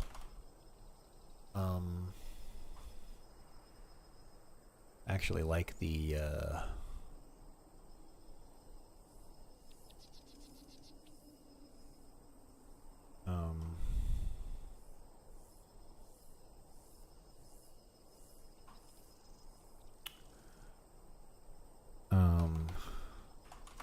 use the following for the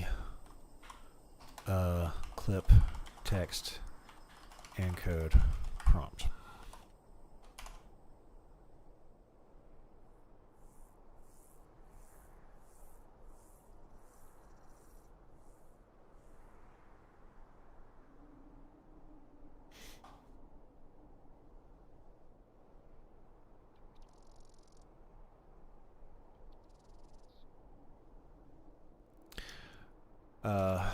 Minimal.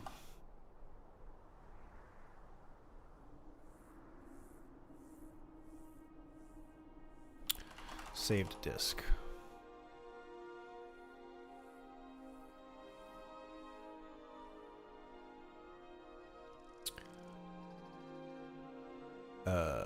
Euler.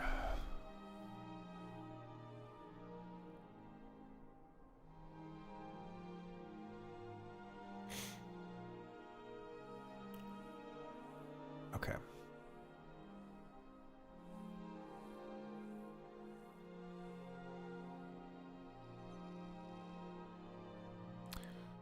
Okay. Workflow, open. Minimal test, open. Fuck.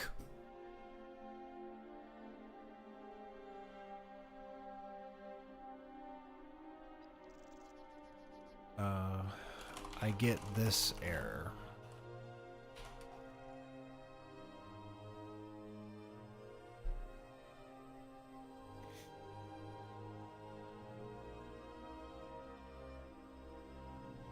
Okay.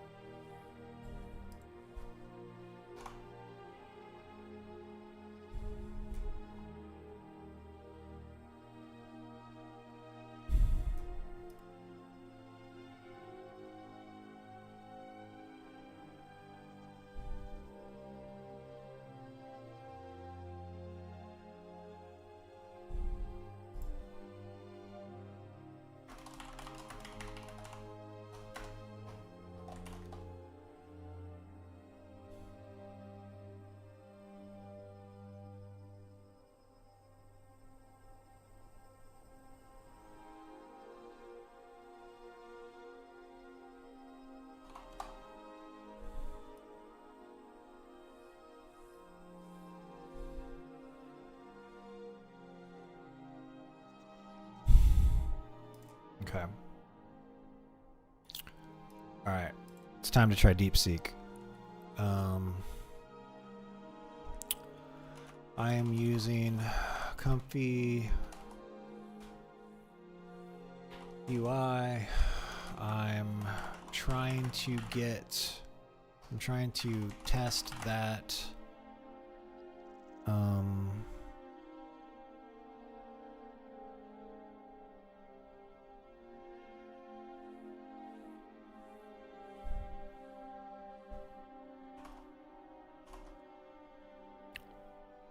what's the version? There it is. Sensors is working.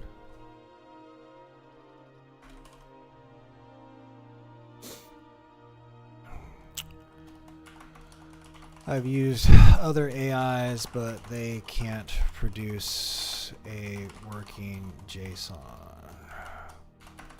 Can you?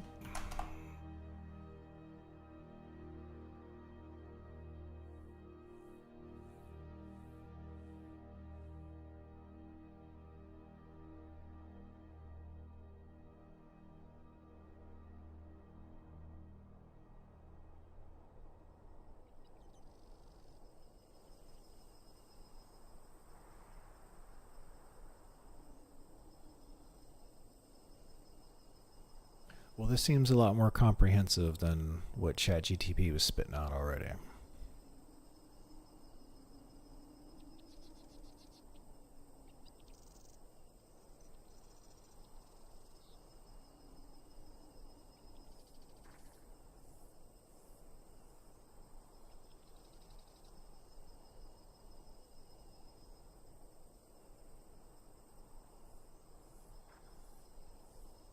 Okay, V7.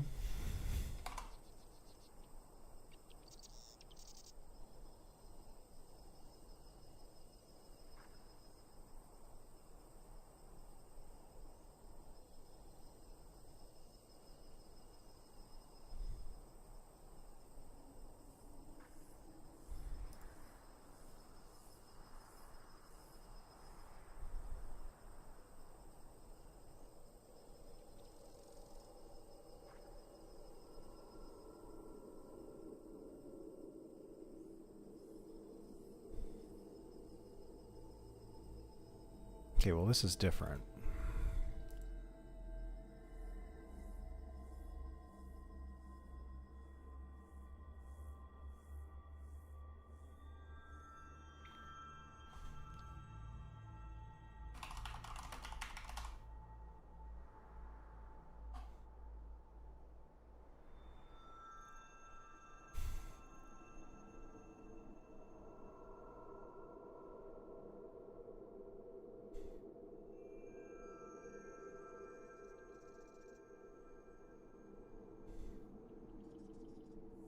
Okay, well, that's the only error we got, so maybe this will work. I mean, you know, before we were getting that other window that would pop up and say all that other stuff, so this might be worth a damn.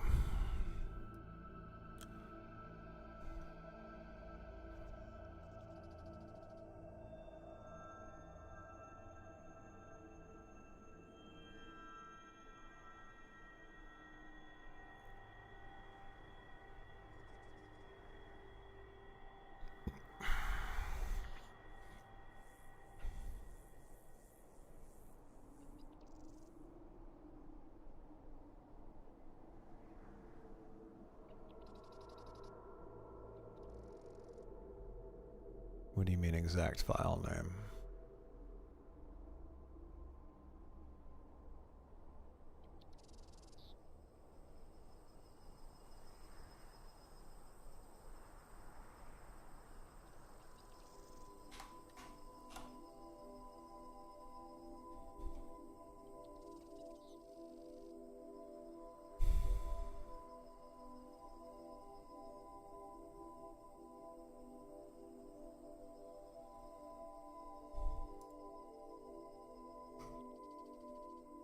Okay. Close that, close that, close that. Let's move this over here. Okay, so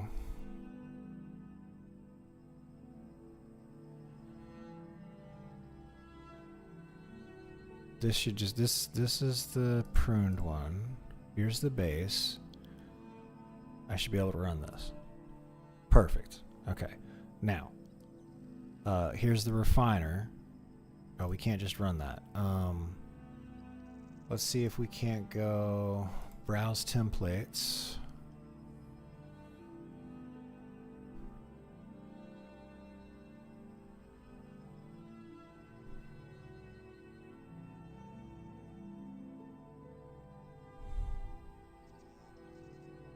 Okay, enhance SDXL outputs with refiner. So let's try this template. Okay. Now, no, I didn't. What's Mr. Beast up to nowadays? Width, batch size. This node sets the image resolution for height and width. Okay. Markdown note. This is the step control.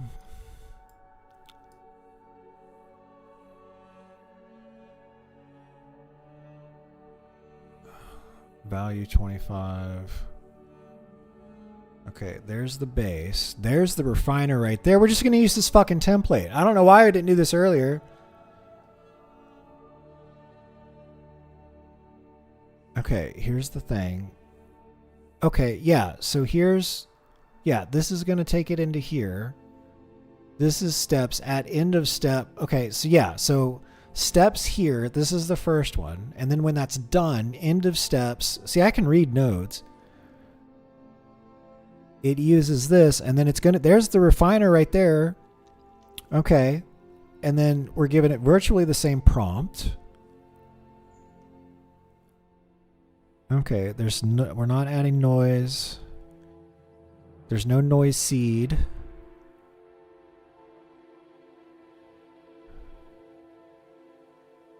Normal, end of step, 1000. Okay.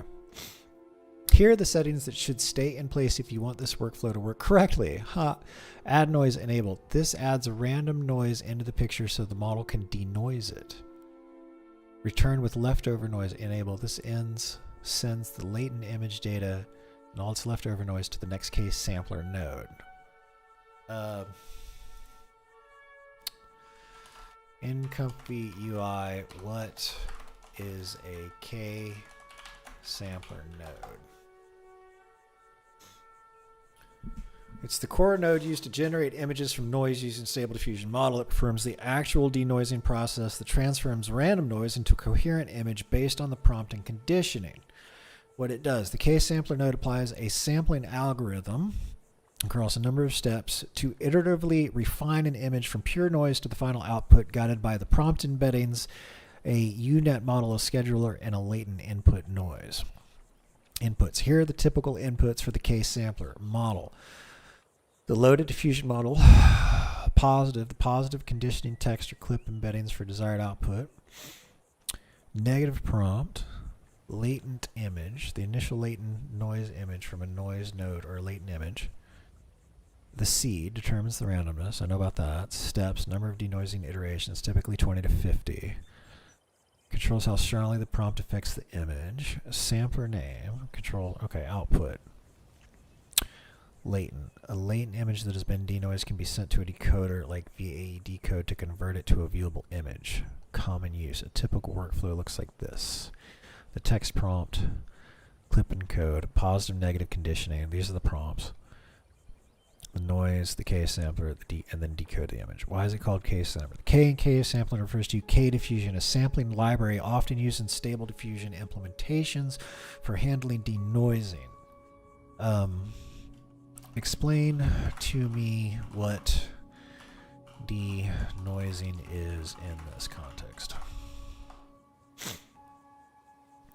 Denoising is the core process by which a random field of noise is gradually transformed into a coherent image that matches your prompt. It is the heart of how image generation works. When you generate an image using Stable Diffusion, you don't start with a blank canvas. Instead, the system begins with prune noise, a scrambled mess of pixels, and then cleans it up. Okay. Okay, so that's what the seed is. So the seed is the different random pixels. Okay. This gradually cleaning up is called denoising. See, now I'm actually learning how this shit works. Starting point, Gaussian noise. The process begins with a grid of random values in a compressed format called latent space. Okay. So the seed is the starting point of the noise. Let me finish reading this. Prompt guidance. Your prompt is turned into numbers. Okay. UNet predicts noises. At each step, the UNet model looks at the current noise image and tries to guess the noise that should be removed. If it uses your positive prompt, negative prompt, and various parameters to decide what the cleaned up version should look like. Over many steps, 20 to 50, denoising removes a little bit more noise each time. Each sampler uses a slightly different mathematical method for this loop. Final output, latent image. After all the steps are completed, the final latent image is passed through a VA decoder, converting it from latent space into a full resolution image. Sculpting from marble. Imagine the noise as the block of marble. The prompt is your version of what you want the statue of what statue you want. Denoising is like a sculptor slowly chiseling away the extra stone. The sampler determines the sculpting technique. Each step is a single chisel stroke. The final decoder image is your finished sculpture. Yes, exactly. See, I get it. I get it. That's why this is how you teach yourself. You got to ask it questions like this. Once you read something like this, you gotta give it, say, okay, so this is what I think. Is that correct? Okay. Okay. Stable diffusion doesn't start from scratch every time. It starts from a grid of random numbers, the noise, which is the seed. The seed is like a recipe that tells the system how to generate that initial noise. Perfect.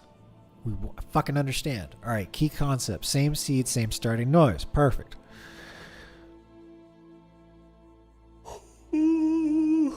Oh no. I gotta finish this coffee.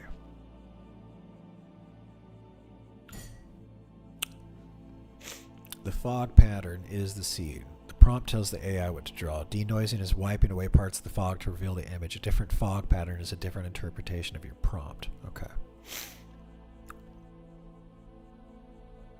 Okay. All right, let's actually see if it works.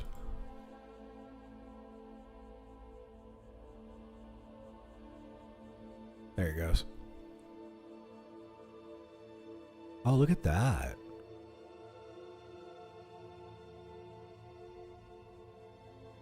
Wow. That's got some depth of field to it. Look at that. It's got depth of field. We got like some reflection. Okay. Okay. Oh, Jesus. Man, I slept way too late to be yawning this early. After a damn cup of coffee. Let's see here. Ken Pass. You see the new Mr. Beast might be handed for some future videos. He has some app that helps you make like meta YouTube thumbnails with the AI. Oh, okay. Yeah, I was looking at there's a new, thanks for that, Ken. There's here, let me, I haven't gotten to it yet. I'm sorry. Briefly explain what N8N is. I think of it like an automation pipeline that I could use to trigger when I upload a video to YouTube. It could do things for me like make a thumbnail for the video using AI, populate the description and tags for the video in YouTube, make posts across several social media platforms that the video is posted and live. Is this about correct? Yes, that's about right. N8N is an open source workflow automation tool. So Phoebus suggested N8N. So I will check out Mr. Beast's stuff. But I'm definitely going to try to set up an automation pipeline using N8N. The thing that I wanted to do though was we started with stable diffusion. I don't even, is this even going to work? Let's see here. Dog. Yeah, because we don't. I took the models out of this folder, so we're gonna close that because we moved over to this. This thing's more advanced. I'm gonna learn how to use it anyway. So that's what's called the automatic 1111 web UI. This is the comfy UI. Every time I watch a video of somebody doing cool shit, they're using this.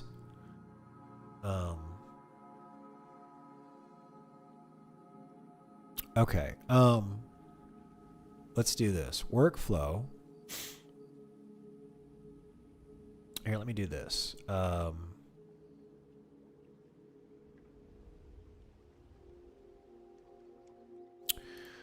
New chat. I'm using Comfy UI. I want you to write me the positive and Comfy UI. We're going to use using the SDXL base. I'm testing out the SDXL base and its refiner. I want you to write me the positive and negative prompts for a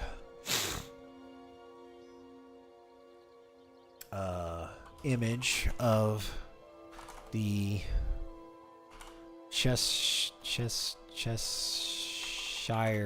cat from of Lewis Carroll's creation on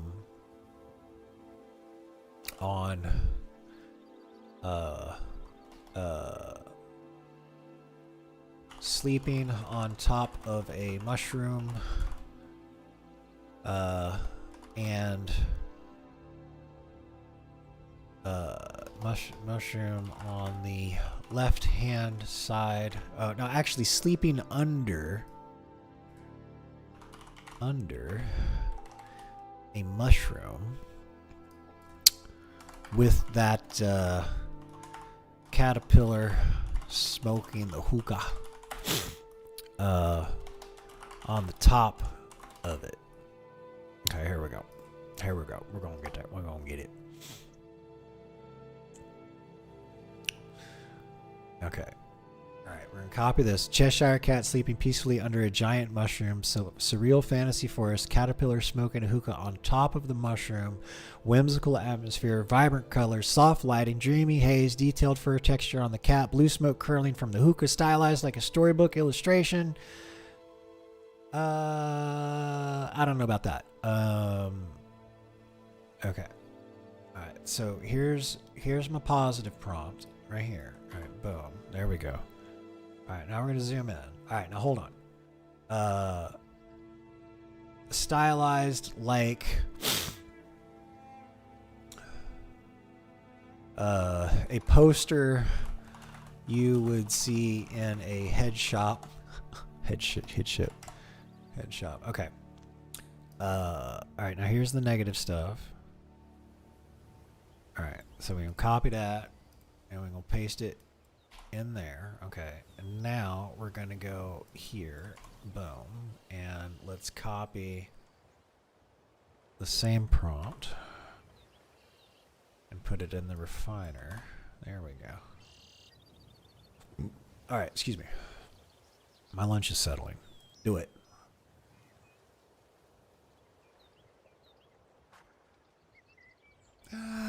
It's cute. It's cute.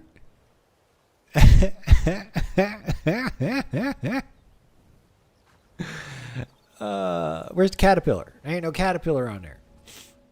Here, let's do this. Let's see what Dolly does. Use Dolly and make me an image. Here is the prompt.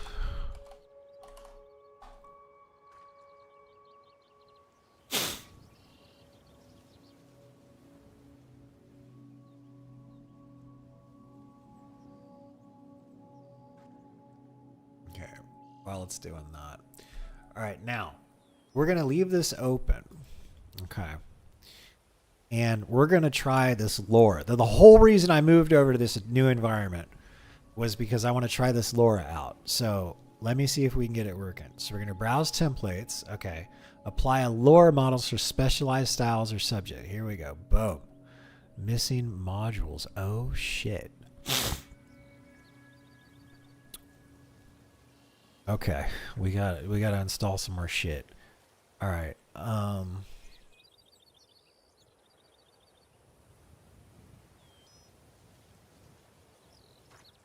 Actually, hold on a sec. I'm going to close this because I have an idea.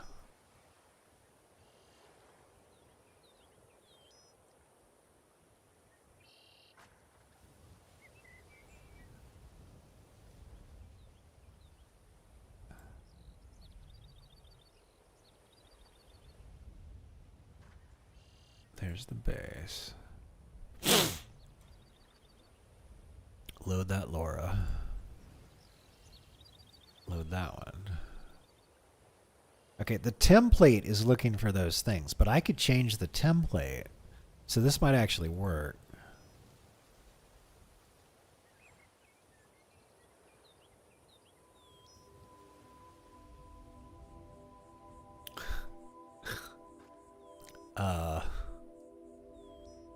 What? Oh, I didn't change the prompt. Okay, this is the... It's because I didn't do that. Okay, where's that other negative prompt at? Oh, it came up with that. Okay. Okay. Hold on now. All right, so that's the prompt that we want. That was the default prompt. That's why it spit out the girl with the teddy bear. Hold on. Okay, let me get that negative prompt. Hold on.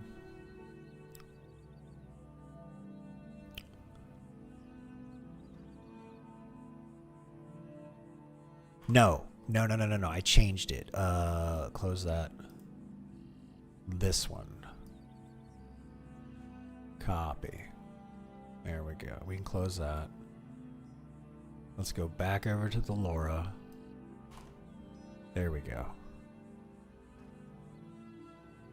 All right, run this. Oh.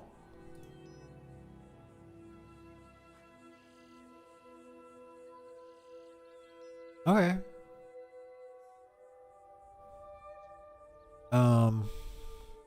Here's the Laura. Let me turn that bitch up to 1.5. So what I'm doing is I'm trying to get the Laura to like overtake the image itself and primarily use it. And you'll if this works, you'll know it, because the Laura that I'm trying to use makes shit look like a demon.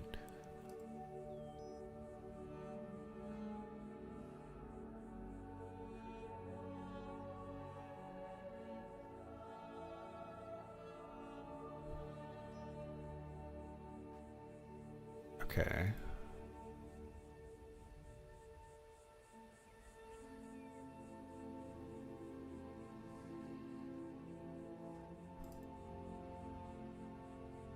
Well, here, can't we just do...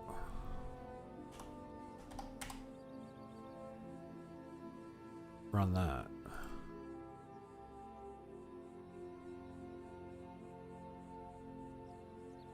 Oh, we're glitching out. Okay, let's Let's make that a 2.5. How about that? Show me.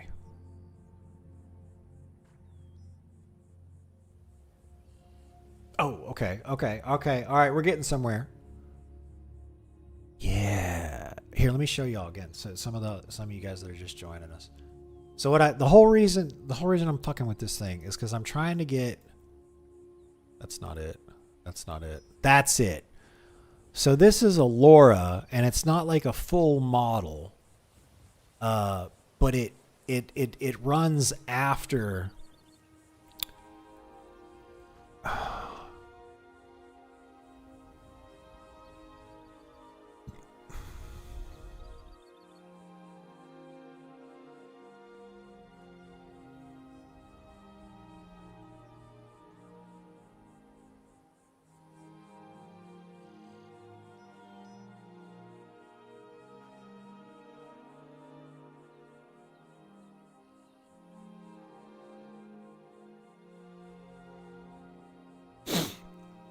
Okay. So you can kind of see it working because we've got like these eyes and stuff. So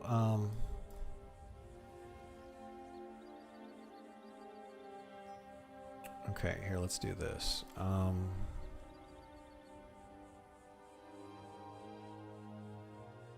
Let's up the steps to 40.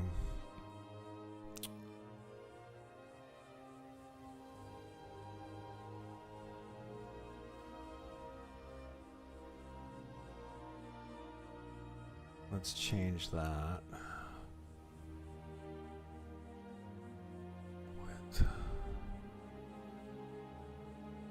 Give me 1024. Make 4 of them. Show me.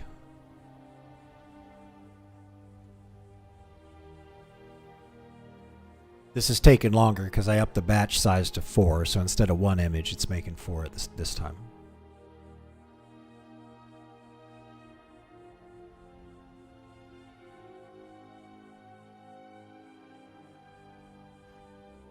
What caused this? Oh, no, go back.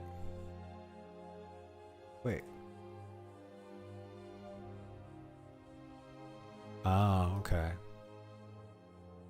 We're way off base here.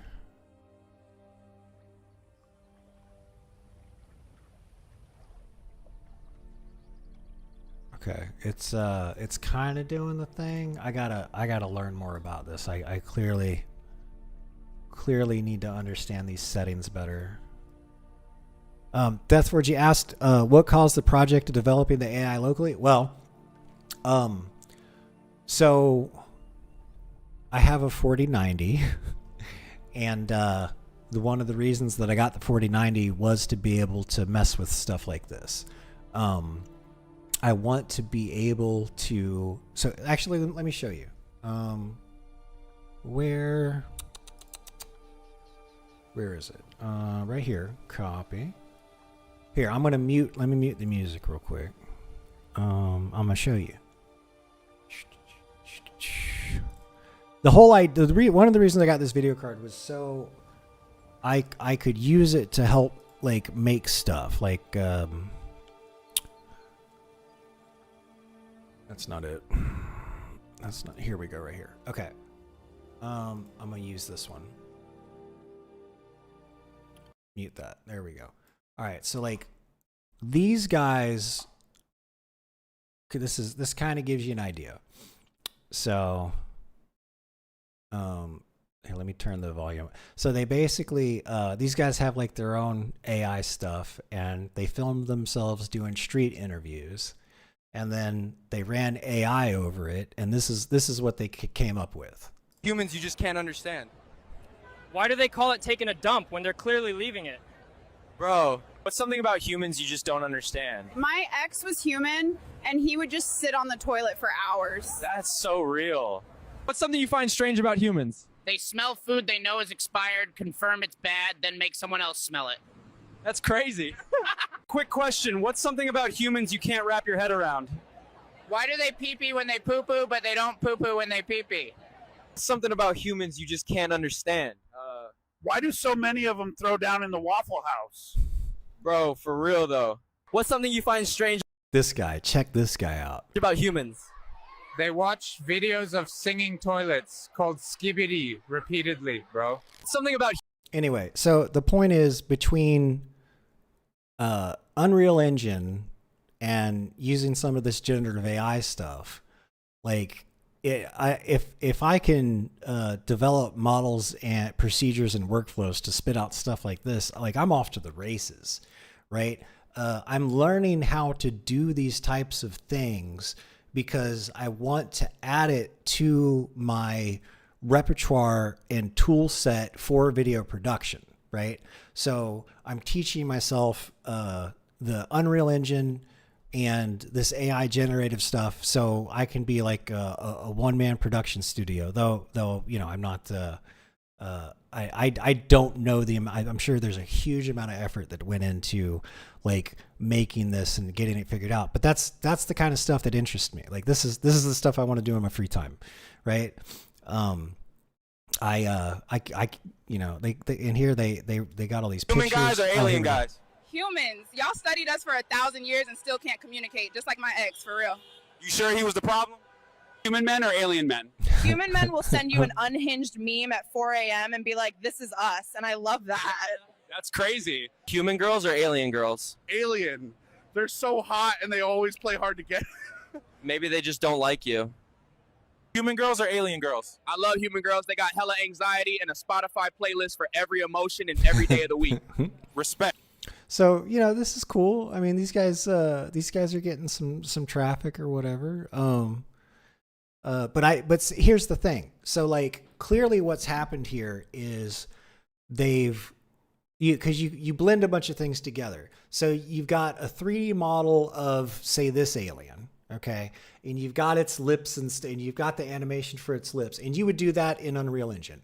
Same thing with this guy, right? You would have like a 3D model of this guy and you'd have the animation and stuff all rigged up in Unreal Engine.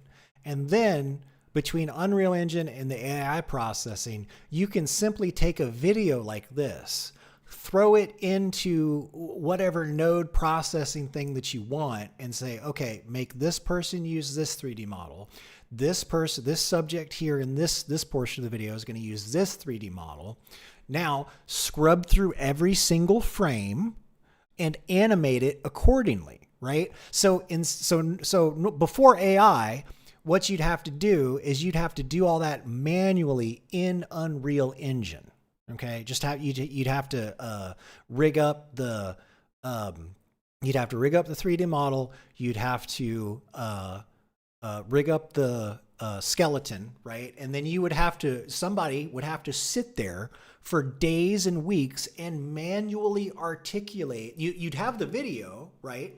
But you would have to have somebody go in there and click and manually move the face muscles and the hand and all that kind of stuff to make the 3D models do that, right? But with AI, all they got to do is program this guy with his animations, this guy with all the possible animations, skeletal, facial stuff. Then you throw the video in there and then you hit go, okay? And 5 years ago, it would have taken them 200% more of the effort that they put into this than today. This is like the amount of effort that once they got the AI set up. Obviously, setting up the AI is a huge front load of time. But once it's set up, then you can bust shit out. Like they can just record themselves and be like, okay, AI, do all the thing, right?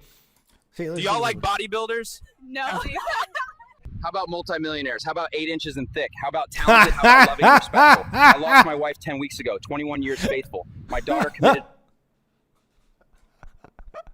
These guys make me laugh. Oh, anyway. What didn't you notice, Deathforge? Did you not notice that they were aliens? How are you doing? My headphones are not working. Can you reply in the chat? Hi. You're going to come in and say something. I'll say hi. Okay. Anyway, so, but yeah, so I'm starting out small and I'm just learning how to do all this stuff. And yeah, so we're taking baby steps. We're taking baby steps. So this is the LoRa. I'm gonna tune this back down to 1.5. Okay, and then let's change the second prompt.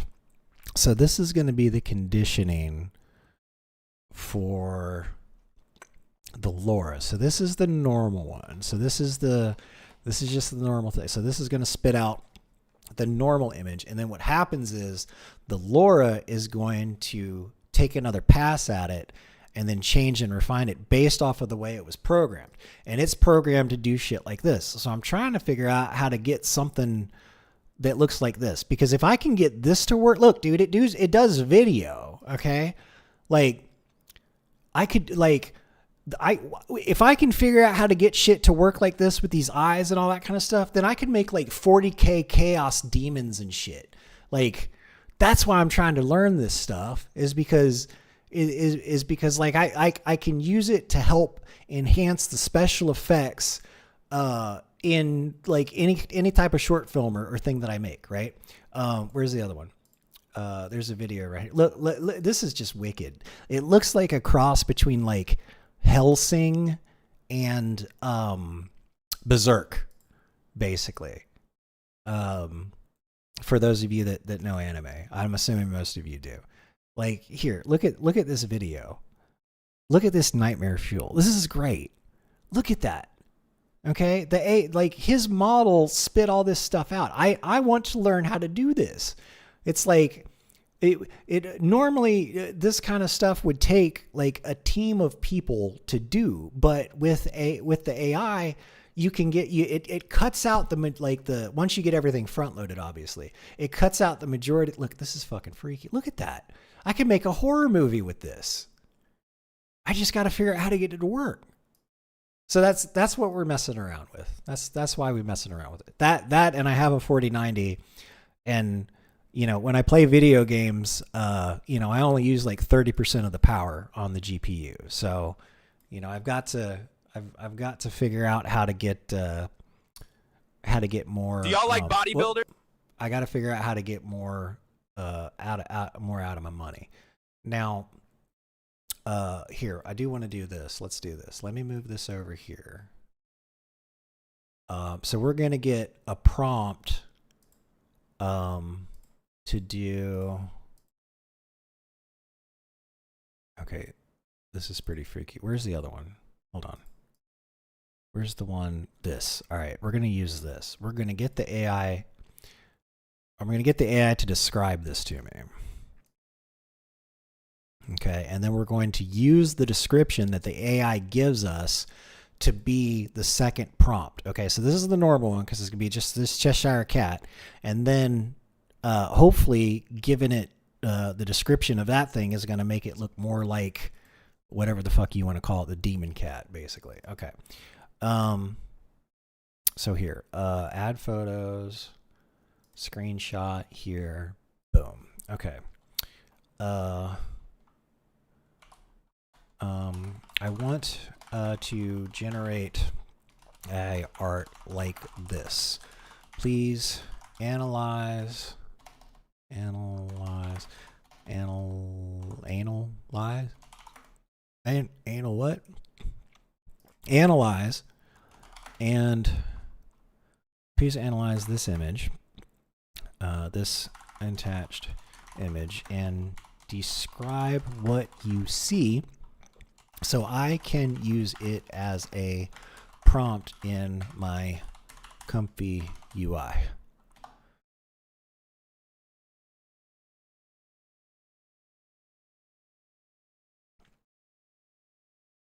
Make a woman it's alive. Yeah, we'll get there. We'll get there, Gus. The image evokes a nightmarish, psychedelic horror version of the Cheshire Cat, blending surrealism, body horror, and cosmic dread. Main subject, a mutilated cat resembling the Cheshire Cat with an exaggerated, extra, unnaturally wide grin. Eyes, multiple glowing orange eyes are scattered across its body, head, and background entity. These eyes are almond shaped with vertical pupils resembling something between a cat and an eldritch entity. Body horror elements. The cat has mouth and eyes embedded in its body. There's a horrific entity behind it.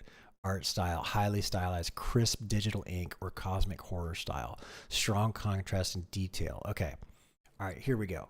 So, eldritch horror, Cheshire cat, multiple glowing eyes, disturbed sawtooth grins on the body, body horror, psychedelic image, twisted surreal background of tangled red tendrils and eyes, vivid cyan and orange fur, cosmic horror aesthetic, high detail ink digital illustration style, creepy lighting, unsettling atmosphere, Junji Ito inspired. Who dat?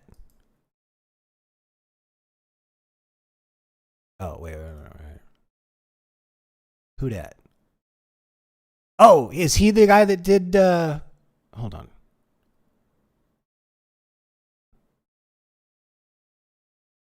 Who is this guy?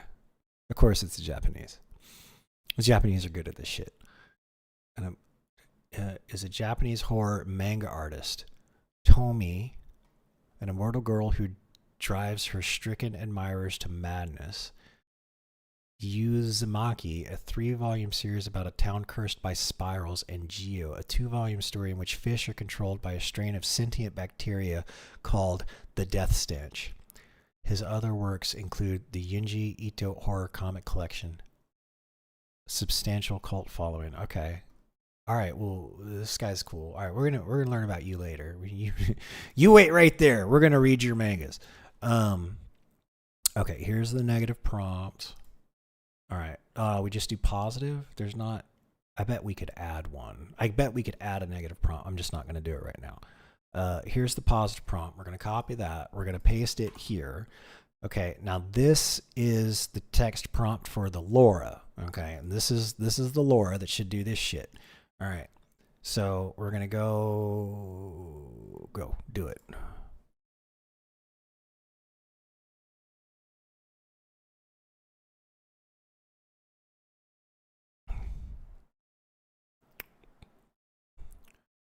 I played League of Legends like a decade ago.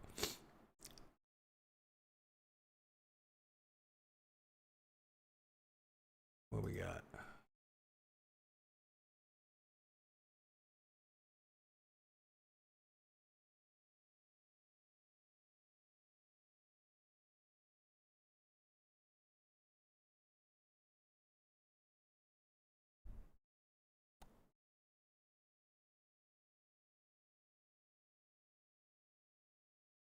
That's cute.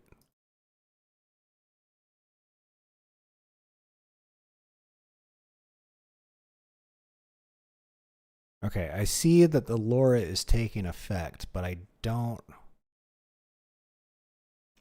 understand what the difference is. Okay, let's do this. Here we can close that. Okay.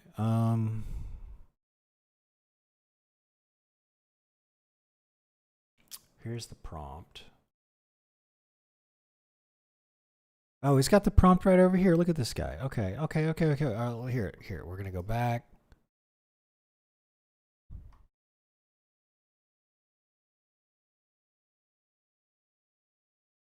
Here, spit that out. Okay, so we're using the prompt that he has posted here for this image.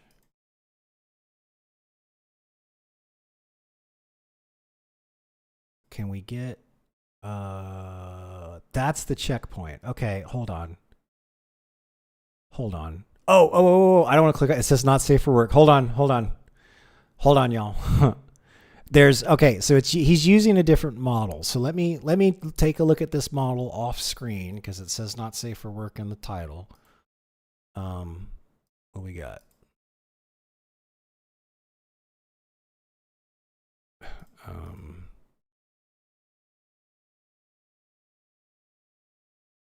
Oh, well, there's some nightmare fuel.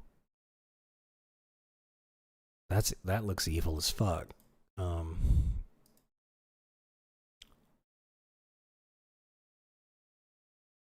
This does look pretty evil. It's just it's like full eldritch horror though. Oh, see, this one's too scrambled.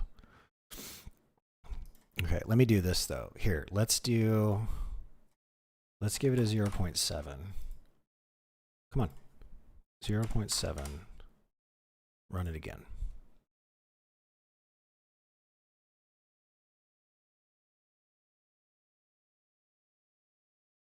And I think it's because we're using a different checkpoint. So give me another minute here.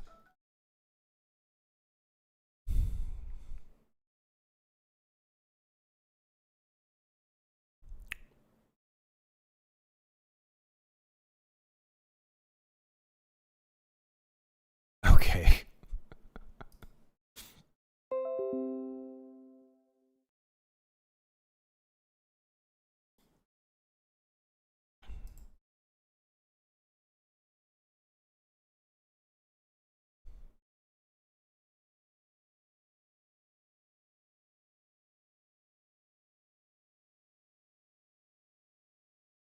Interesting.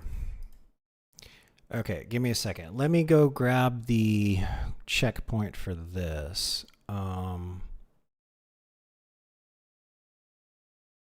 Copy link address, paste it over here.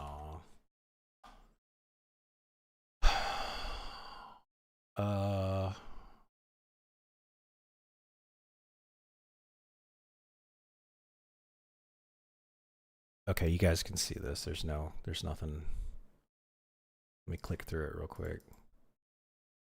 Okay, so he's using an anime style model. So this is the model.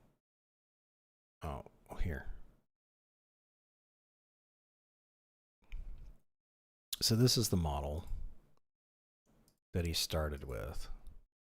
So let me start with this one. So we're going to download and we're going to put it in Comfy UI models.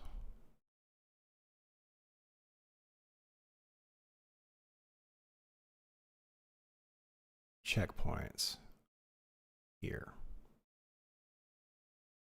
Okay. It's 6.5 gigs large. It's going to take a minute.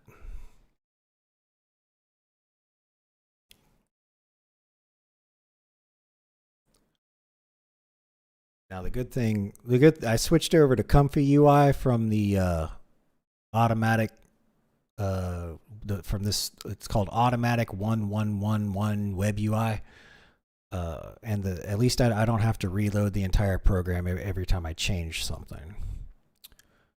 I had to do that on the first thing I tried. Sorry, let's close that. Oh shit. that right click remove is remove the whole node. Okay. Damn, it's hot. It's hot. Oh, you want to know why it's hot in here? Is because I've been running. It has literally raised the temperature in this room by like 5 degrees.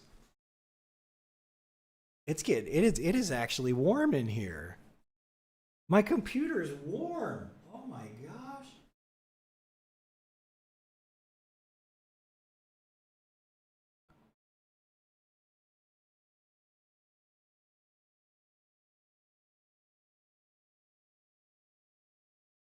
What's going on here? Hold on.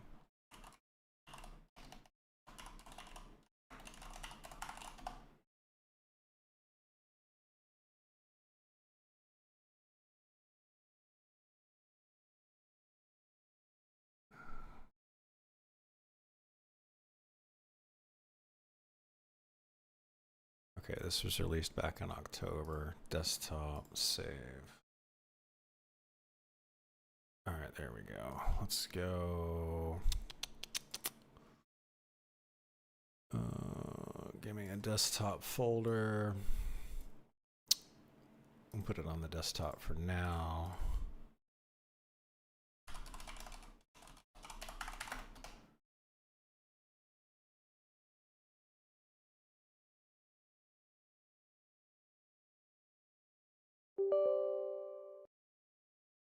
There we go.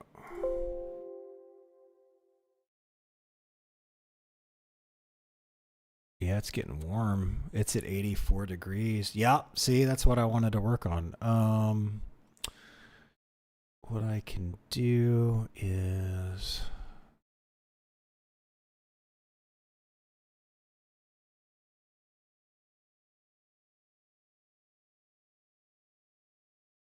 probably can't. Let's run it as an admin. Yes.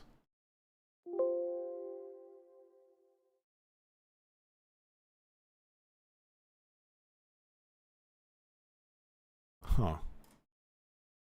Why can't I turn the fan up?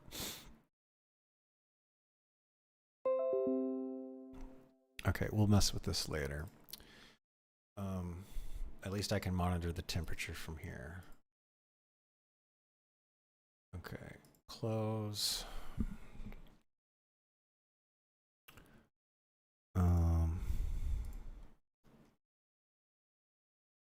Okay, we should be done. Where's the new checkpoint? This one right there. Okay, so now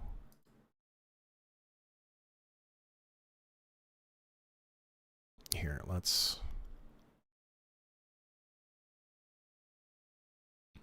close that. No. Workflow, browse templates, Laura, skip those.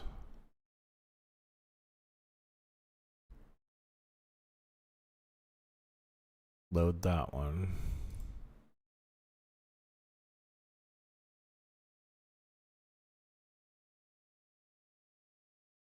It's not showing up. All right, fine. Let's do this. No. No. No. Close.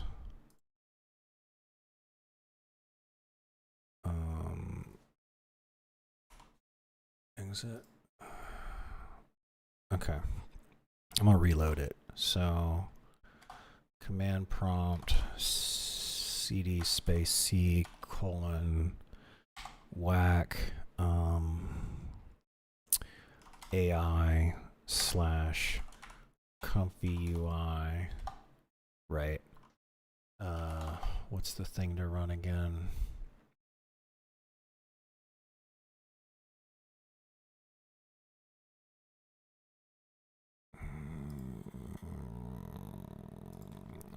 I can't remember what I'm supposed to do here. Hold on a second. It's a Python thing.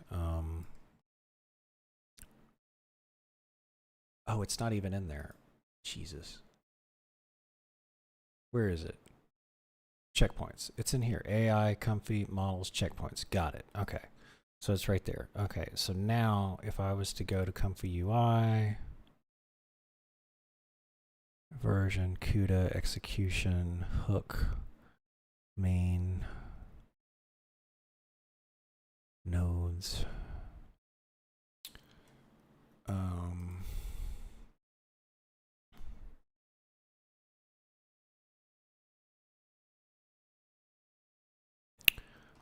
how do I run comfy UI from the command prompt again?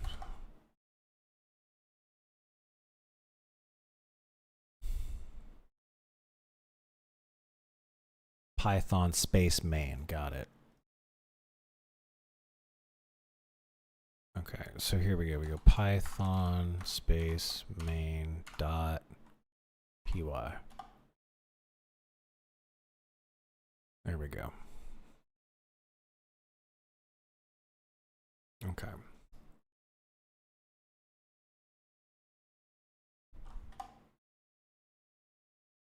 Okay, so now we should at least, there it is right there. Okay, so now workflow,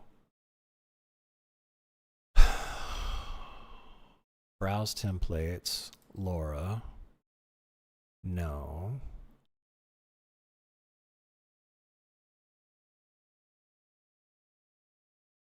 Use that one.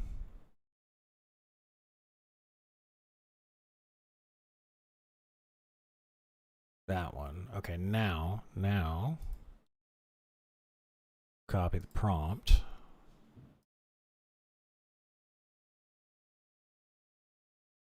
Put that in there.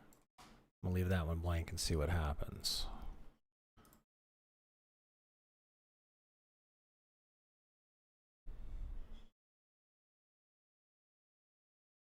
Ha!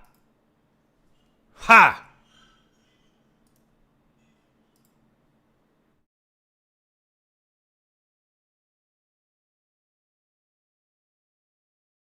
Close. Close. Where's the seed? Does he live? Steps 30. Okay, hold on. Hold on. We might actually be able to recreate this image. I want to see if I can do it.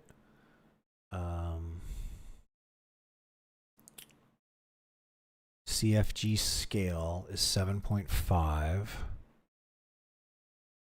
7.5. Okay. Got 30 steps. Sampler is DDIM. Sampler.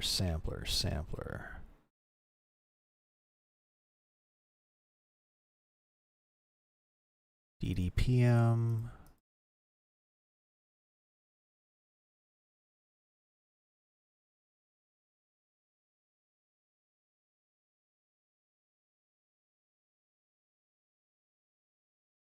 DDIM right there.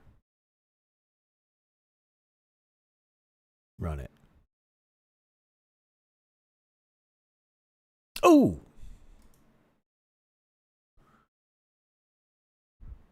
Okay. Okay. All right. Now we're cooking. Okay. I am happy. Okay. That was, how long has the stream been going on? Fucking 5 hours? Okay. Well, hey, it only took 5 hours, but you know, I did it. Only took 5 hours. We got there. We got there, y'all. Jesus. Yeah, man, that thing's heating up.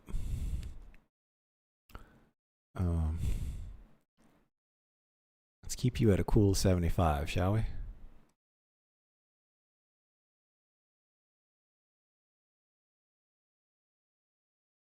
I don't know why it won't let me overclock the fan. Hide overclocking, create clocks, apply defaults. Upload screenshot, sensor monitoring.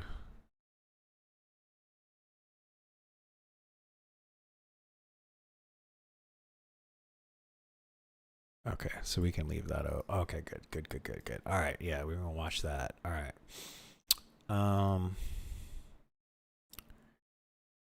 Okay. High res glitch cat. We want to do Cheshire cat. Where's that thing? Here we go.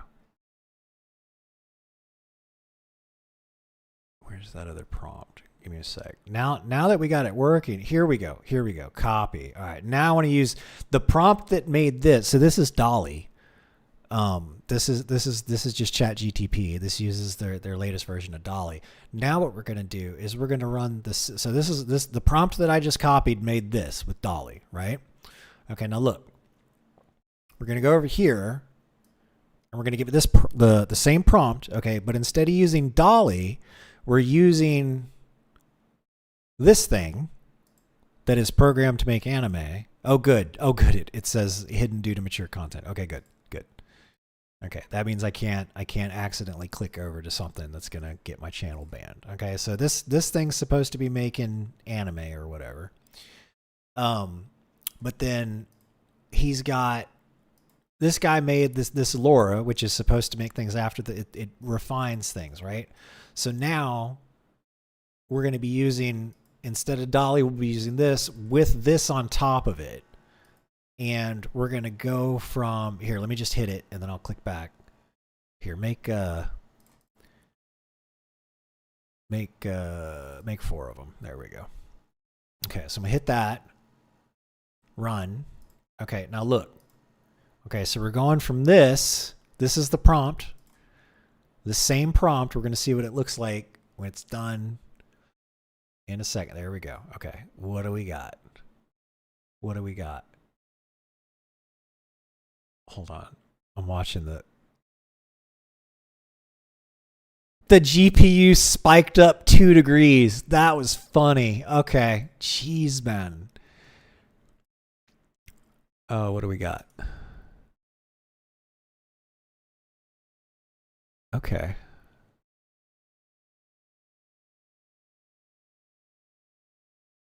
Okay.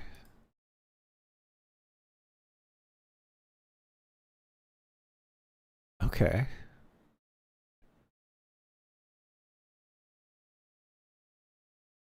All right. Now tomorrow we're going to fuck around with the video, okay? Tomorrow we're going to try to figure out how to make some of this shit. Some nightmare fuel for everybody. But we getting there. We getting there. All right, cool. Tell you what, I've been sitting in front of this computer for like 3 hours straight. This last time, when was the last time we had a bio break? Yeah, 3.5 hours ago. All right, y'all. Let's I need like 5 minutes, okay? We got there. I think we're gonna switch over to some gaming. We'll do some Helldivers or some Space Marine 2 or something like that. Maybe Deathforge wants to do some Night Rain. If you want to, Deathforge, if you're still around, just say the word in chat, man. Let me give. I need a 5-minute break though. It's for real. Give me 5 minutes. Let me go ahead and minimize this. Let's start over here. You have something nice to look at, something relaxing. Everybody just calm down. There we go. Where's my music? Oh, I muted it at the tab level. Sorry about that. There we go. Okay, cool. Be back in 5, y'all.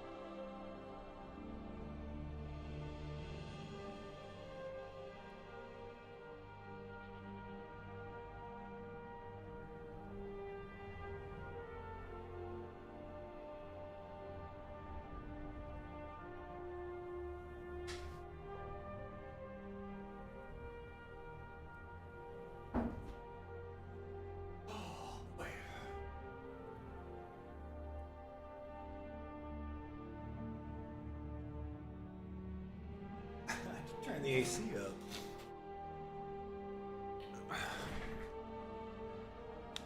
I ran that AI generation thing, and it raised the damn temperature in the room by 5 fucking degrees.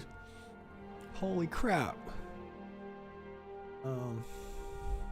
Man, that's wild. All right. Okay, so where? Okay, we can close DeepSeek. DeepSeek actually did. DeepSeek did okay.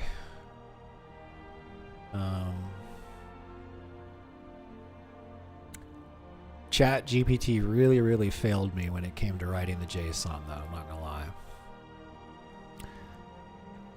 This taught us what the SDXL checkpoint model is. It makes this kind of stuff very flexible, very high res, native resolutions, 1024 by 1024. The model that I was using before was only 512 by 512. So I'm going to leave this open because I'm going to read more of that. I'm going to read this article. This is a stable diffusion guide I was using. Really simple to follow. I'm probably going to keep that around. I'll probably use stable diffusion for some things.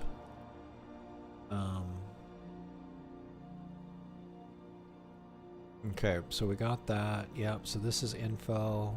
I'm going to keep this around, keep that open. We can close that. We can close that. We can close that. All right, what else do we got?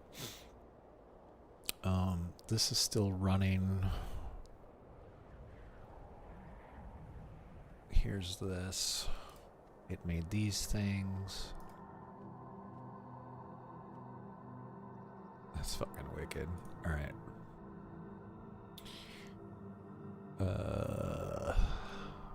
Desktop.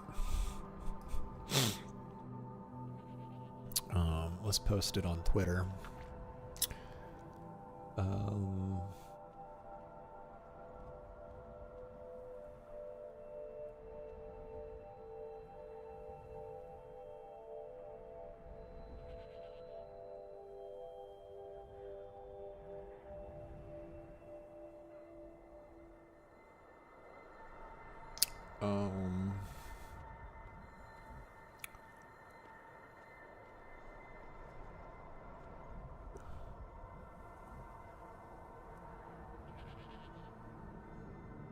Okay, let's do screenshots. No, desktop. This one. Give me some hashtags to post this on X. I'm not good at the hashtag game. Horror, surreal art, nightmare fuel, cosmic. Let's do that one. Lovecraftian, hashtag body horror, hashtag dreamcore. What does that even mean? Hashtag eldritch abomination, hashtag mini-eyed creature, hashtag freaky cats. Okay.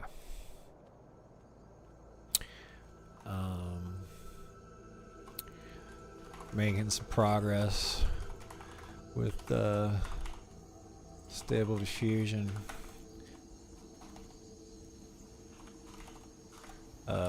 Leaning into the nightmare fuel.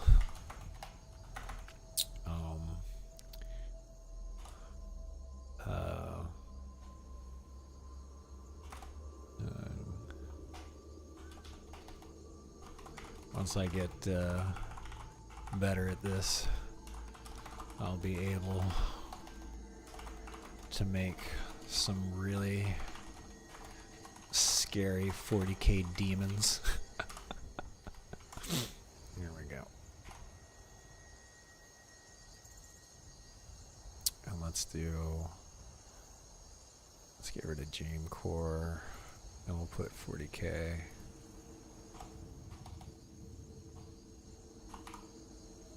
There we go.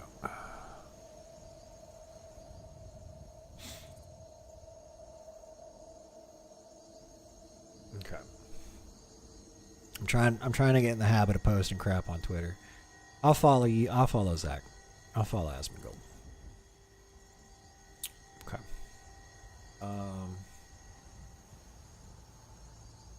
Okay. Close, close, close, close, close, close. Let's leave all that open. Let me... Let's move all these over here.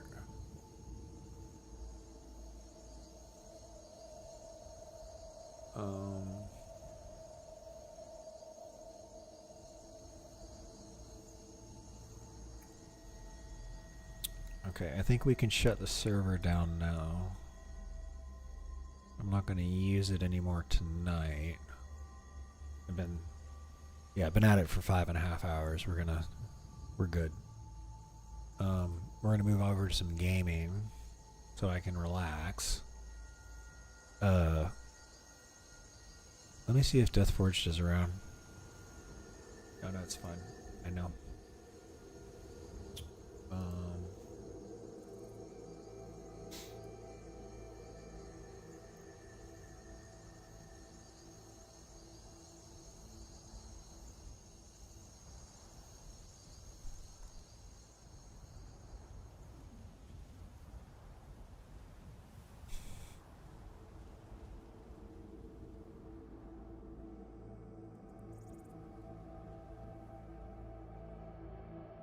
Where's my post? How do you just see like your posts? How does that work? How does Twitter work?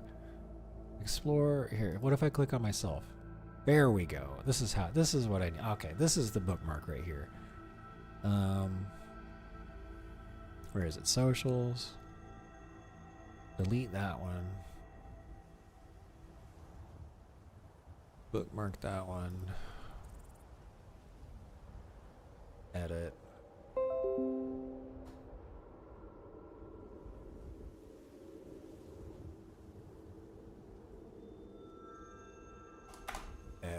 Next to this game. There we go. Save.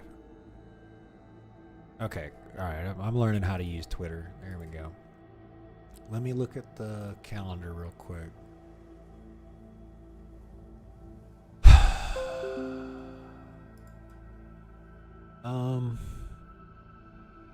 Okay, we didn't exercise today. Because I really overslept today. We'll exercise tomorrow. I will be starting the live stream a hell of a lot earlier tomorrow, by the way. I got to be getting up before 3 p.m. This is ridiculous.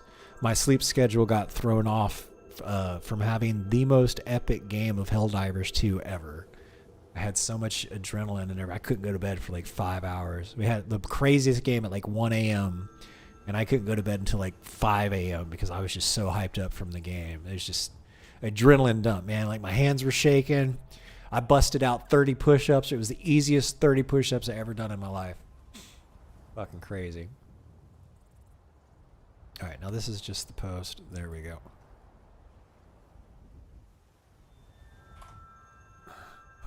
There we go.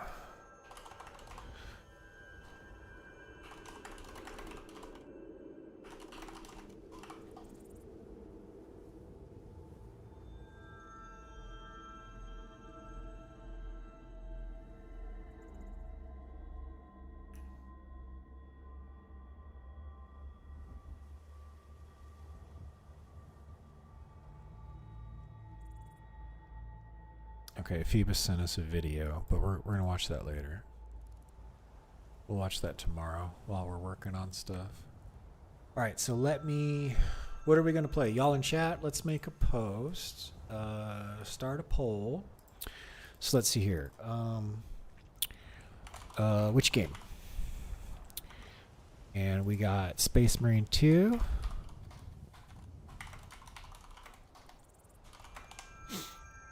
What else do we got? What else do we want to play?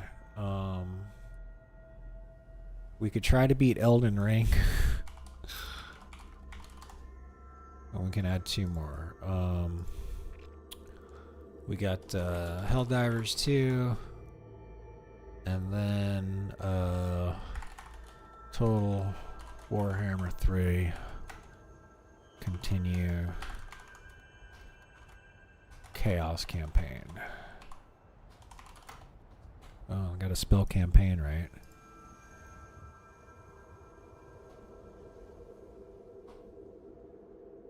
There we go. So there you guys go. There's a poll in chat. Can I do a poll in this chat?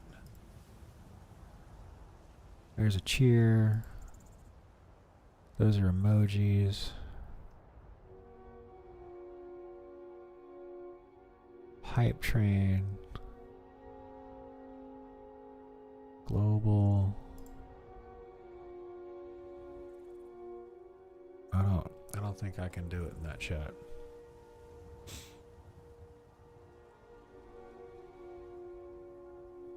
So there you go. Those of you in chat, give me a vote. If you can see the poll, give me a vote. Otherwise, I'm going to pick. I don't really know what I want to pick, so I'm letting you guys do it. Oh, let me take off the custom message.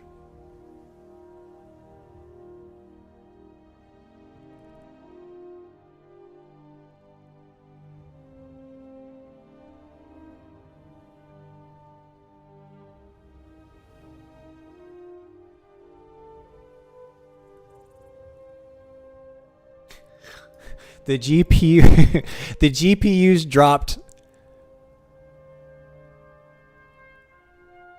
55, 56, 6. The CPUs dropped 12 degrees since we stopped making AI stuff. Oh, Phoebus is going to love that. Bruh.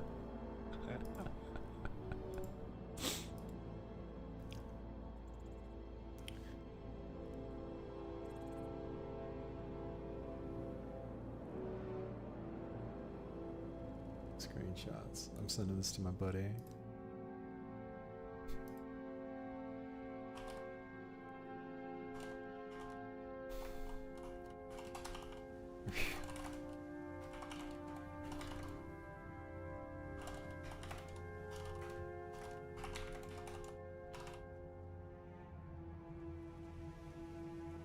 You got any votes?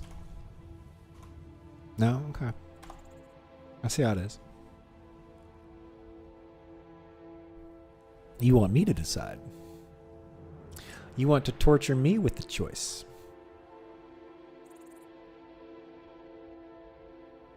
Is Cinnamon around? Cinnamon, are you here? Cinnamon, if you're here, we'll play Helldivers 2.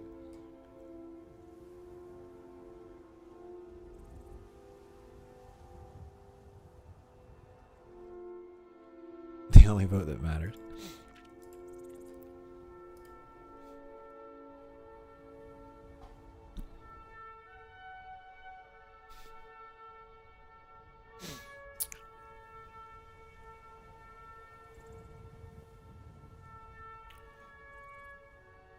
Okay. Okay. All right. All right. So be it. So be it, Ken. Have it your way. Elden Ring it is, sir. We're going to load it with the mods, though. So let me go over here.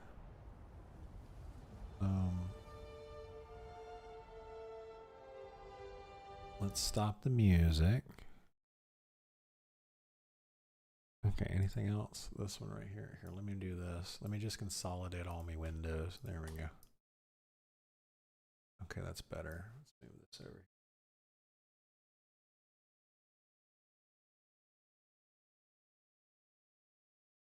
Okay, I think we're not going to need this anymore. Compared to that AI stuff, this game doesn't even hold a candle to it. Putting that GPU to work, boy. All right. Comfy UI. Here, let me bookmark this one. Let me make sure.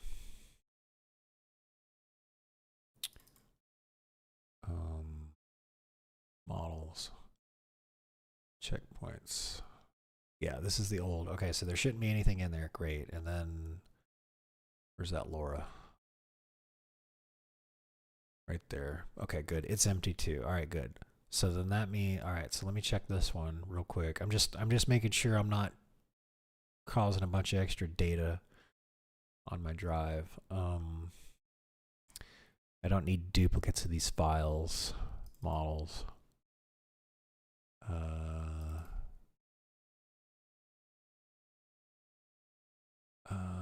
We're going to leave that one because we might go back to using Deforum.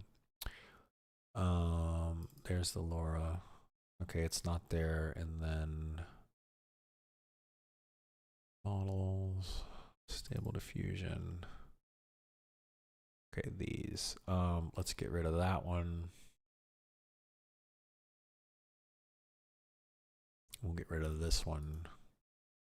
Delete. Okay, and I will leave that there. All right, cool. Let's empty the recycling bin. Okay, PC. I know where I can clear up some space. There's a bunch of things I can move to the storage drive. I'll do that. I'll do that after the stream, so yeah, I have to deal with it. Okay. All right, so stable diffusion. This is the old one. We can actually remove this one. We can actually delete this one. So let's go here. Delete.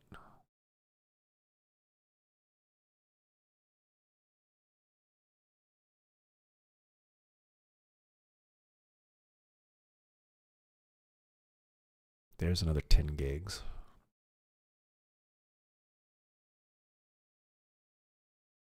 Okay, perfect. Okay, so we got the comfy UI, we got the stable diffusion. I can move the models around as I want them. The JSONs, yeah, we can get rid of this folder. Unpin. We can get rid of this. Delete. I'm just cleaning some stuff up. All right. We can close that. We can close that. We can minimize that. No, no, no, no. I just want to make sure I don't have any PII popping up. No, no. Okay, and then that's of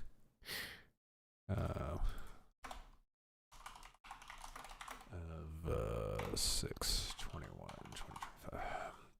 I'm gonna send Phoebus a clip. So I'm like, where's Phoebus? Where's Phoebus when you need him? Okay. So we're gonna launch Elden Ring from this batch file, and this should load all my mods. Friends, make self offline mode. There we go. All right, here we go. Elden Ring, and then let me update some stuff here.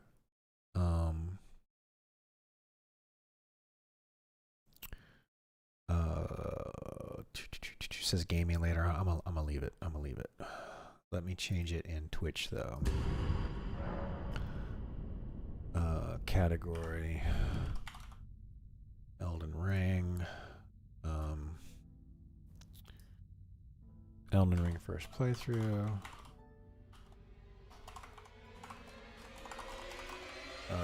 Tying up loose ends. Before I beat the game.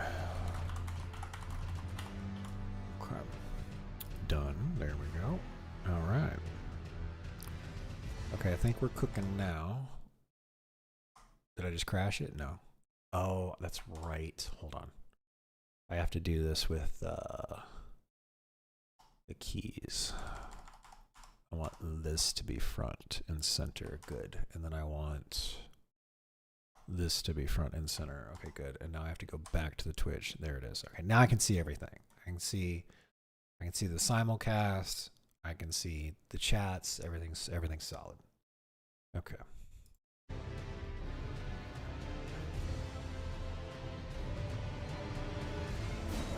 Okay, of course it's in offline mode because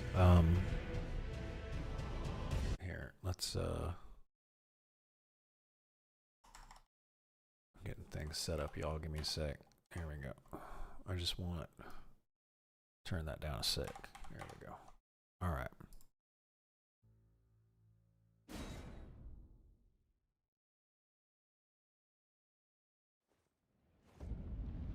Okay, now we're here in this bullshit, and we're gonna watch a video really quick. Give me a new window.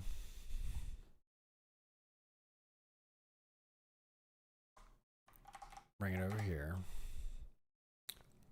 Alright, now find me a video that shows me how to get to the final boss in the floating, crumbling city in the sky.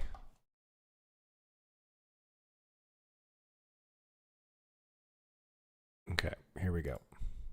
What's up, guys? It's Not the Winner, and I wanted to help you guys out. For those of you guys who are in the crumbling Farum Azula and have just defeated the first bosses, the Godskin duo, you're probably trying to figure out what's the path to the next boss and how the hell do you get through this. Yes, sir. So, what we're going to do, from the waypoint here, you're going to be heading out this doorway.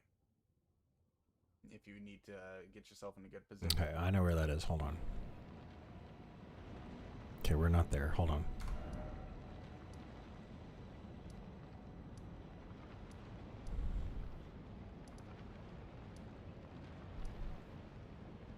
It's this one.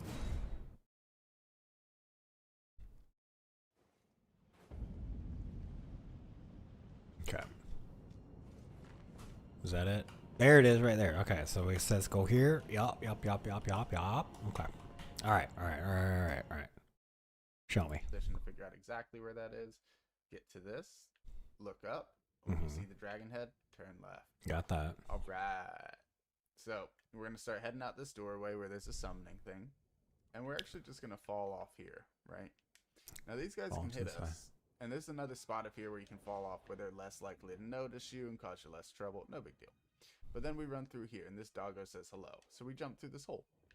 And all these people want to say hello, so we just start running down this little curve. Oh my gosh. No big deal. There's going to be a person coming around that corner.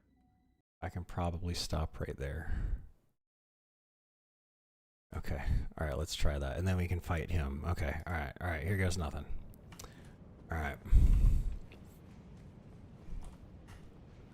Okay, so we go this way. And then we just fall off. Right, okay, and then this guy wants to take a swing at it. So we dodge, okay, and then we fall off. Okay, good. And then we go over here. Yes, and then this doggo wants to say hello, and he says hi. And then we fall off. And then we go this way, and then we go, oh, no!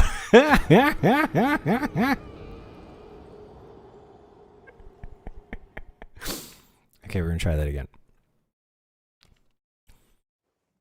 This guy's instructions are hardcore. Alright. Okay. Okay, like he said, we go this way. Okay, and we're gonna fall off. There we go. And no, we don't need none of that. You don't need to take a swing at me. There we go. Dodged it. Okay, and the doggy says hi. Got my runes.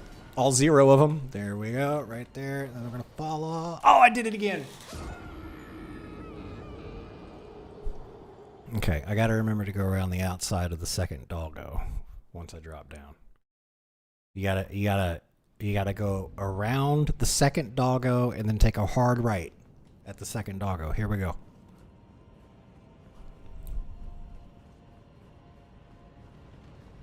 Okay, we got that.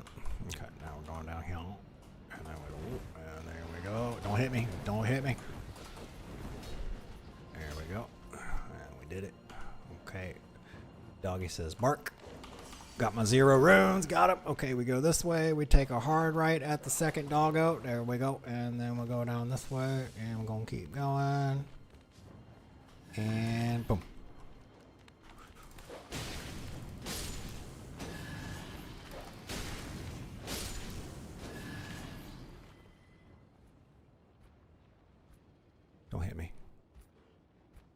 Wait, no, no, no, no, no.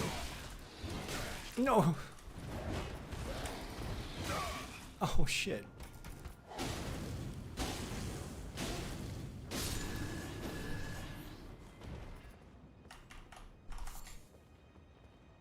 Okay. We made it. We made it.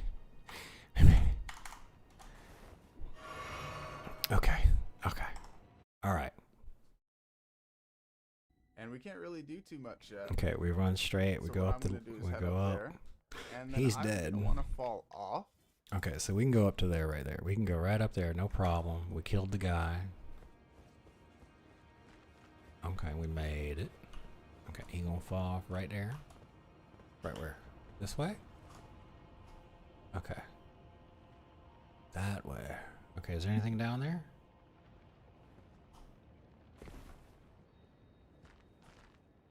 Okay. Okay, alright. Clearly, this is the way we go. Don't throw shit at me. Oh, is he throwing shit at me? There's an item over there. Let's get it. Let's get it. Oh, that's a gold rune 12. I'll take that. Okay. And then here we go. And he said that you can jump and get that.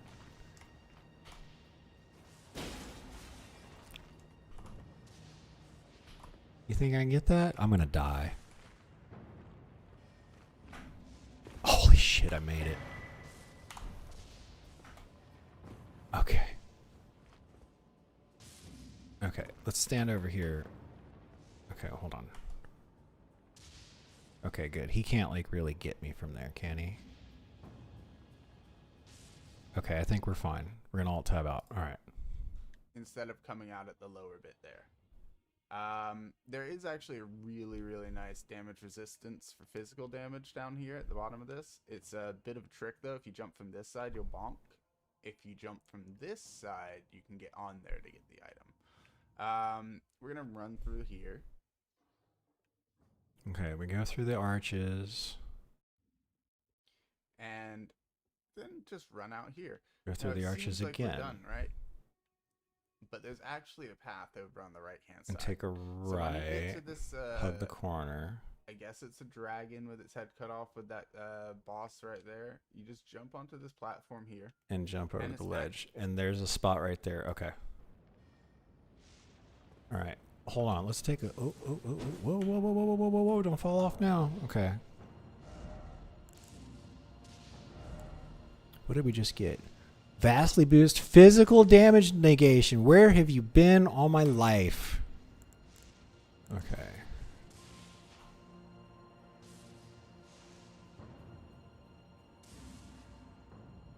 Okay. Okay, we're going to keep the... Here, let's swap these out. There we go. Okay. Man. Vastly boost physical damage negation +2. About fucking time. I'm very happy that we have that item now. Okay. Alright, so we're gonna go. Have you beat this game, Ken? Going this way. Going this way. Doop doop doop doop. Oh, is that a Crucible Knight? Fuck that. Oh, shit.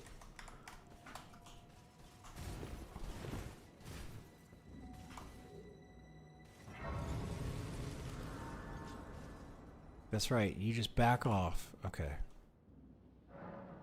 Okay. We're at level 121. We need 93,000 runes to level up. We got Vigor to 40, Endurance to 30, Strength to 30, Faith to 40. I don't know. I mean, maybe Strength to 35, Vigor to 45, and that'll be 100 and... That'll be 10 more levels. That'll be level 131. I don't know.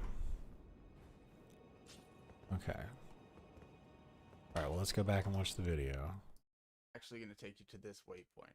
And this waypoint is the Dragon Temple rooftop. Okay, perfect. From there, you can keep falling off of the roofs, and there is a lift thing over there with some crows. There's some stuff over here. I like to just jump down and continue my path and give up on all that. The red brick road. Follow the red brick road. So no big deal. Just deal with it.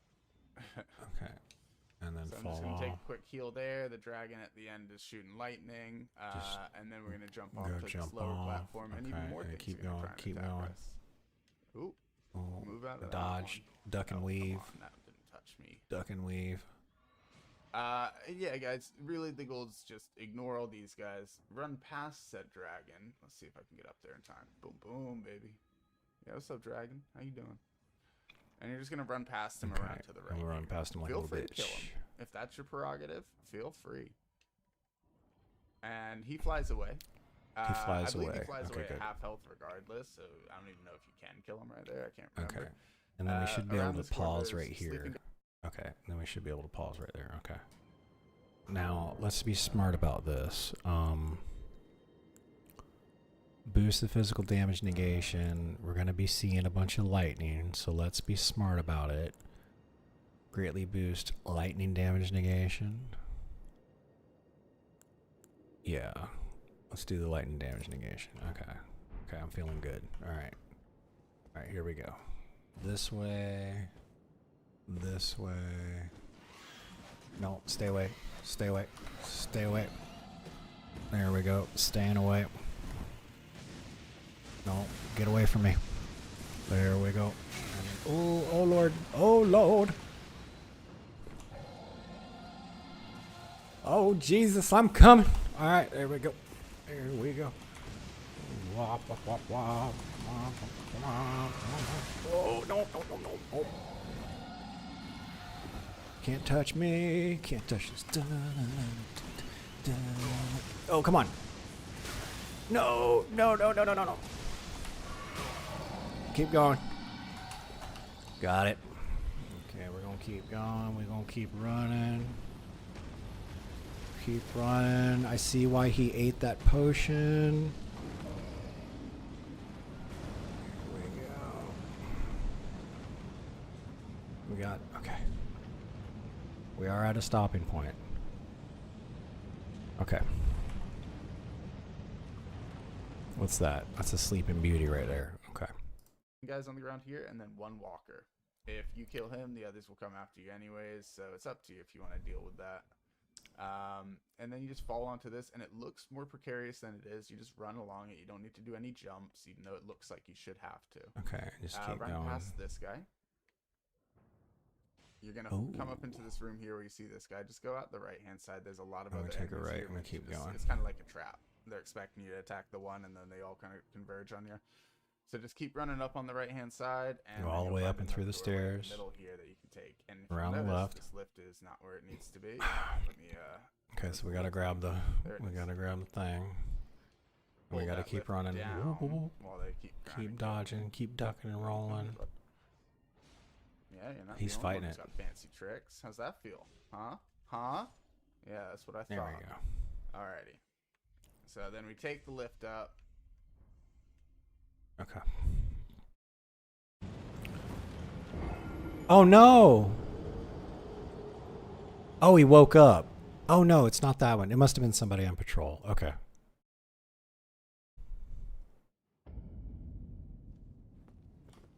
Okay. Alright, we're gonna do it again. We're gonna do it again. Gonna get it. Oh shit, he got me. What is that? I'm gonna get this item and then I'm gonna die. Got it.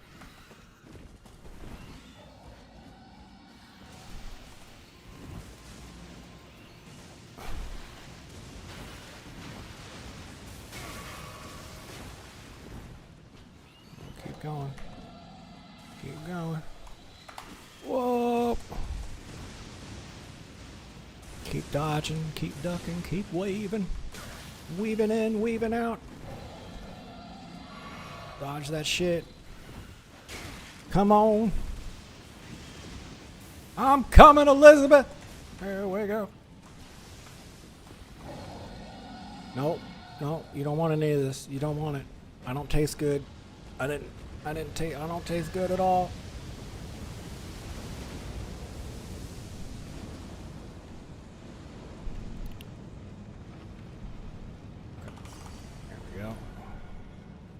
Excuse me. Excuse me. Excuse me. Excuse me. We're gonna drink that. And the precarious.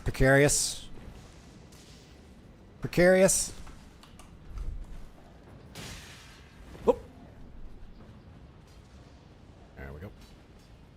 And then he went this way, did he? Yeah. And now, whoa! Whoa! Whoa! Okay, we're gonna go. Oh, yes, it's right there. Goodbye. See you later. Oh, and there's a side of grace right there. Perfect. Okay, hold on. Okay, let me just hold on. Let's go here real quick.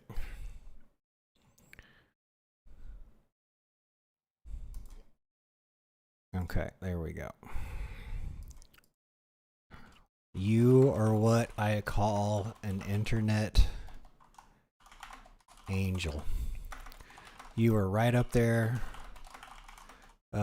with the good old boys that post videos about how to fix that random thing on your car or truck, that random thing that doesn't make any sense, that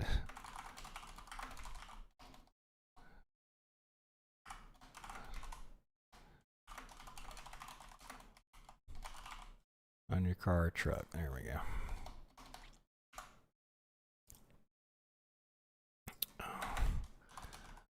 Bless you. Oh, may the greater will bless and keep you. There we go. There we go. All right. Okay. Okay. All right, let's watch the rest of it. Nice and casual. Boom, we got a new waypoint here. And this is the waypoint, guys. This is the one. This is the good one. Okay, we got the good stuff. This is actually going to put you beside the Great Bridge. Okay. Which means you can pop out, you can summon your buddies here, and Okay. then run on up. And you have a path down to the left there if you want to grab an item or two, and then Okay. up here is the final boss. Of And then the zone. big boy. So yeah, that's the path. Instead of fighting mobs, I figured I'd just show you direct path. No, but we've you already did good. defeated the main boss. We can fight this guy if we feel like it, but I don't feel like it at all. If you guys enjoyed this video, please like and subscribe. If it was helpful to you, then let me know in the comments down below. And as always, guys, thanks for watching. Okay. Okay, what a Chad. What a Chad.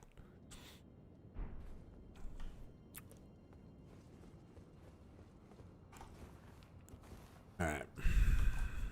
I'm gonna activate that at least. Okay.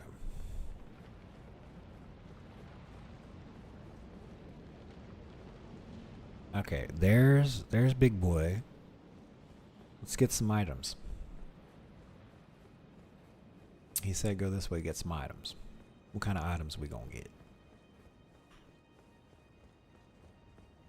I never would have figured that out in a million fucking years, I'll tell you that right now.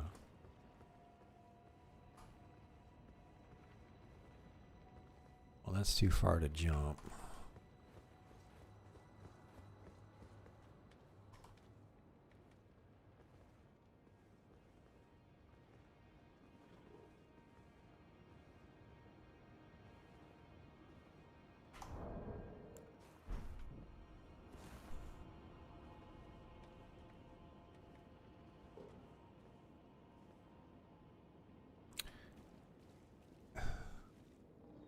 Like something, or is this Death Root? No. Well, probably, because that's how the undead guys get made, from the Death Root, right?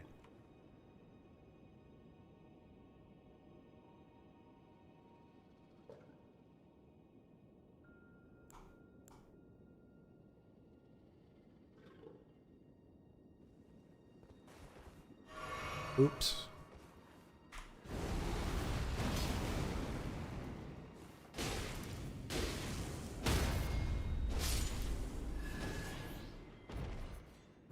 burned a potion. I didn't even need to do it. That's okay. I'm remembering the control. Okay, what we got over there?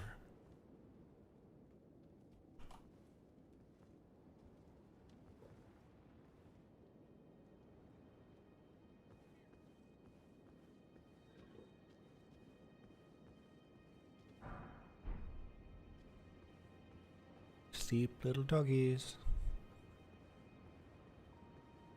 Sleep, sleep, sleep. Okay. Alright, what we got over here? More doggies.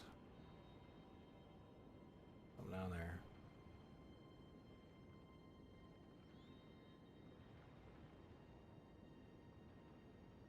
Yep.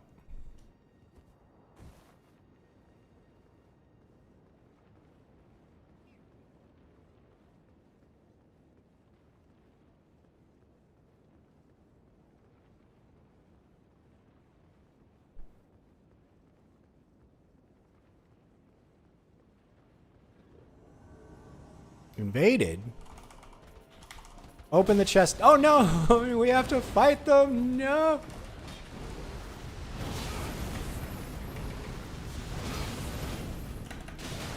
No!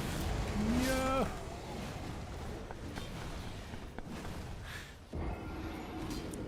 Okay, the chest is opened. That means the next time we can run over there and debo it.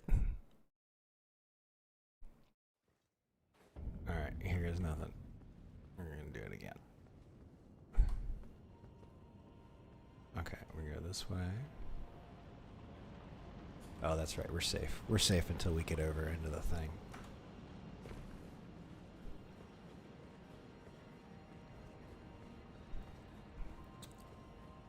Yeah, we're going down there. The level design on this game is just stellar. Very good level design.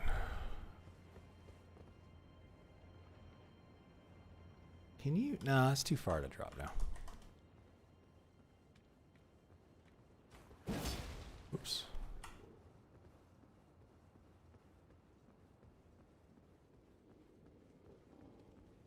Okay, there we go.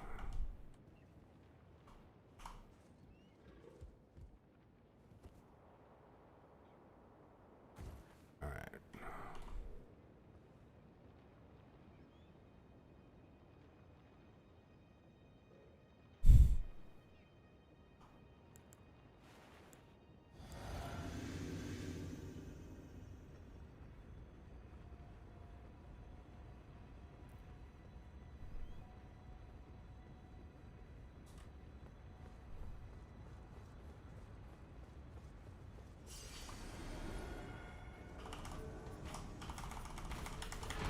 Got it.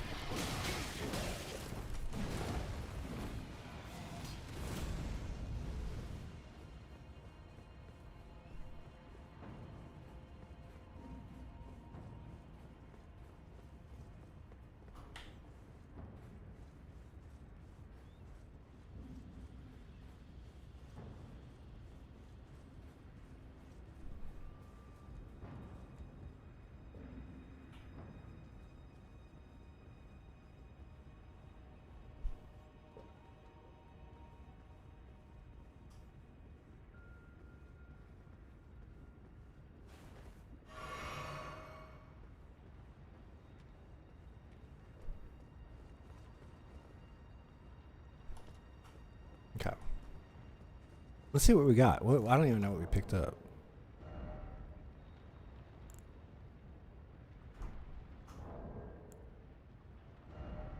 What is this? Extends spell duration. Another talisman. Okay. Oh, and we got, what's this do? Ancient Dragon Bolt Pot, Dragon Proof Dried Liver. Oh, we can finally make those things. Okay. Item crafting. Dragon Proof Dried Liver. Here we go. Give me 10. Seems good. Oh, you can only carry 5. The rest of them went into the storage. No big deal. And then, like, we're all out of everything else. We have to go back and farm.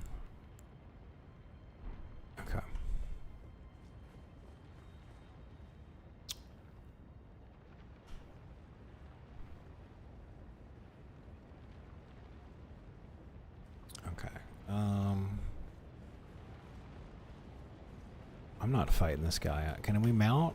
We can't mount. We're not. I'm not fighting this guy if I can't mount.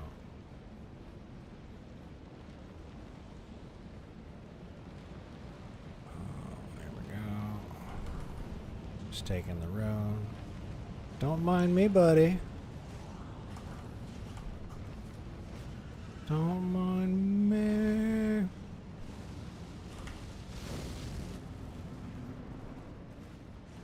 What do we got here?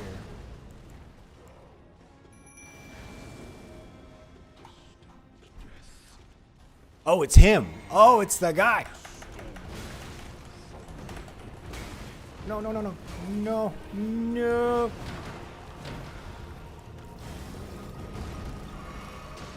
There we go.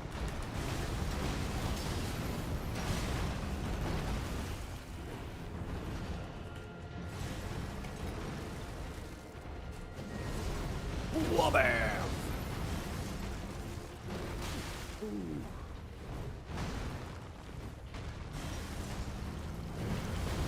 Throwing rocks and shit. Get out of here with that. Yeah, Rykard's blade. It's badass.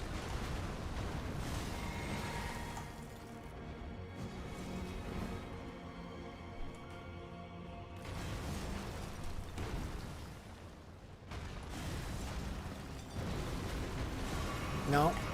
Oh shit, I just hot. Well, bam. Get him. Get him, boys. Well, bam. Well, bam. Get him.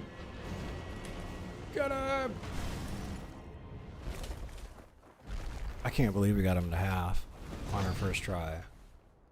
We're gonna die. Now we die. He's gonna go crazy.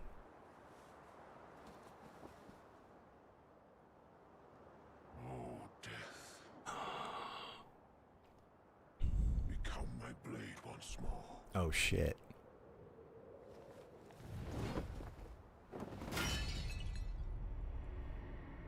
What did he just do?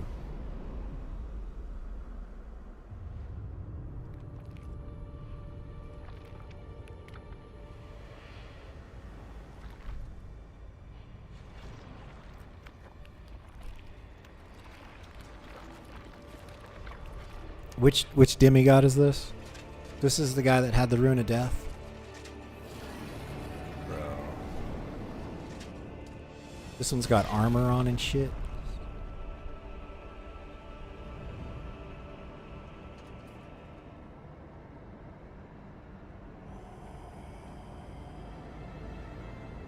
Death Rune boy. Oh good lord. Oh my Elden Lord. No.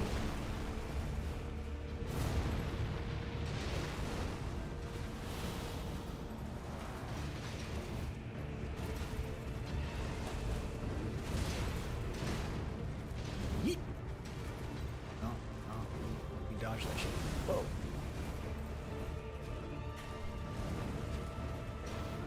Yeet. One more. Get some. Okay.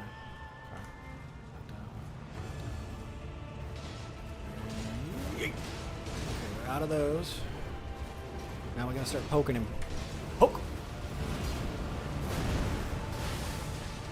Poke.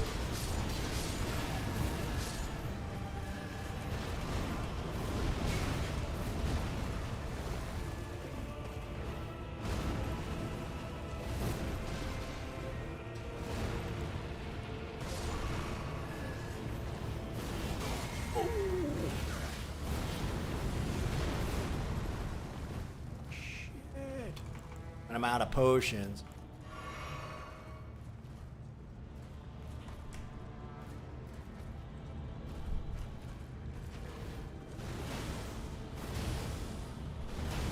Get pillared. Oh, come on.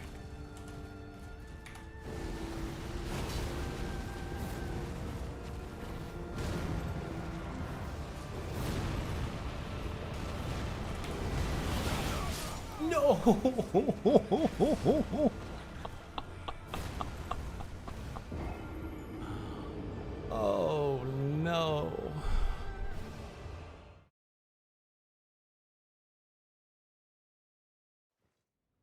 I like this game. I really do. But it's so hard. It's so hard.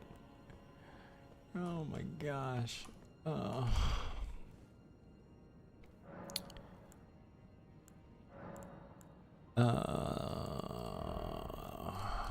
Let's do 8 and 5.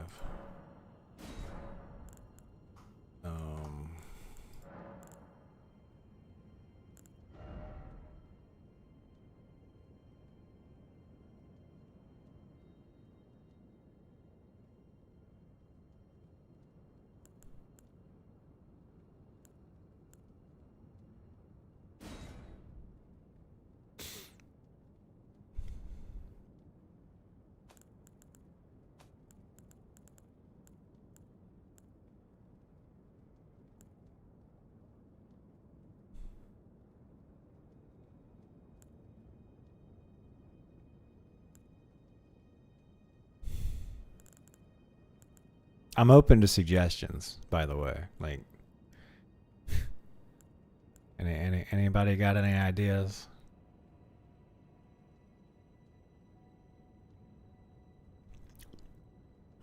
I don't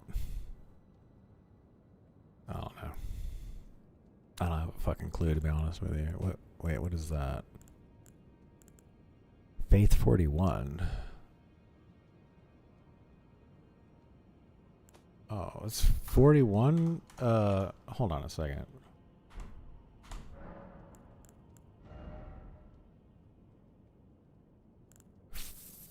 We need 41 faith for that? Okay.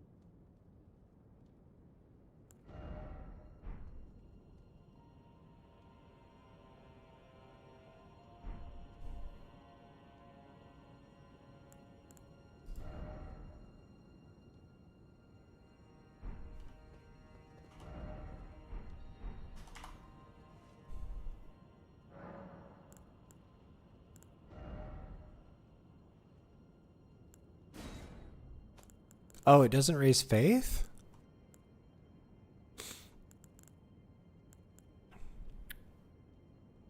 I thought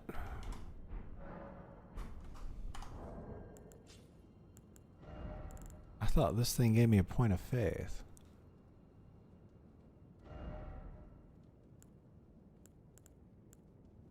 Oh, never mind. It does vigor, endurance, and dex. It does not raise faith. Raises intelligence.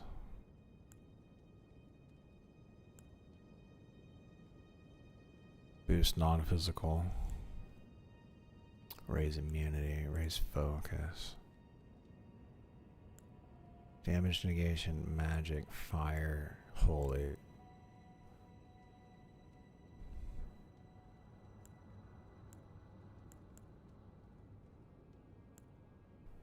Increase memory slots. Extends spell effect duration. Lowers FP consumed. Probably that one. Maybe that one.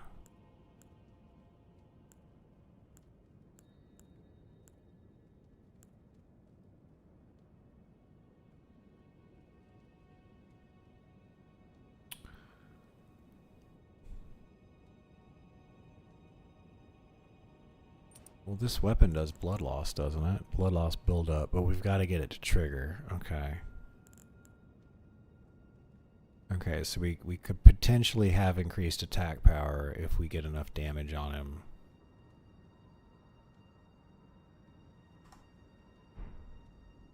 To bleed him. Okay.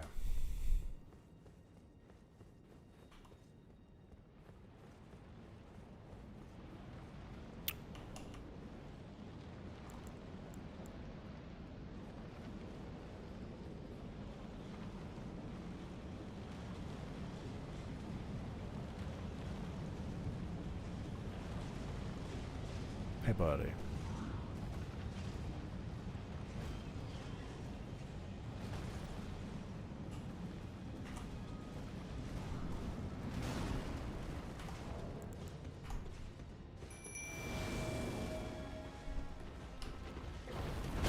Come on.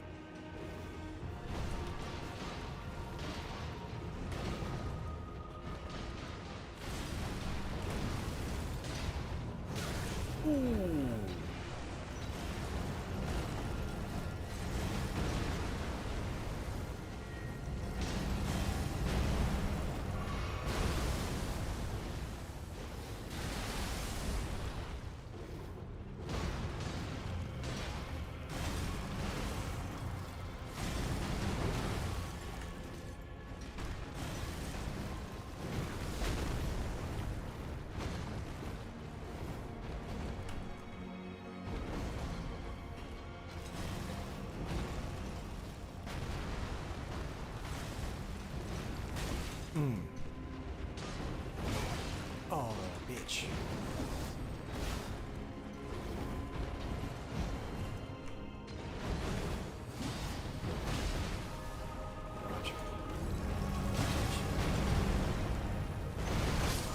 Oh no!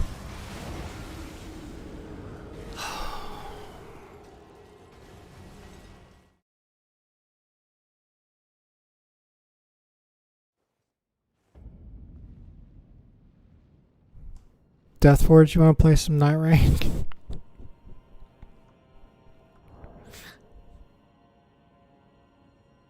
Yeah.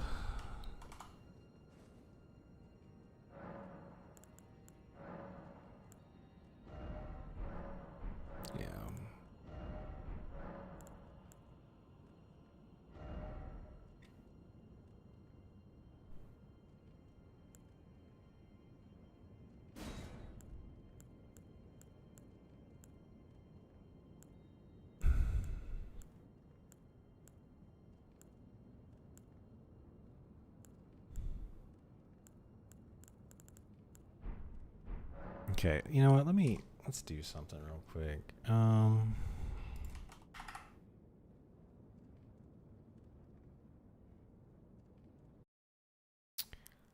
Here's settings. Bluetooth and other devices. Bluetooth is on. Off. On. Okay. Now let me try something here. I got a problem with my headset, and the problem is that, see, I got this Band-Aid on my ear because there's a little, like, I don't know. I think the headset's been like rubbing up against it or something, and it's really raw. So that's why I've got the side of it off, but now it's hurting my head, and I think I'm just making the problem worse. So what I want to try to do is get my Bluetooth headset, because these are just earbuds, and they're not going to cause the problem. But the thing is, here, let me put these in. Okay, let me take this off, because this is just causing too many problems now. Okay, so I do this, and I hold this down.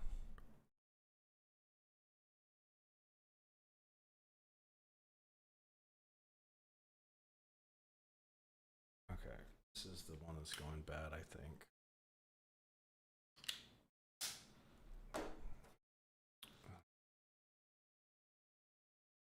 Okay, that one's on. Okay, that one's on. All right, now I should press this to pair it. Okay, now it's in pairing. Add Bluetooth, audio, and other kinds of Bluetooth devices.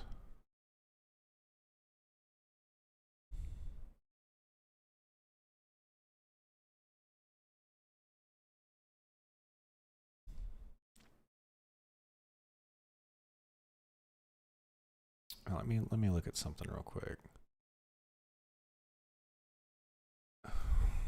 Why is it that my, what are these called?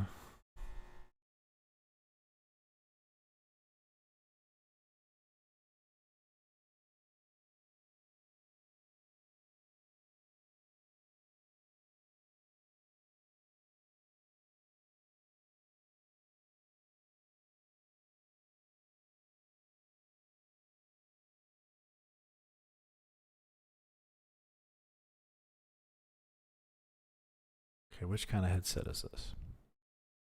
Is it this one?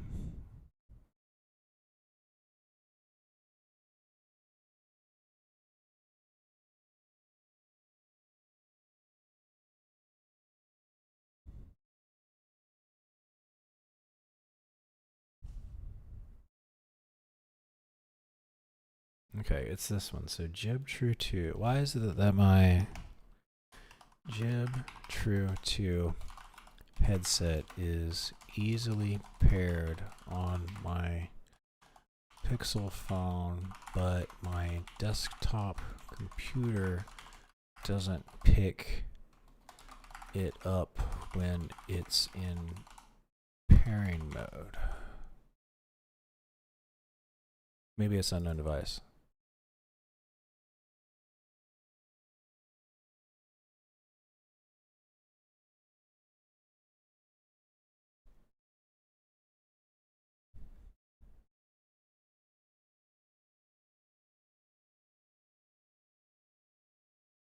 Oh, that's the phone itself.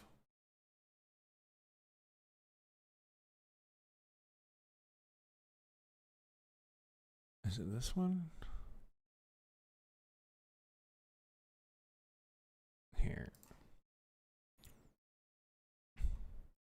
Like I'm actually like hurting myself wearing these headphones right now. You guys got to give me a second. I'm sorry.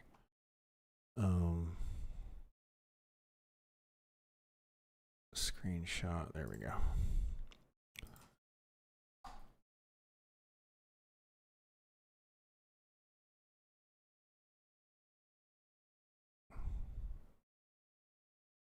Doesn't support low energy or A2DP. Some older, but this is not a budget PC thing. Bluetooth driver issue.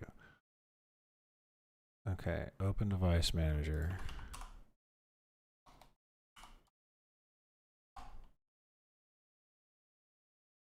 Bluetooth, right click. Properties. Okay.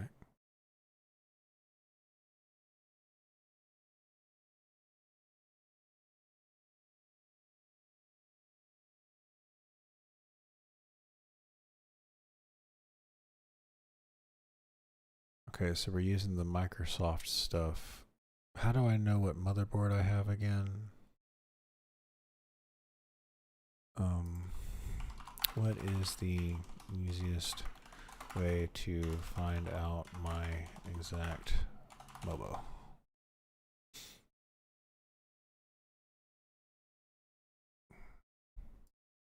Okay.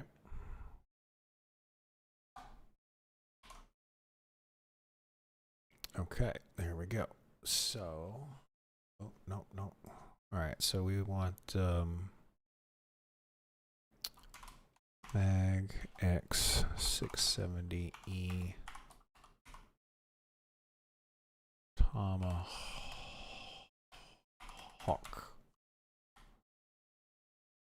Oops.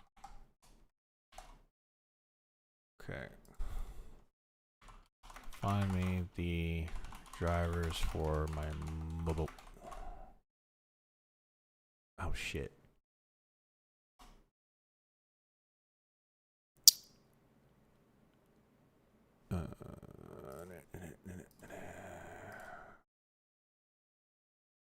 Why type it? Why even type it?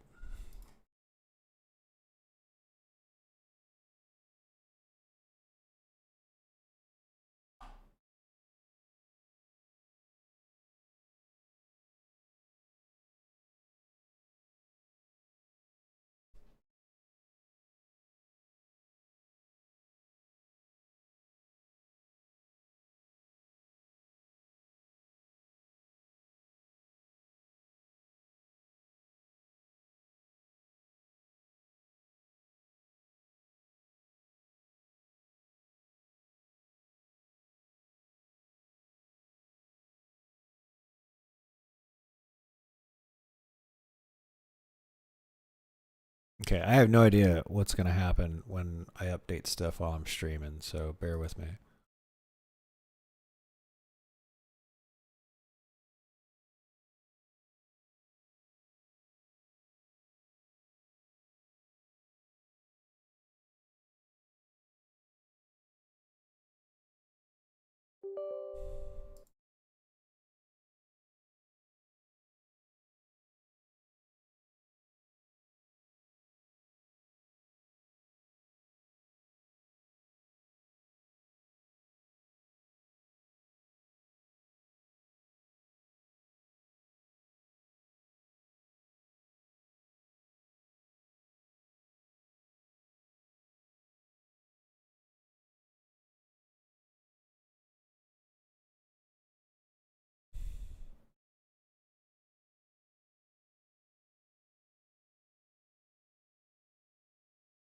Certainly taking its sweet time. PSP driver.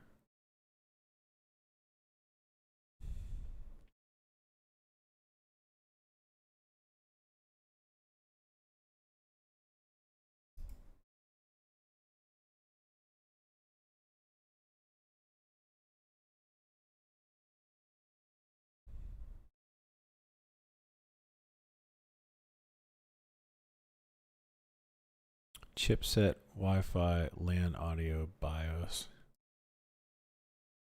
All right, well, here's the chipset.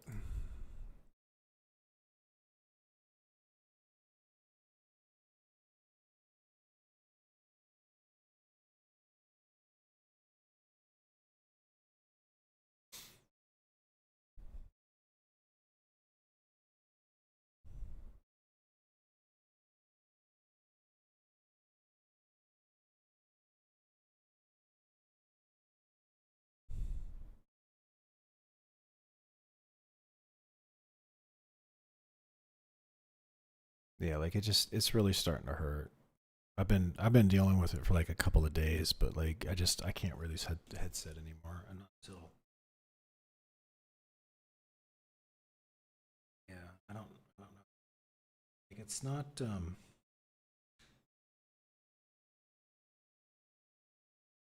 mean there's a little bit of like gunk right there. It's just there's the I mean the cloth part is covering up the speaker holes and stuff. It's not and it hasn't done it to this year. I don't know what I did. Okay, we did the chipset. We'll do these. Download, new folder, save. Open. Close.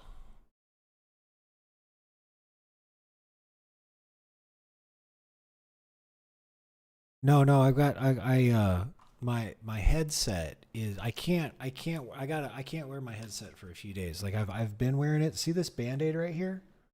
See the Band-Aid on my ear?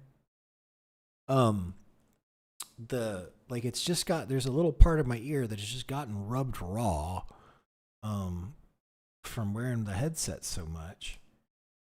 And it just hurts too much now. I'm like injuring myself trying to wear this headset. I don't want to do it anymore. So what I'm trying to do is use my wireless earbuds that I got, and they show up fine on my phone, so I know they work. But when I try to connect them to the onboard Bluetooth of this motherboard, it doesn't see them. So, I'm trying to update the drivers. Hopefully that'll fix the issue. It's a brand new motherboard. Why the hell wouldn't I be able to use my Bluetooth headset on it? I'll have to restart. No, I'll restart later. All right, where's that device manager?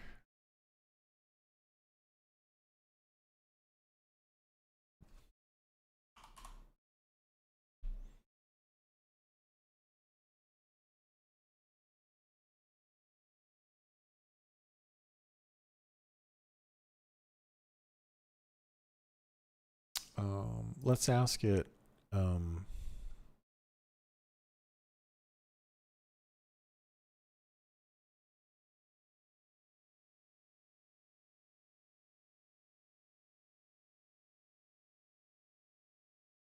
Bluetooth headsets like Japshu often use auto connect automatically. PC doesn't support low energy. Okay. See if my Mobo supports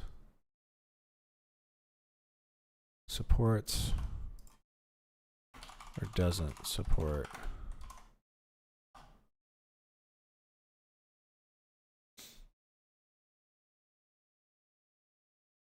Comes with AMD Wi-Fi 6.8 Bluetooth 3.4 combo. So it fully supports both Bluetooth. Okay. Bluetooth 5.3 is inherently full support build. Okay, classic. You've got the dual mode Bluetooth on your motherboard. Okay. Okay, so we've confirmed that my hardware can actually connect to these things. All right, now let me ask it this. So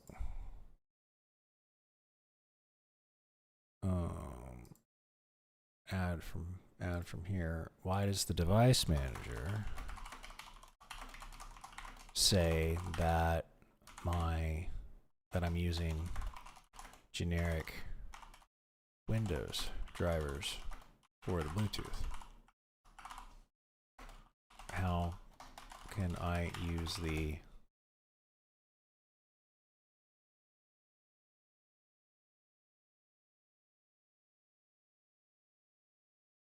Oh, it must be part of the Wi-Fi.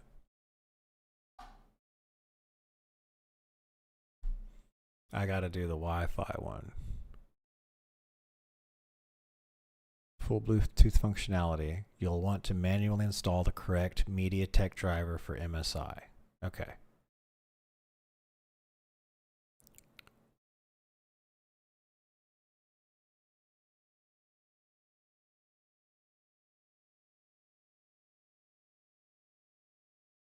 Manual document. Oh, that's like the actual manual, not like manual.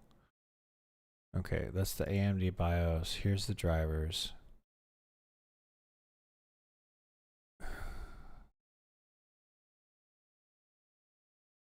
What are we using here? System.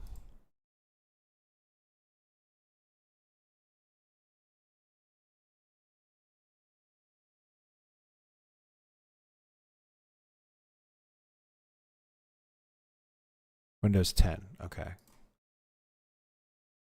Windows 10. System and chipset, onboard audio drivers, LAN drivers, AMD Bluetooth drivers right there.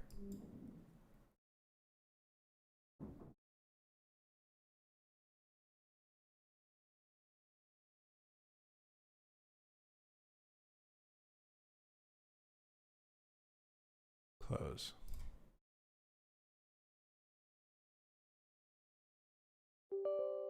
Yes. Install. Finish. Okay, now.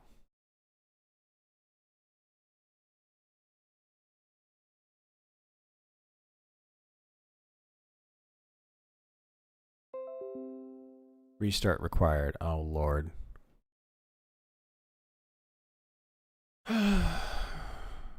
Okay. I mean, I'm just gonna restart the computer real quick. I'm sorry, y'all. Like it really hurts. Like I've been wearing it for the streams have been going on for over 6.5 hours, and like it's just annoying me so much. I got like a headache. It just really hurts. So forgive me. I'm just gonna restart the stream. We'll be back. We'll pick up Elden Ring. I just got to get my headset working. So I'm just gonna go ahead, stop the stream. I'll reset and everything. We should be up in another 5 to 10 minutes. Okay. I hope to see y'all back soon. Oops. Here I'm gonna have to restart.